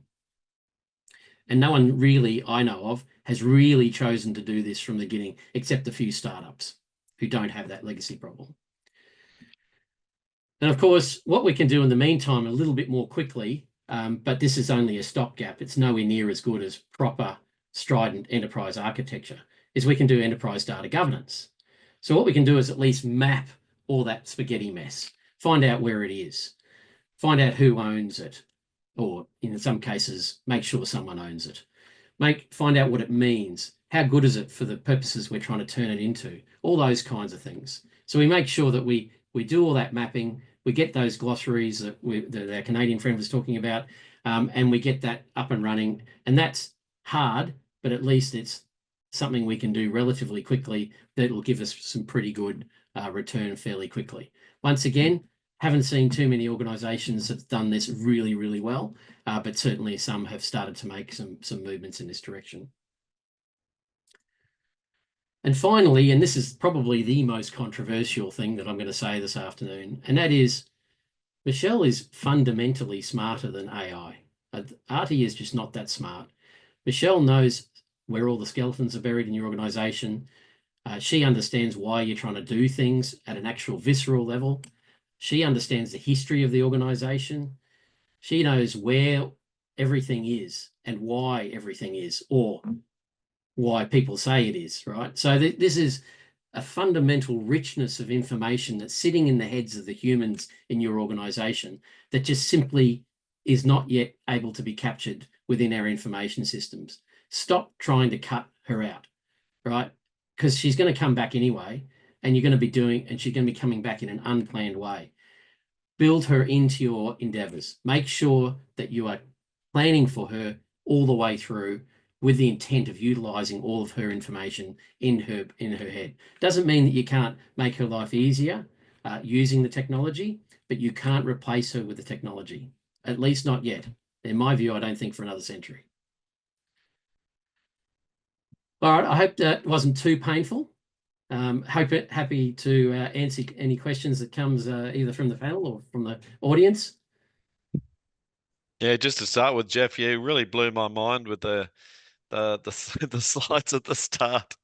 I often talk about technical technical debt and stuff, and that we are actually creating more technical debt now than's ever been done before, and that scramble diagram is amazing. But so it's some of those the solutions really really ring true that I like, and particularly that last one, building the person into all your data endeavors. I think that one really makes a lot of sense. So I don't have any specific questions on top of that, but it was a scary presentation, but I love how you built that through, and the solutions that are on top of that. Thanks, Nigel. Welcome to the rebellion, mate. Yeah, we don't have any questions coming through just yet, but that's a sign of an amazing and comprehensive delivery. So thank you so much for that, Jeff. You do have some very some glowing reviews in the comments. So love the build Michelle into your data endeavors. Excellent presentation. I agree with everything Jeff has said. I have seen the same play out across several organizations. Great session, living this at present in data and analytics program. And awesome presentation with a lot of raw content and the challenges faced in the industry. So awesome, Jeff. Thank you very much. I can also see that Lubos had raised his hand, but we don't have access to be able to have his question come in. So I'm keeping an eye on the Q&A box and obviously the chat room as well. But Nigel or any other panelists, has anyone got anything to add? I just wanted to add as well, because I think your presentation's really good as far as a great segue to the next one, because MR Deep is going to be talking a lot about generative AI, and I know that you spoke about a couple of times there that generative AI is starting to change things. You know, when you're talking about the car example, and you're talking about some of the other things. So I think that that's really, really useful. But I was just gonna jump on a bit, because when you're talking, Jeff, you were mentioning George's presentation when you were talking about the data governance side. Now, I know that you've gone into some engagements whereby it wasn't really clear that it was data governance was an issue, and you found out that data governance wasn't really done very well. So can you sort of just elaborate a little bit more about how data governance can be a solution, I guess, to some of the issues that we have?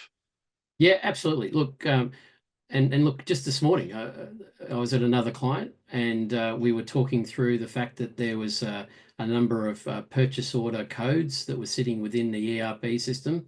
And I asked a simple question. I said, are those decodings, are they actually in the table within the ERP anywhere? And the answer was no, they're not actually in the ERP. So you can't download it from anywhere, and then so it has to be kept as master data sitting within your data lake, and then it has to be managed manually. So if the vendor decides to change those codes, there's no code table to refer to. You just have to know that now that there's a new code Z, what it means, right? So these kinds of things, the things that are outside of the technology, where we're presuming that the governance is there, that's going to manage the definitions of these things, how they get understood, how they get reported on, and so on. And if you don't have that information available, well, things break quite simply. The other side of it too is just that. So I've been in quite a number of organisations where they just don't really get the value of this stuff. And so there was this particular report, and this is going back 20 years ago now, where I found out that it was originally built for the insurance people to work out the value of some assets. And then what happened was the finance people got a hold of it and decided they were going to use it to work out depreciation on those assets. But hang on, the people who were doing it in the first place were doing it for insurable assets and only included what was insurable. But the accountants needed more than that. And then what happened was a similar report.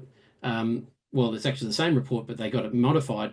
So we went down to the warehouse, and they started adding in all of the pieces within the particular report for what was in the warehouse. But that was a different purpose again. Each one of these purposes is quite different, and so you need to be able to manage what was this report for, who actually wanted it. What is it fit for purpose to be used for the purposes of depreciation? None of these questions were ever asked. They just thought, oh, we've got a list of all the assets here, let's just start using it. And this is happening in your organization hundreds of times a day, all the time. This is why data governance is so important. You need to actually have a map of what these data assets are and what they're used for, what they're fit for purpose for, because if you don't, they will get misused and business decisions will be made using that information when it's not meant to be used that way. And it's going to be particularly bad for AI, as you were saying. What I've forgotten the Canadian fellow's name again. Terrible with names. But as George, as George was pointing out, that you just asked them to say, "Is this a sandwich?" And an AI will very quickly tell you, "Hey, you've got a lot of inbuilt knowledge in the back of your head that you're using that's not available to me." And so all of this context that you're using is in the back of your head. And if you've got hundreds of people in your organizations, you've all got different things in the back of your head. So you're all interpreting it differently. So you need to come up with some ideas that will make sure that at least to as much as possible, you're all agreeing on what things mean, and you're agreeing on where they come from and agreeing how to be used. And data governance, if you're not doing that, you're not achieving those outcomes. So what's happening is you're all reading the same report and coming to different conclusions with the same data. So really important thing to do. And look, yeah, I can't dob in particular clients, but certainly that journey. I've been with one fairly recent large telecommunication company, and in fact, Nigel and I have done some discussions about that particular use case. Yeah, they're finding out just how difficult it is. They had a lot more than 300 apps, Andrew. They had more than a couple of thousand. So that just gives you some idea of the complexity of some of this work. Yeah, and that's right. And I think what you're jumping on there as well, George is talking about that business glossary and thing. And you're right. You might pick up a report and you're saying that, okay, they use this system for one thing, and then finance, HR, it doesn't matter who sort of starts to use the system, adds this other stuff, and then you get reports that they're using, and it doesn't equate. I had an example with that as well with a full-time equivalent, because that's a big thing in with public service now, full-time equivalent staff, and how do you calculate that? But there's about 10 definitions, and if you're not actually showing what the definition is you're talking about down at the bottom of the report, you're actually explaining it. It can become really, really difficult. So, yeah. So I love the presentation, Jeff. And yeah, it's been really good listening to you today, and I Good think it's a segue to great MRD. Yeah, it is a great segue, because it's really MRD will be talking in a different sense around some of the advancements that we've got. So I'll thank you, Jeff, and I'll hand back to Jackie. Yeah, thank you so much, Jeff. Thanks for your time and your knowledge, sharing all of that. So now moving on to our last speaker for today, Amardeep Sandhu is a specialist in large-scale organization transformation, including building, leveraging advancements in technology and AI. So welcome, Amardeep. Thank you for having me. Okay, let's dive straight in. So Amardeep, Sure. Are all transformation programs transformational? I mean, the first question you really have to ask is, why do they want a transformation?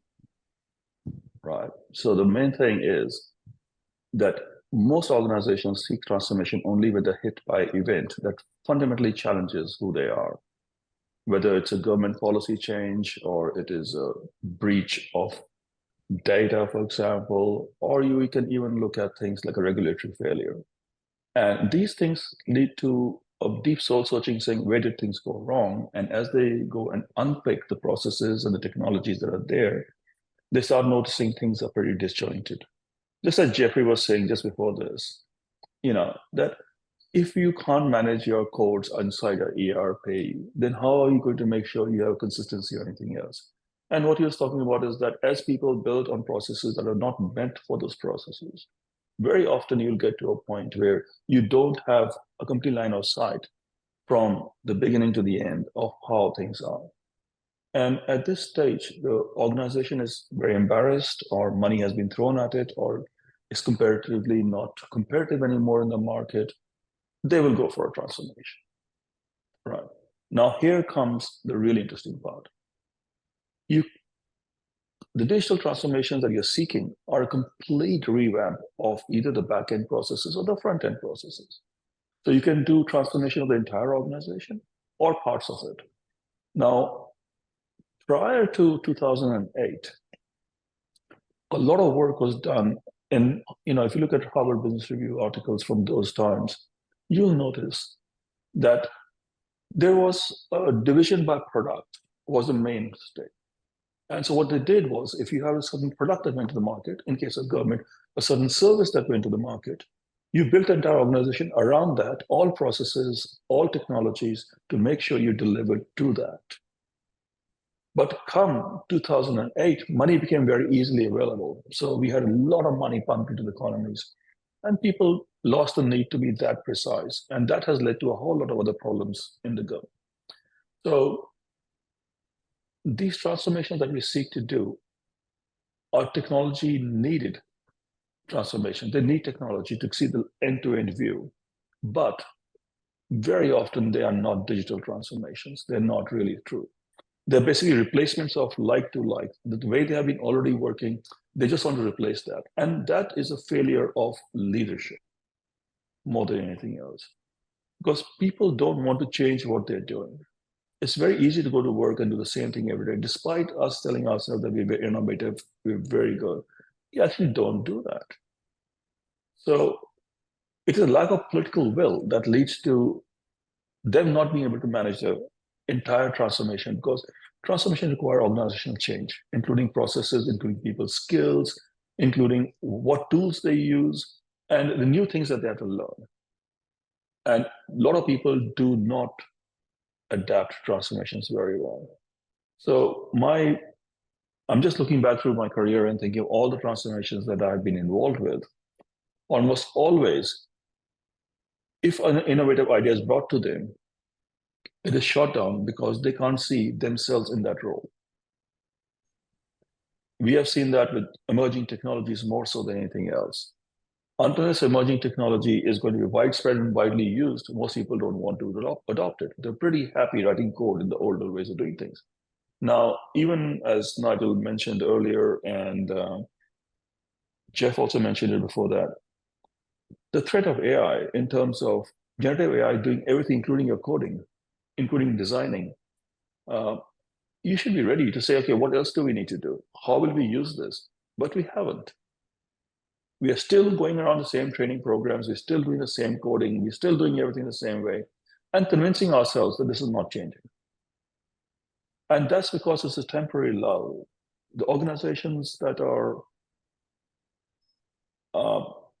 thinking that this is going to stay like that is because leaders haven't changed. They haven't actually gone and said, we're going to use new technologies. So long story short, yeah, digital transformation is just replacing life with new technology. It's very rarely a transformative experience for the organization. Yeah, awesome. And so what is happening in the AI space, and is it transformative? I think the AI space is really, really confusing. Most people think that it is generative AI. It is not. There's a whole lot of things going on, right from deep learning, right from machine learning, deep learning, supervised learning, unsupervised learning. Most of them, till now, till generative AI, had been basically goal-seeking. So you basically wanted them to solve a problem, it's a singular problem. You knew what the scope was, and you asked them to go and solve it. And that is good. And that meant that our governance patterns, our data, our need for data, the way we organized the data, the way we kept our data, the way we used it, the compute that we used, everything was quite contained. So we could do that within an organization. Sorry for my throat. But in the current times, the generative AI has changed the entire game. What was just predict the next word is basically an entire prediction engine which has been fine-tuned to give you surprising results of how good it is getting. And the answer to that has always been through scale. So it was how much data could you feed it? And how much, what do we call, compute can you give it so that it can compute for the data? Now, the reason I mention this is why, because suddenly the ability to do all the stuff ourselves is gone from our own capabilities. So we really have to sort of work with these billion-dollar models that are really, really expensive to run and maintain for our knowledge base that's being created from there. Right? So we have actually farmed it out of the organizations. But what else has it done? It's basically given you the ability to craft things right from whether it's images, whether it's videos, whether it is text, mostly text because LLMs, do jobs that were basically done by human beings earlier. We were sure till about 2-3 years ago, 4 years ago, that AI would not take our office jobs or our thinking jobs or thought leadership jobs. That's no longer a given. Right? All those, anybody who sits behind a desk and works on a computer is threatened. Either they get more productive, as they keep saying, one group says, or they might lose their jobs, other groups says. So, but the reality is somewhere in between.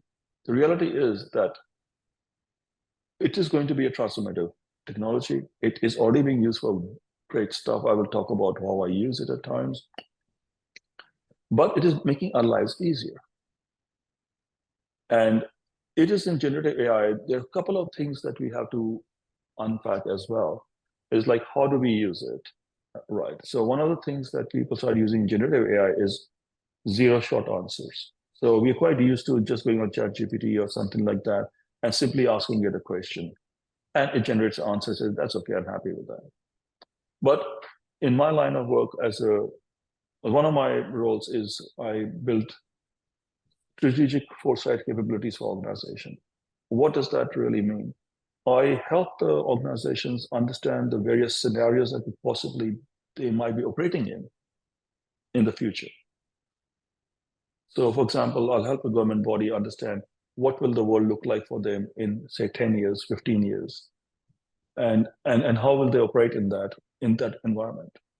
Now, to do that, we would normally have to run these workshops with executives, get a few documents, go through them, find driving forces, put mega trends in place, high-level factors in place, create scenarios from there. And normally, you would just do about 120, 100, 200 drivers that you put together, got a group of people in the room, and they'll sit down and say, okay, this is what I need to do. But now, when we look at it from an AI point of view, and I've used the word AI here, not just generative AI, we can do so much more. It just takes away the human cognitive limitations. What would take 2 years to do, we can do it in less than a month. What we are able to do is we're able to feed hundreds of documents into generative AI, extract the driving forces, store them, then use machine learning and other techniques to extract the various compositions and groupings, etc. And then we are able to then take them out and then look at the high-level factors that we have in front of us. We don't have to dispose of anything. We keep everything. Earlier, we had to say, okay, we take only 2 or 3. Human mind can't handle more than that. Now, we can keep 300. Last time I did an exercise, 10,000 driving forces, no problem. Now we're able to take all this information and then not only analyze it, but also then use it to craft new information at extreme detail. And we can do this again and again and again. Human beings get tired.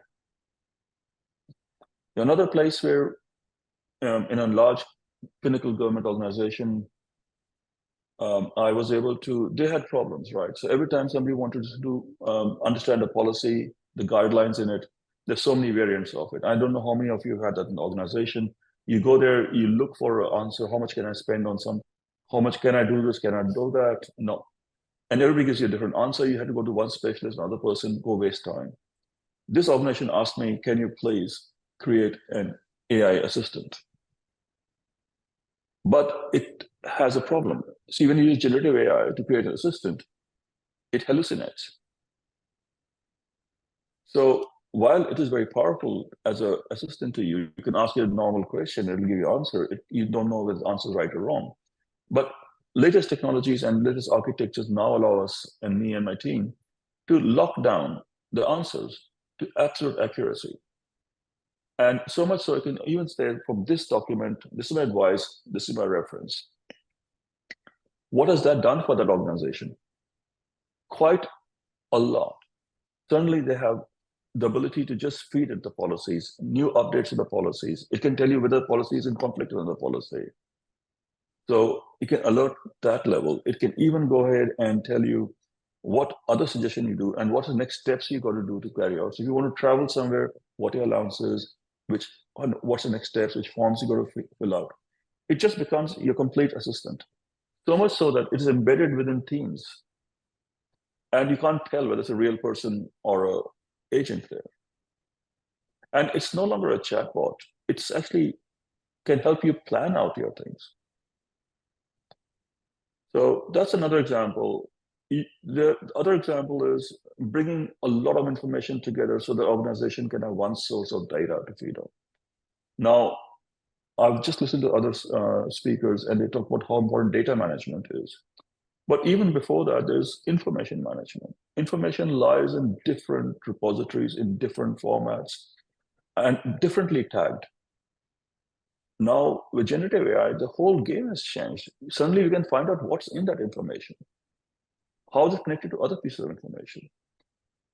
I do remember creating knowledge graphs a few years ago for an organization which was trying to map its entire assets out. And it was quite a tedious job. But now, with generative AI, you can just create it. Just feed it documents and start creating ontologies. Now, that is very promising. It basically is a game changer in terms of value add to the organizations. I was just going to jump in there, Amardeep. Sorry, Jackie. Oh, please, when you mentioned, that strategic foresight possibilities, like you really like when I was thinking about that, the AI, I guess, and the idea of the conference, we'd been talking about strategy and implementing and stuff. The AI really does have that role now in helping executives come to good strategies, good strategic outcomes, what's possible, given and have the data, I guess, to sort of help them come into a better way of thinking, clearer way of thinking that we didn't really have, like many years ago. Can you sort of give me a bit more information about that? Like, I find that really interesting. Yeah. So, talking about AI, as a human beings, we are cognitively quite limited to how much information we can absorb. Right. And that's our biggest thing. I mean, if you look at from memory point of view, it used to be, if you look at even our phone numbers, they're in blocks of 3 and 4s, 3s and 4s. That's how we do it, because we can remember 3 to 4 digits at a given time in a sequence. Right. Similarly, for processing anything, to actually think through things, we need time, we need space, we need to go back and breathe, then come back, etc. Now, imagine the fact that you suddenly have access to information of all different sorts, in all different formats, right? At all different places that you can suddenly access and make sense of and bring it together at scale. Now, that has become very useful for senior executives. Plus, it not only does that, it's able to summarize it, make briefs, give you information, then you go back and ask it more questions. You can almost have a discussion with it. I don't know if you have had the chance to look at something called Notebook LM. It is by Google. It's free, I think. And if you can feed it whatever information you want yourself as a student or as a professional, and you can ask it questions. But the latest one was absolutely crazy. You can just click on it. It does a podcast in which, right? So 2 people are talking to each other, discussing the information you've provided it. So if you can almost consume it like a podcast. Now, that is absolutely stunning. Now, what I'm just saying is this will only get better and better, right? So you should be able to point something in your executive. As executive, I can look at a document I see for the first time. I can ask my internal AI agent, I've just seen this document. What else do I need to know about this? Right? I don't have enough time. Give me a brief, right? So say, okay, earlier this work was done. This was not done. These other groups are working on it. This is what you got right now in front of you. This is nth version of something. And that's a summary of what you want. Do you want me to ask me anything else? So if you look at the AI space, Nigel, the best way to break it up is into a quadrant. You can have one side is saying that I'm outward facing, so I'm looking at the customers, I'm talking to the outside world from organizational point of view. And the other part is, let's look at the back office, right? So these are all your finance systems, ERP systems, everything else. Now, you can look at AI in two ways. You can look at it as a transformative AI. That means you're strategically going to change the way you do business, with whom you do business, when you do business. Or it's everyday AI, you're going to improve your productivity. The example of the AI agent I gave you was improving productivity. You're just stopping waste. Similarly, your RPAs, your all the things in the back office, data domains, etc., they're all productivity improvements. But when I use AI for strategic foresight, that is the first time an AI has been used in the public sector to help them with this, with strategizing, to get executive teams sit down. When you have scenarios, you just don't give them, hey, there's a 4-page scenario, this could happen, or this could happen, or this could happen. What we'll end up doing essentially is, here's a scenario, interrogate the scenario. Right? You can deeply immerse yourself in a scenario now. The AI allows you to do that. You can ask for it, okay, tell me the day in the life of a indigenous elder in this region in Queensland based on the scenario. So you can lay out the whole day, what life looked like. Or tell me the life of a teacher in Toowoomba who's retired, who's doing this. Then he says how their life would have played out. So it just totally changes the way you interact with information. It's also great for upskilling people. It's also absolutely outstanding for tutorials and lessons. You know, so you can, I just can't, if you have to ask me more questions to see where all have we tried it, but it is just everywhere. And if it's going to be so immersive, then what are the implications for us? That's the question we really have to ask ourselves. Yeah, great. Thank you for that.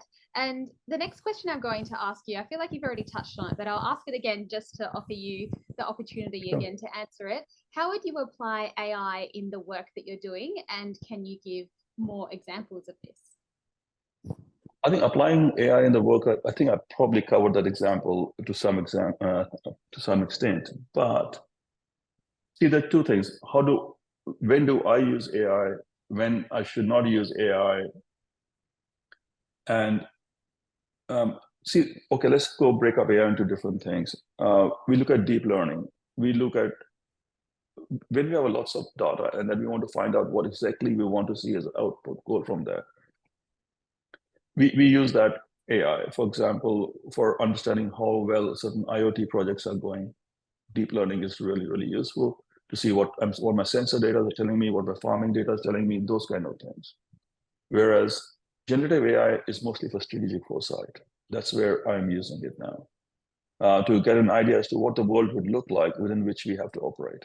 But within that, I use simulations and goal-seeking and genetic algorithms to try and say, if I have an operating model here today, and this is what my world looks like, and the environment has changed outside, what is the likely chance that my policy, which I've modeled again, right, is likely to fail or pass in that environment? If a certain future comes across, will my policy stand up? Will my operating model organization stand up to that? Or do I need to start adapting so that I do not fail in that future environment? So when you look at AI, do not think of just as generative AI. You have to look at the whole AI opportunities offered to you. So you have to look at generative AI for creating the future. That's what I do. Then I basically use agent-based models to model the worlds that I want to see. This is environment will look like this in a computational world. So from a strategic foresight point of view, from a scenario, I will build a model. From that model, I'll also build an operating model of the organization that I'm helping out. So then I know that this is how they will behave in that model. And then I stress test it through genetic algorithms saying, okay, fine, this is my goal. I want to survive in the scenario. How do I evolve to that? Because as a human being, we don't have all the answers. So what this compute gives us is a complete ability to do evidence-driven decisions at another level. Yeah, absolutely. And so, Amardeep, I just have one last question for you, and then we'll check the chat and the Q&A box to see if anything has come in. But my last question is, what is proprietary AI and open source, and where are they useful in different businesses? Oh, that's a really interesting question, Jackie. Thank you for asking that. See, proprietary AI is like ChatGPT, Anthropic, Claude, etc. And it's very, very good because they have spent billions and billions of dollars and billions of parameters, trillions of parameters trying to train these models. And they are actually really good at what they do. But There are many types of data that do not want to give to you don't want to give your personal information, your client information to a global model that can use it again for training itself. So open source AI are those models that have been built, like for example, Llama, etc., that have been openly sourced to the public to use. So you can actually take a pre-trained model that has been built, you know all the parameters, you know the positives and negatives of it, and then you bring it into your own organization. Then you fine-tune it with your own data in your own secure environment, in your own firewall sandboxed area, where your data is not going to be leaked. And then you can draw sense out of your data from there. So there are people who are fear-mongering that open source models are source of real problems because everybody can use them, everybody can have them. It's dangerous from a national security point of view, etc., etc., etc. But also remember that everything that can be used for good can be used for bad. So therefore, I go back to what Nigel says many times. What does good governance look like here, right? And you can't escape good governance. So open source models have their place. They're very important. They're important to organizations to keep safeguard their own information and data, whereas frontier models are the ones that we're using on a day-to-day basis, and they have their absolute promise of increased productivity enhancement and making our lives so much better. Yeah, great. Thank you so much for that. We don't have any questions in the chat or in the QA box, but I'll absolutely leave them open if anyone wants to pop anything in. So Nigel, have you got anything to add? Yeah. I think you touched on something there, around that. I think it's probably like the behavior of people. How do you how do you allow your people in your organization to have the capability to use generative AI, be able to add, use generative AI on top of other technologies like RPA, like robotic process automation, the images they might be getting, IoT and everything, and also use it to do things like you were talking about, helping you to do briefs, be able to automate some of your processes, etc. So how do you, in an organization, give people the tools to use generative AI, but how do you then put in the governance, the rules, and the processes that are attached? You can have a acceptable use policy or some sort of high level rules, but like how is it how are you able to unleash your staff to be able to make sure that they can do as much as they can do, but within certain controls? And I know you sort of have a lot of experience in that angle. Yeah, Nigel, that's a really good question. I can tell you, just recently, I had experience with two different governments, one federal government in Australia and another national government in, well, it was New Zealand, right, basically. There's nothing. And I noticed that one of them had just completely locked down AI, saying nothing on AI will be done by any department till they have clearance.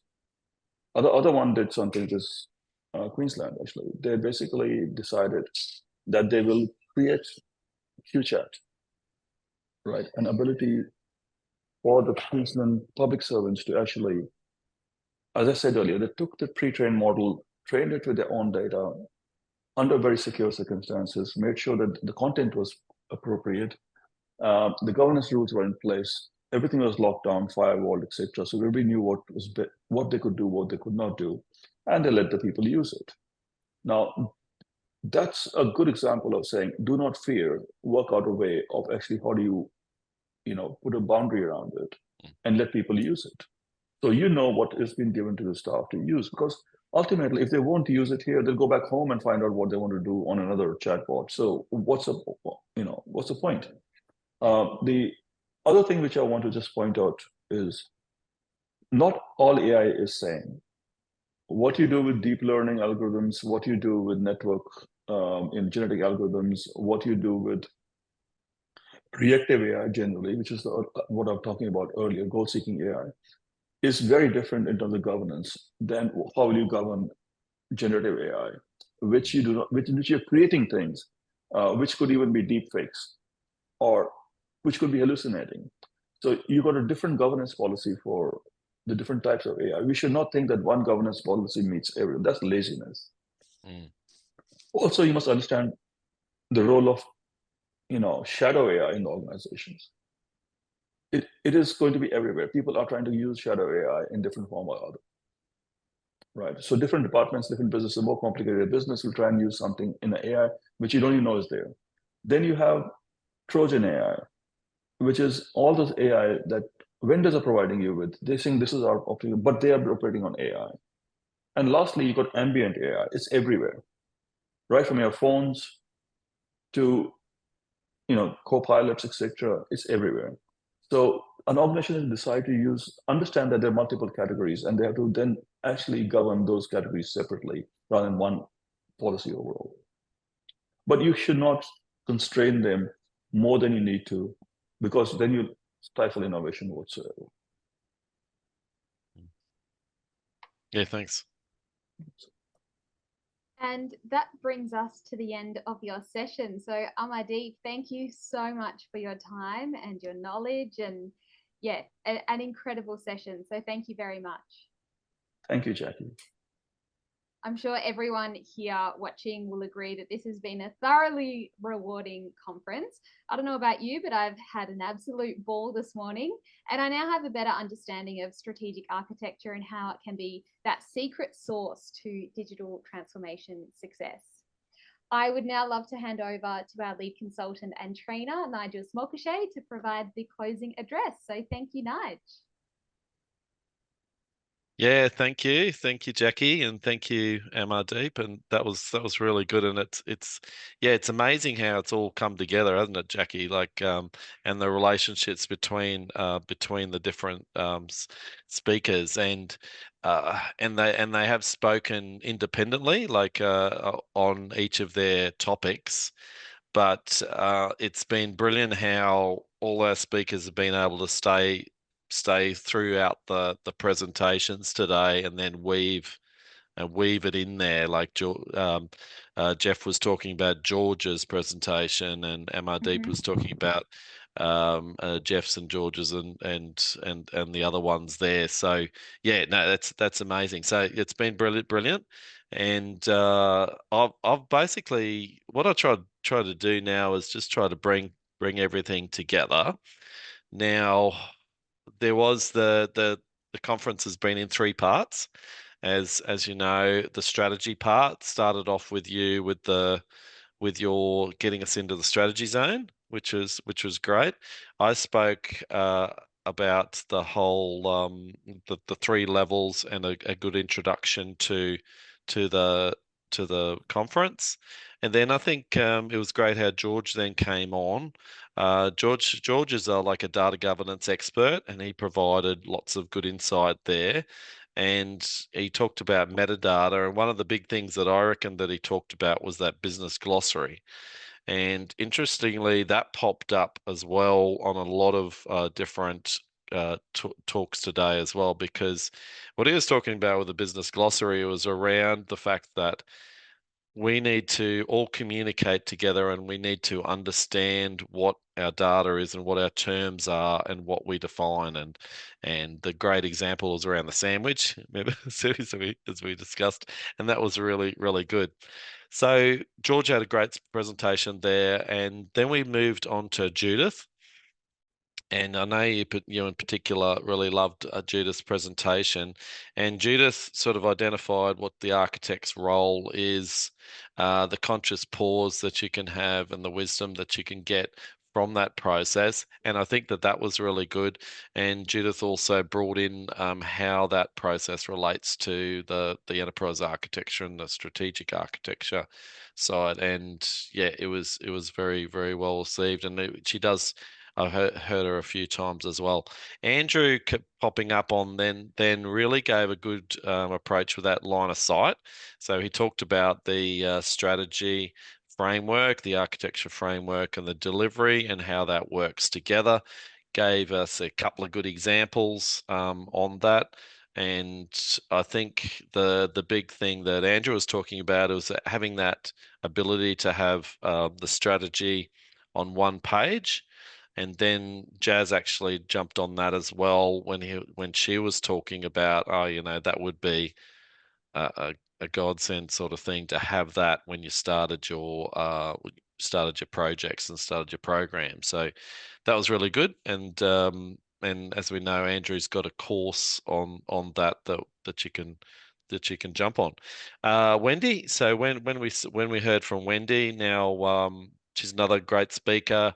She spoke more from that business architecture approach. So she went right through the strategy to reality and that need and the ability to use business architecture models and have business architecture for everyone. So that was brilliant because it really drove home all the examples that she's had, and she talked about the collaboration that's needed across projects. And yeah, there's hundreds of things to say, but I really found that was brilliant. And she's an international author with the Strategy to Reality book that we can all go through. I've read a copy of that, which has been great. Jazz and Arielle then kicked off the delivery space, and I think that was appropriate that they, as good project managers, they particularly were able to see it from that project management delivery. How do you deliver the strategy? How do you deliver the architecture approach? And by listening to the other presentations, they also sort of brought that across. And one of the things that Jazz in particular, she understands the need for the strategy and understands the need for the everyone to understand, to know what it is and how it aligns with the program. But she also puts in the governance, and the governance is the necessary point to be able to achieve that. And that sort of jumps over to what Jeff was talking about when he was saying that there needs to be data governance to be able to bring those things together, because your old systems were all connected. Remember that all the lines went everywhere. I love that picture. I think I've seen him bring that up before. And then you add the person to the all of those lines, and you got even more complex. And watch and the image illustration there. You have an image that, okay, this is what we think's happening, but it's really quite distorted because you've got different things happening. You've got now you've got vendors who have our data, and if we want to change things, it's going to cost millions of dollars, and I've seen that happen before as well. So we don't have as much control over it. So Jeff really gave us the elephant in the room, but then gave us some solutions that we do, and then he does in his daily work. And then to finish off then with Amar Deep was really a look to the future. And I think that's what he showed, that yeah, there is some great tools that we're going to have with generative AI, and then all the other AI was talking about machine learning and the general intelligence that we're getting as well, along with deep learning that he spoke about as well. So there's all these technologies that'll be able to give us the achievement. But then again, the theme across there was the governance needs to be brought in place. We need to be able to give people the access to these tools, but we also need to govern it so that it can be effective. So did you have any thoughts as well, Jackie? I think I did a bit of a summary there, but yeah, I guess I could say you took the words right out of my mouth, Nigel. That was an awesome summary, and it was really good to look back and reflect on the morning or afternoon, depending on where you are, that we've all had together, and just the way that everyone is so intertwined in each of their specialties. And yeah, it's just been such an incredible conference. So thank you to you for organizing this and really putting a spotlight on the industry and the key players. So thank you. No worries. All right, so I've just got a couple of slides to finish up on to just go through. that will sort of give a bit of an understanding across that. I think just to give a short shout out to the team that's been responsible for putting this together. We are a local based in Brisbane team. We're on the panels that are shown there. I think the services that we provide is across that enterprise architecture, digital strategies, AI, data architecture, governance, human-centered design, business cases. But I guess what we've found is because we're sort of have that experience, and I know Jazz was a bit worried about saying 15 years. Well, I remember when I used to put down 25 years, and I just put down 25 plus years now. I'm not going to elaborate any further on that, but anyway, one of the things I felt with doing this conference is where we do have a fair bit of experience, and getting these people together can be something that we can give out some of that knowledge. But what we've found is you can do these half a day conferences, but there is a lot more that we can offer, and that's where we've got into this strategic architecture coaching. So the courses are very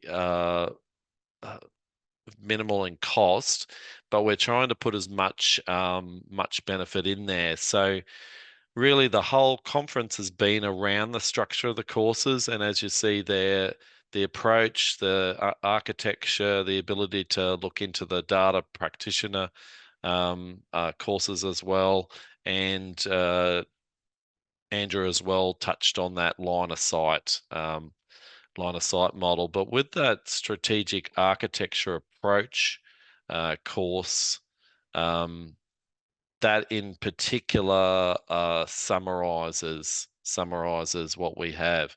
And just that last slide there is, we've got the offices in Australia, but the courses are delivered anywhere, so they're delivered virtually. And what we're trying to do there is make it available. So make the courses available as cheaply as we can, make them virtual. I remember I was just earlier in the year, this year, I was doing the American data governance course, and I was getting up at 12:30 a.m. and 5:30 a.m. and I said in the course, I said, "Oh, I'm running a breakfast today," and that was a bad timing of events, I suppose, for me. But I was actually running a data governance breakfast, and everyone's saying, "Oh, can we come along?" And I said, "Well, unless you can get in a plane and fly over here straight away." So I've found that virtual is the way to go. So we have our courses done in virtually, and we're recording them and putting them as an online. So we've got those that are happening next year. So they're available now, and there's been some information, I think, in the chat that's been put in there. So we're trying to make those available as we can and provide that advice that we've got. So as far as the conference is concerned, we're planning to have this as a once a year event. It's been, I know, Jackie, you've done a lot of work, putting this together and understanding all the different hosts and that we've got to ask the questions and everything. So there's a lot of moving parts. So big shout out to you for all the work that you've done to get this together. Then a big shout out for all of the presenters that we've had today, and particularly a big shout out that they were able to sort of hang around the whole day as well and be able to say, okay, George said this and everything. That's just amazing. That just really makes it a really useful conference there. Now, the other big shout out that I had was with the loading growth team that are helping put this webinar together. They've been excellent. They've been able to provide that back end support. get the links out. I know they've been busy today sending links out to the participants, making sure that they're around there. So that's been excellent. But it doesn't stop now. We're really just trying to get the message out. We're trying to get more information out. We are here to get the conversation going. What I plan to do is try to have strategic architecture communities. So I've obviously got things going in Australia, but trying to have that across different countries. And we've obviously been working a lot in the US and Canada with that, but other countries as well. So we're planning to do a lot of that, and a lot of that is being through the being able to deliver things virtually. So look out for that. I'm happy if people want to get in touch with me on LinkedIn if they'd like to be doing presentations, if they've got a thing to say. What I find when I run my courses, business architecture, the data architecture, and the AI courses and everything else, I quite often come away from a course with more knowledge than I had at the start, because people have so much experience out there. They're in important roles and different experiences. And as we saw today, just from the participants and the questions that they had, and the panelists, that there's so much experience out there. Every time you listen to people, you get another, like a gold nugget sort of thing, Jackie. Like you get another gold nugget. Okay, well that's really important as you go. So yeah, there's plenty of gold nuggets in what we've had today, and we'll have the recording for this session sent out, so that'll be available just to participants, and you can basically look back at your leisure when you've got some time to go through each of the presentations.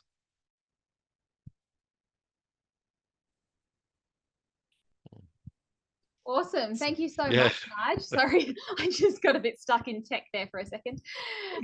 Thank you for that. And that brings us to the end of our virtual conference. So everyone who's here joining us and has been with us throughout the entire conference, thank you so much for your time. We have absolutely loved putting on this event. And as Nige mentioned, we have big plans to continue this on a yearly basis. So please connect with all of us, whether that's LinkedIn, email. I can see that all of the contact details are there in the chat. So please reach out. We love this stuff. So get in contact and stay in contact. And we hope to see you all very soon.